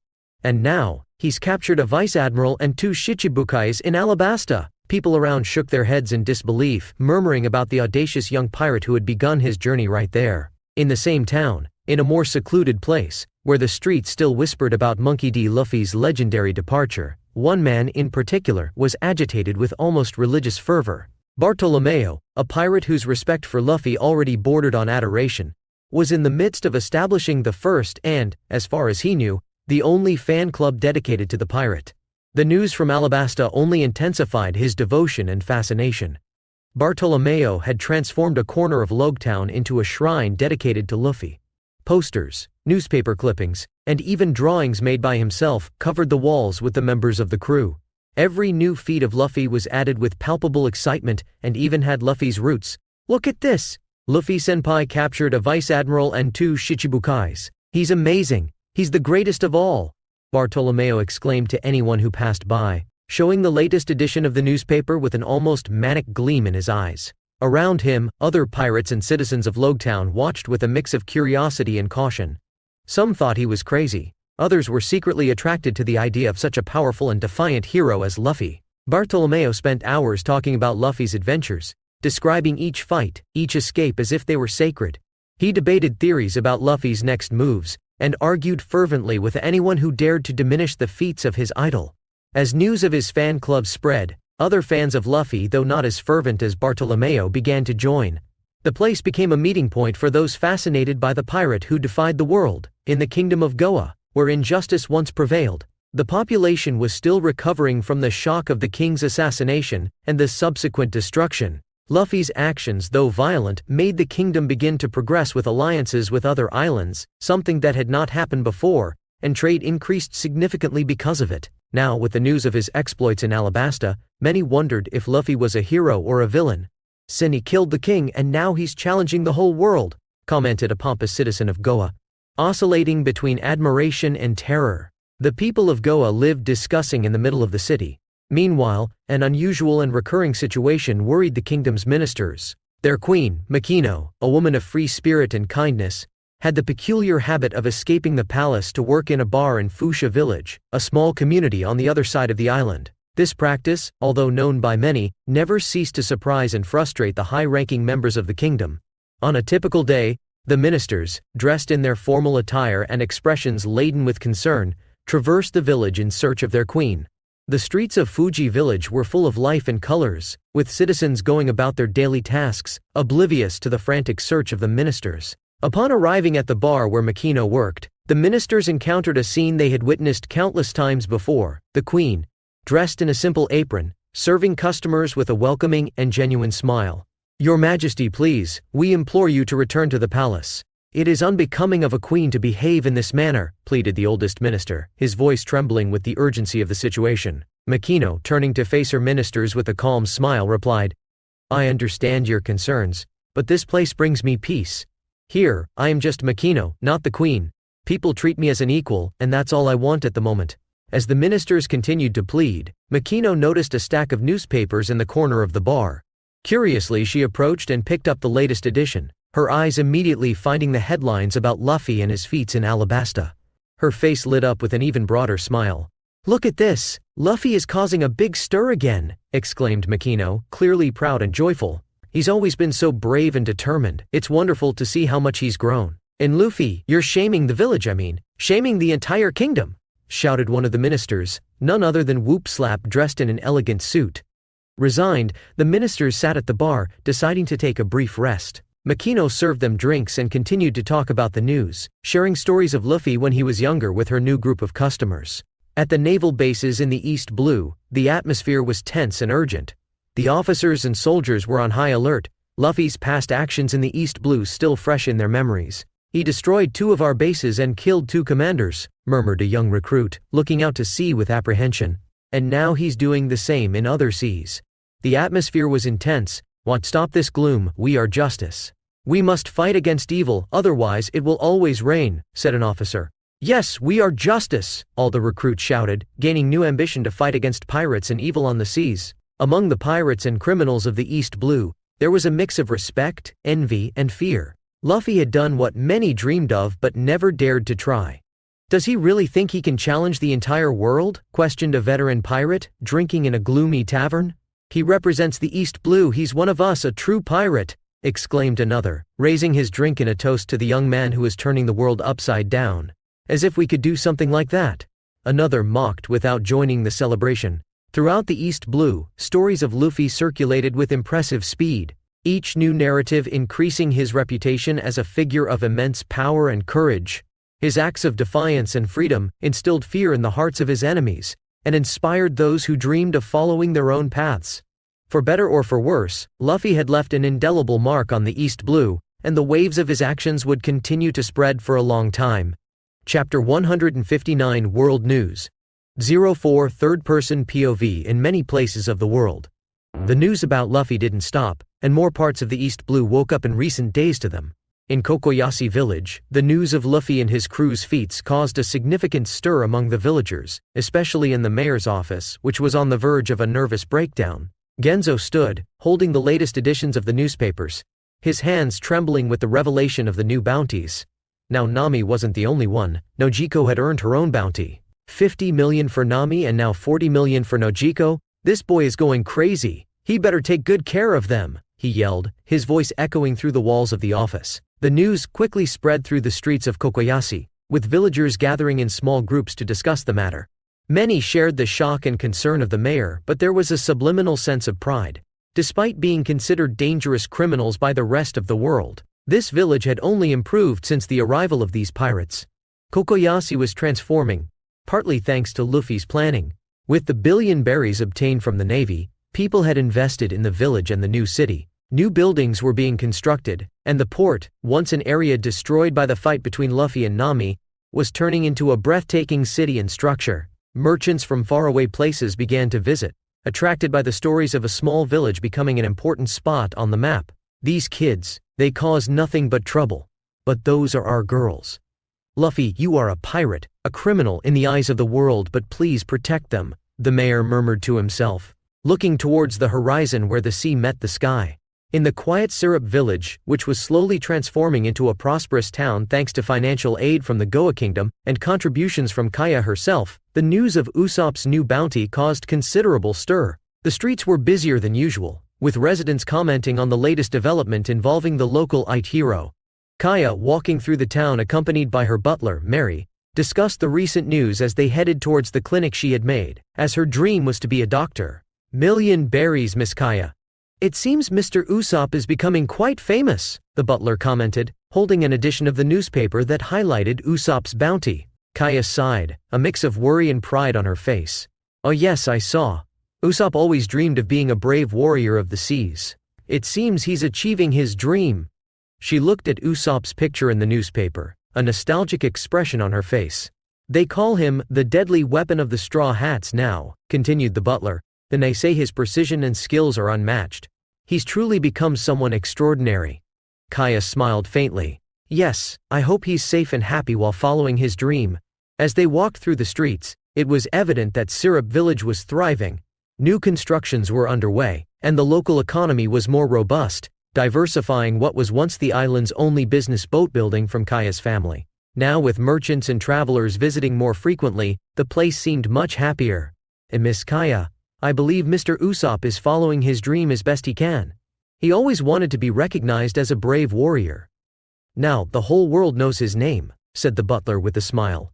Kaya nodded, looking around at the growing town. Yes, you're right. Usopp is living the adventure he always wanted. I can't fall behind either, I will follow my own ambitions. The village didn't lag behind, despite Usopp always having a bad reputation among the villagers. Seeing him in the newspaper as a powerful sharpshooter worth 25 million was something everyone cheerfully talked about, and said they always expected this from the boy, that he had a future. At the famous floating restaurant Barati, known for attracting a diverse crowd from sailors to pirates, the chefs were more excited than usual. The vibrant and joyful energy filled the kitchen as they prepared exotic and delicious dishes. The reason for such effervescence was not a new dish or a famous client, but rather the recent news about a regular at the restaurant, Reiju. Have you seen this? Reiju now has a bounty of 80 million berries, exclaimed one of the chefs, holding a newspaper featuring Reiju's image. I knew that girl would go far, commented another, skillfully chopping vegetables. Oh ha ha ha, our Reiju becoming so famous. I'm so proud. Patty started to cry. Chef Zeph looked at the newspaper with bright eyes. She always had an adventurous spirit. Seems like she's found companions who shared the same, Zeph remarked, a paternal and subtle smile appearing on his stern face. Back in Logtown, a couple of merchants were particularly happy while reading the latest news about Monkey D. Luffy's feats. They were in one of their stores, which had started to become a chain of branches throughout the city, selling a variety of goods, from basic foodstuffs to small maritime artifacts. Jernagon re bisa Joralagon, Luffy ixis causing ia rova rucus isasevis arli, said the woman, holding the newspaper discussing the pirate's latest feats. Her husband glanced over the counter where he was organizing some items. A kid really doesn't know how to stay quiet, does he? But somehow this doesn't surprise me. He always causes a stir, wherever he goes. Somewhere at the entrance of the Grand Line, the infamous clown pirate Buggy was aboard his ship, surrounded by his colorful and disorganized crew. He held a crumpled newspaper in one hand and a map in the other, his expression a volatile mix of anger and determination. That damned Luffy. He thinks he can just keep causing trouble around and be impervious to the mighty Buggy's wrath. I'll show him, Buggy roared, throwing the newspaper to the floor. His eyes were bloodshot, and his cheeks puffed up in fury. His crew members exchanged nervous glances. They were accustomed to Buggy's fits of rage, but the idea of hunting someone like Luffy, who was now notorious around the world, was another story. Captain Buggy, started one of the crew, a skinny man with a hat far too big for his head. So are you sure we can handle those monsters that appear in the newspapers? I mean, Luffy has those mythical creatures and all. The other crew members murmured in agreement, looking anxiously towards Buggy, waiting for his reaction. They had seen the images in the newspaper, immense and powerful creatures fighting one another, one of them being Monkey D. Luffy himself, and the idea of facing them was daunting. Buggy spun around, his cape flying dramatically as he pointed at the crew member who spoke. Of course we can. Are you doubting the great Buggy? I've faced that brat before, and he's nothing I can't handle again. The crew exchanged uncertain glances. They respected and feared Buggy, but the growing reputation of Luffy and his crew made them question whether it was really a good idea. As Buggy's ship sailed towards unknown danger, the crew members silently wondered what the future held for them.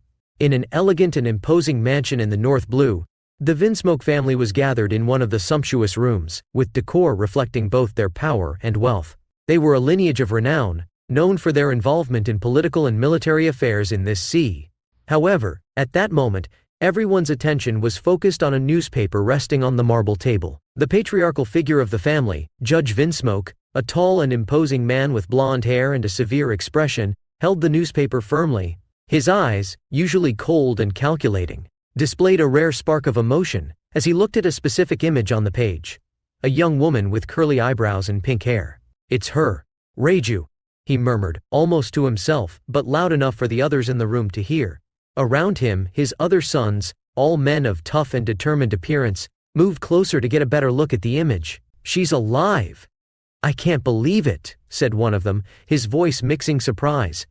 They had long believed Reiju was dead. Judge placed the newspaper carefully on the table, his mind working rapidly as he considered the implications of this discovery. He stood up, his expression stern. I'm going to make some calls. We need more information, and then we'll decide what to do.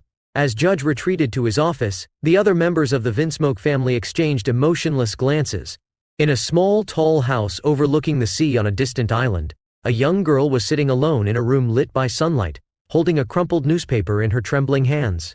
Her eyes fixed on an image that seemed to capture all her attention and emotion. It was a photo of Monkey D. Luffy, the notorious pirate who was now the center of conversations worldwide. The girl, with long hair of two colors falling over her shoulders, began to sing softly. Her voice was sweet but laden with sadness and longing. The melody she sang was like an ancient lullaby, one that spoke of separation and tragedy. Luffy, she murmured, the words barely more than a whisper. Tears began to form in her eyes, reflecting against the day's sun, as she continued to look at the image in the newspaper.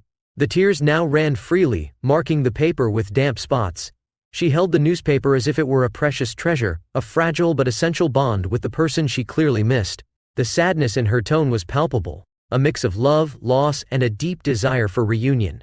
She rocked herself slightly back and forth, as if the movement could somehow ease the pain in her heart. News was still being spread all over the world, not just iconic figures, but many ordinary people dealing with the new newspapers. In a bustling tavern on an East Blue island, customers gathered around a table looked at the newspaper with wide eyes and expressions of shock.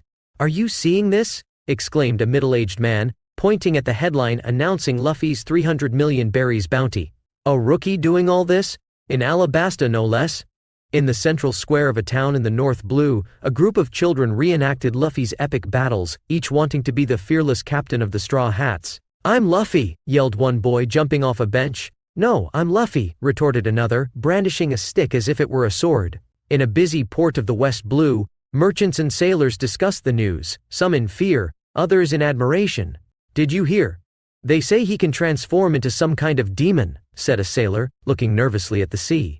"Nonsense," replied a merchant. On a peaceful island in the South Blue, an elderly woman sighed as she read the newspaper. "Oh, these young pirates today," she murmured, shaking her head. "In my time, they weren't so bold, or so dangerous." Her grandson, sitting at her feet, looked up, his eyes full of admiration and curiosity. "Grandma, do you think that Monkey D. Luffy will be the next pirate king?"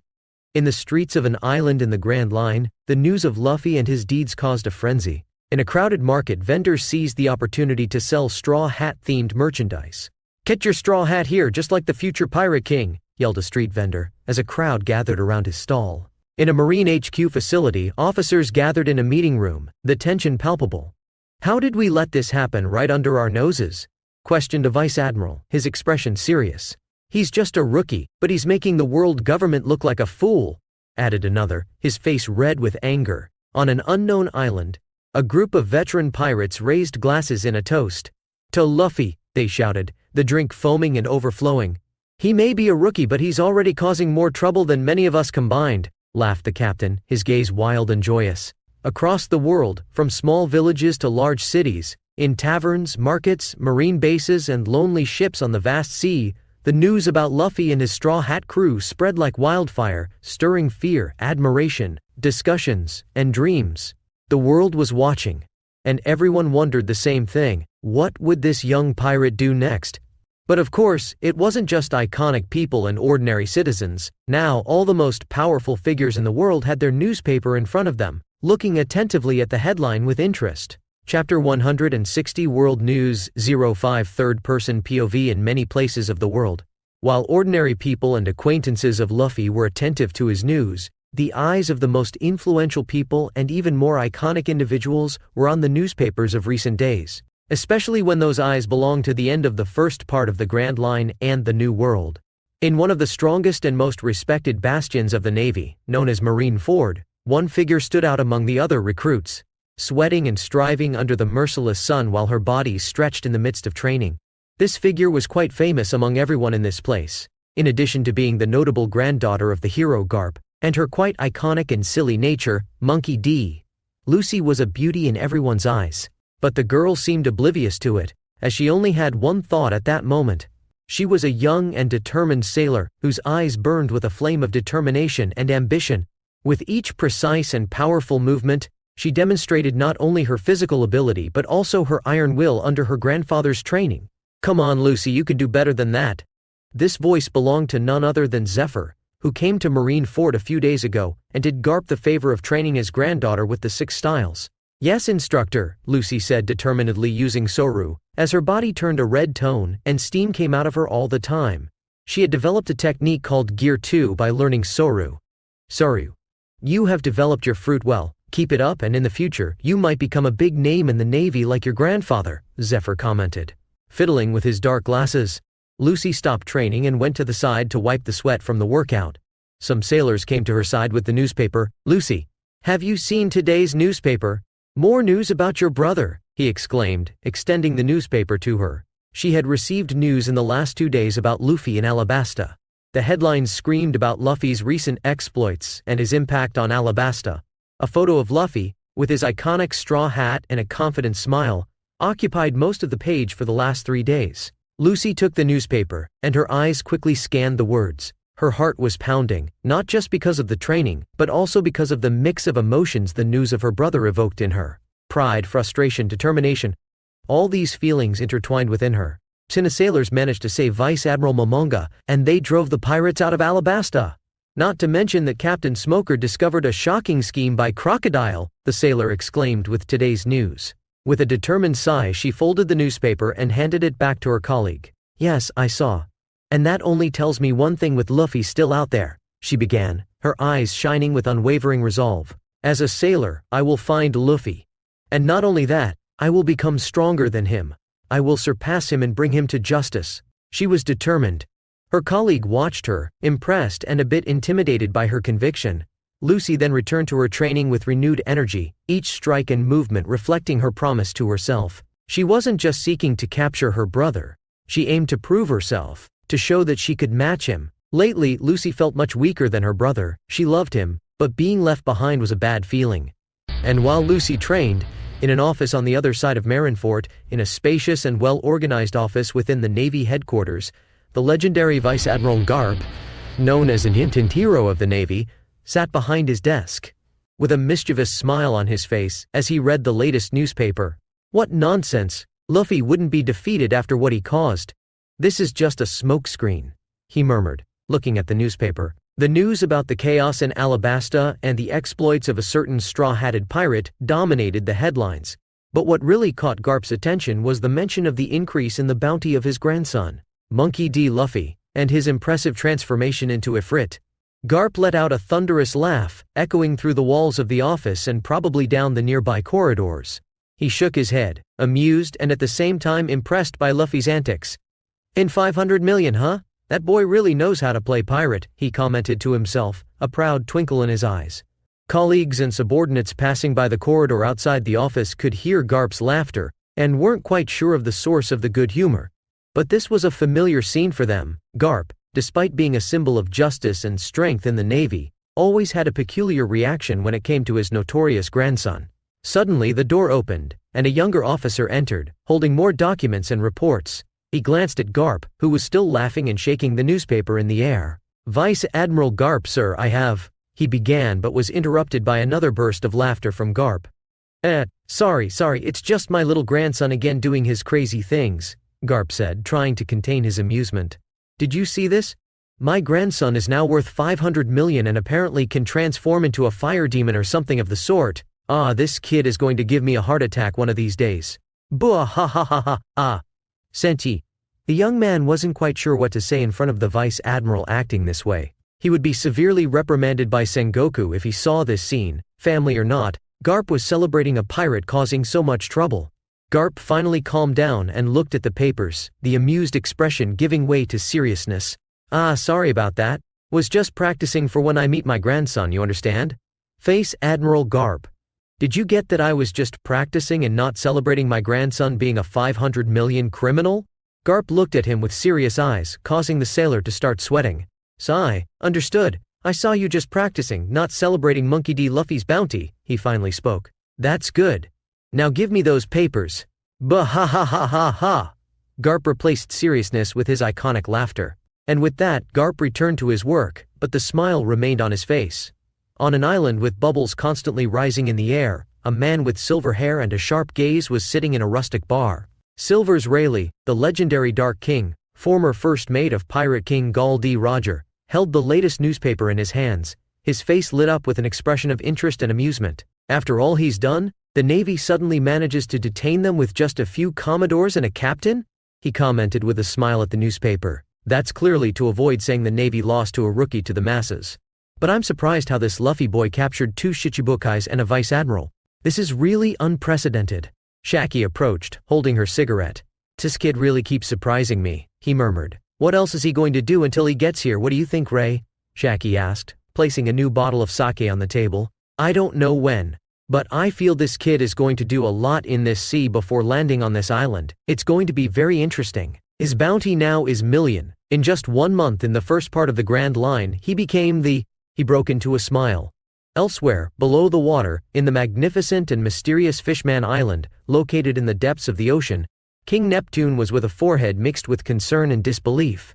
What's this? Murmured Neptune, holding the newspaper with his large calloused hands. The photo showed his daughter Princess Shirahoshi alongside a group of infamous pirates, led by none other than Monkey D. Luffy. Worse yet, the newspaper indicated that even Jimbei, who he had sent to rescue his daughter from the humans, had been captured and displayed as a trophy. Neptune felt a mix of anger and concern. How did Shirahoshi get involved with these pirates, and Jimbei captured? This is unacceptable. He was used to dealing with state matters and internal threats, but seeing his daughter directly involved with such dangers was something he never expected to face, let alone how things unfolded. Sister. The brothers had worried expressions about the youngest, as they also looked at the newspaper next to their father. Send a message to Whitebeard, ordered Neptune. We need to know what to do in a situation like this and how to deal with the straw hats. Somewhere in the vast ocean, on the ship of Yonko Whitebeard, the crew was gathered, each holding a copy of the same newspaper that had reached Neptune's hands. The atmosphere was charged, irritation and disbelief evident on the faces of the crew. How dare they capture Jimbei and treat him like a trophy? Exclaimed Marco, the commander of the 1st Division, his expression a mix of fury and concern. Whitebeard, or Edward Newgate, a giant among men, sat calmly, an open newspaper in his hands. He looked at the picture with a thoughtful expression, the smoke from his cigar rising in spirals. Luffy, huh? That kid really has no limits. Around him the crew discussed fervently, some clamoring for vengeance, others trying to understand the situation better before acting. Whitebeard knew he needed to make a decision, but he also knew that hasty actions could lead to disastrous consequences. Ace, what is your brother doing? They opened a call with Ace's Denden Mushi. Well, I'm also surprised by him, but Luffy won't harm Jimbei. The news is false. Probably Luffy is still with Jimbei on his ship, and he assured me that he would release him in the middle of the sea without harming him. Ace spoke calmly on the Denden Mushi. I hope you're right, Ace, said one of the commanders. Meanwhile, on a laid-back island where joy and parties seemed to be the norm, Shanks, the red-haired Yonko, was sitting with his crew on the beach of the island with several stocks of drinks, with an amused smile on his face as he read the same newspaper. Around him the crew laughed and joked, but all eyes were turned to the captain, waiting for his reaction. Ha, Luffy, you really know how to make an impression, said Shanks laughing. Capturing Jimbei, Crocodile and Momonga and causing all this uproar. You're playing a dangerous game. Da ha ha ha ha. Sent. Look at this crew that the boy managed to get. This Hugo can transform into a colossal monster. That seems dangerous, one of Shanks's commanders commented. Let's see how far you go, Luffy, murmured Shanks, a glint of expectation in his eyes. He raised his drink in a silent toast to the young pirate and his feats, knowing that, one way or another, the world was about to be shaken. On a remote island, known only by a few and feared by many, Big Mom sat on her luxuriously adorned throne. Her eyes, filled with cunning and ambition, shone with peculiar interest as she leafed through the newly arrived newspaper. Interesting. I hated seeing that boy in the newspaper, but now things are getting quite amusing, she murmured, her voice resonating with power and authority through the grand hall. Around her, her subordinates and children waited in silence. Punky D. Luffy, a bold young pirate with a bounty of 500 million and not one but two mythical Zoanakuma no Mi users in his crew. This could be useful for me, she pondered, a sly smile forming on her lips. Meanwhile, in an imposing place known as Onigashima, Kaido was visibly shaken. The news in the newspaper had hit him like a blow. Not because of Luffy's bounty, but because of the revelation of two mythical Zoans in his crew, both those fire lizards and the stone giant. Kaido murmured, the cup of sake in his hand trembling slightly. Kaido stood up, his dominant presence filling the room. Two mythical Zoans. This cannot be ignored, it's perfect for my crew, they might even become disasters. I want them. Tell Jack to capture them immediately, he shouted, and his subordinates rushed to make a call to Jack. In paradise, Jack received the call. Yes, we'll do that, let's head to the beginning of the Grand Line, he gave the order. Back to Marineford, the fortress of the Navy and bastion of justice, an atmosphere of tension and urgency dominated the large meeting hall. Seated at the head of the long and imposing table was Sengoku, the respected and feared leader of the Navy. At his signal, high-ranking officers and prominent figures from the organization gathered, each aware of the gravity of the moment. Gentlemen, he began, his voice resonating with authority through the hall, and we are faced with a growing threat that cannot be ignored. Monkey D. Luffy and his crew are proving to be more than mere rookie pirates. He paused, allowing his words to sink in. Around the table, the faces of the officers reflected a mix of concern and determination. Akuzan has already departed to deal with this threat, continued Sengoku, but we must be prepared to take additional measures. Luffy has already shown he has the capacity to directly challenge the Navy and the world government. The hall remained silent. It is imperative that he be contained before reaching the New World. There, the alliances he could form and the chaos he could cause are unpredictable and potentially devastating if he grows. Garp's grandson is becoming more and more dangerous, scary. Pirates, we must eliminate them all. Sentai will contact the remaining Shichibukai. They must be aware of the danger Luffy represents and be prepared to act. And I want all of you to be ready to act against this rookie. Sengoku looked at the admirals and vice-admirals present. With the meeting concluded, Sengoku headed to his office. Sitting in front of the Denden Mushi, he began making the necessary calls. Fu. You're quite worried about a rookie, Sengoku. Chinskinsk. You think I'll lose to a pirate who just entered the Grand Line? And, just one man, all fall before me. These youngsters are growing fast. I'm really interested where Roronoa Zoro might reach. All the Shichibukai responded in their unique way. Damn arrogant ones, Sengoku growled, but he couldn't say much. Meanwhile, an even more important meeting was taking place. In the sacred heart of Mari Shua, the city that shines above the rest of the world, 5 venerable figures gathered in a luxurious room, whose walls were covered with tapestries depicting the long and dark history of the world government. They were the Gorosei, the 5 elders, the true powers behind the highest commands of the world by the world government, their words shaping the fate of nations and individuals. Monkey D. Luffy, began one of them, his voice as ancient as time, his name has been a constant in our discussions. The news of his exploits in Alabasta and the capture of a vice-admiral and 2 Shichibukais are disturbing. Yes, agreed another, adjusting his glasses. He is not just an ordinary pirate. With the strength and influence he has demonstrated and his devil fruit, it's clear that Luffy and his crew are rapidly becoming a significant threat to the world's balance. We must also consider the presence of 2 mythical Zoans in his crew. Besides the captain, Momonga reported that the crew's dog has a mythical Zoan as well, along with that Hugo, added a 3rd elder, his voice stiff and cold. This is not a coincidence or a minor feat. They have the potential to cause major disruption. We cannot allow them to continue unchecked. Their influence is growing, and if we don't act now, it might be too late, said a 4th. The 5th elder, who had remained silent until then, finally spoke. So it's decided. We must employ a more dire measure to deal with this emerging threat. It's time to send one of our sacred knights. And we don't even do this to fight against a Yonkou and his crew, but Luffy is beyond being just a son of the Tenryubito assassin, he might even be the cause of their death. And we are pointing to the wrong side, said another with a serious face. The other elders nodded in agreement. Sending one of the sacred knights seemed reasonable. With this, they didn't call the CP0 as they usually did, but a group even more dangerous than the Cypher Pole could represent.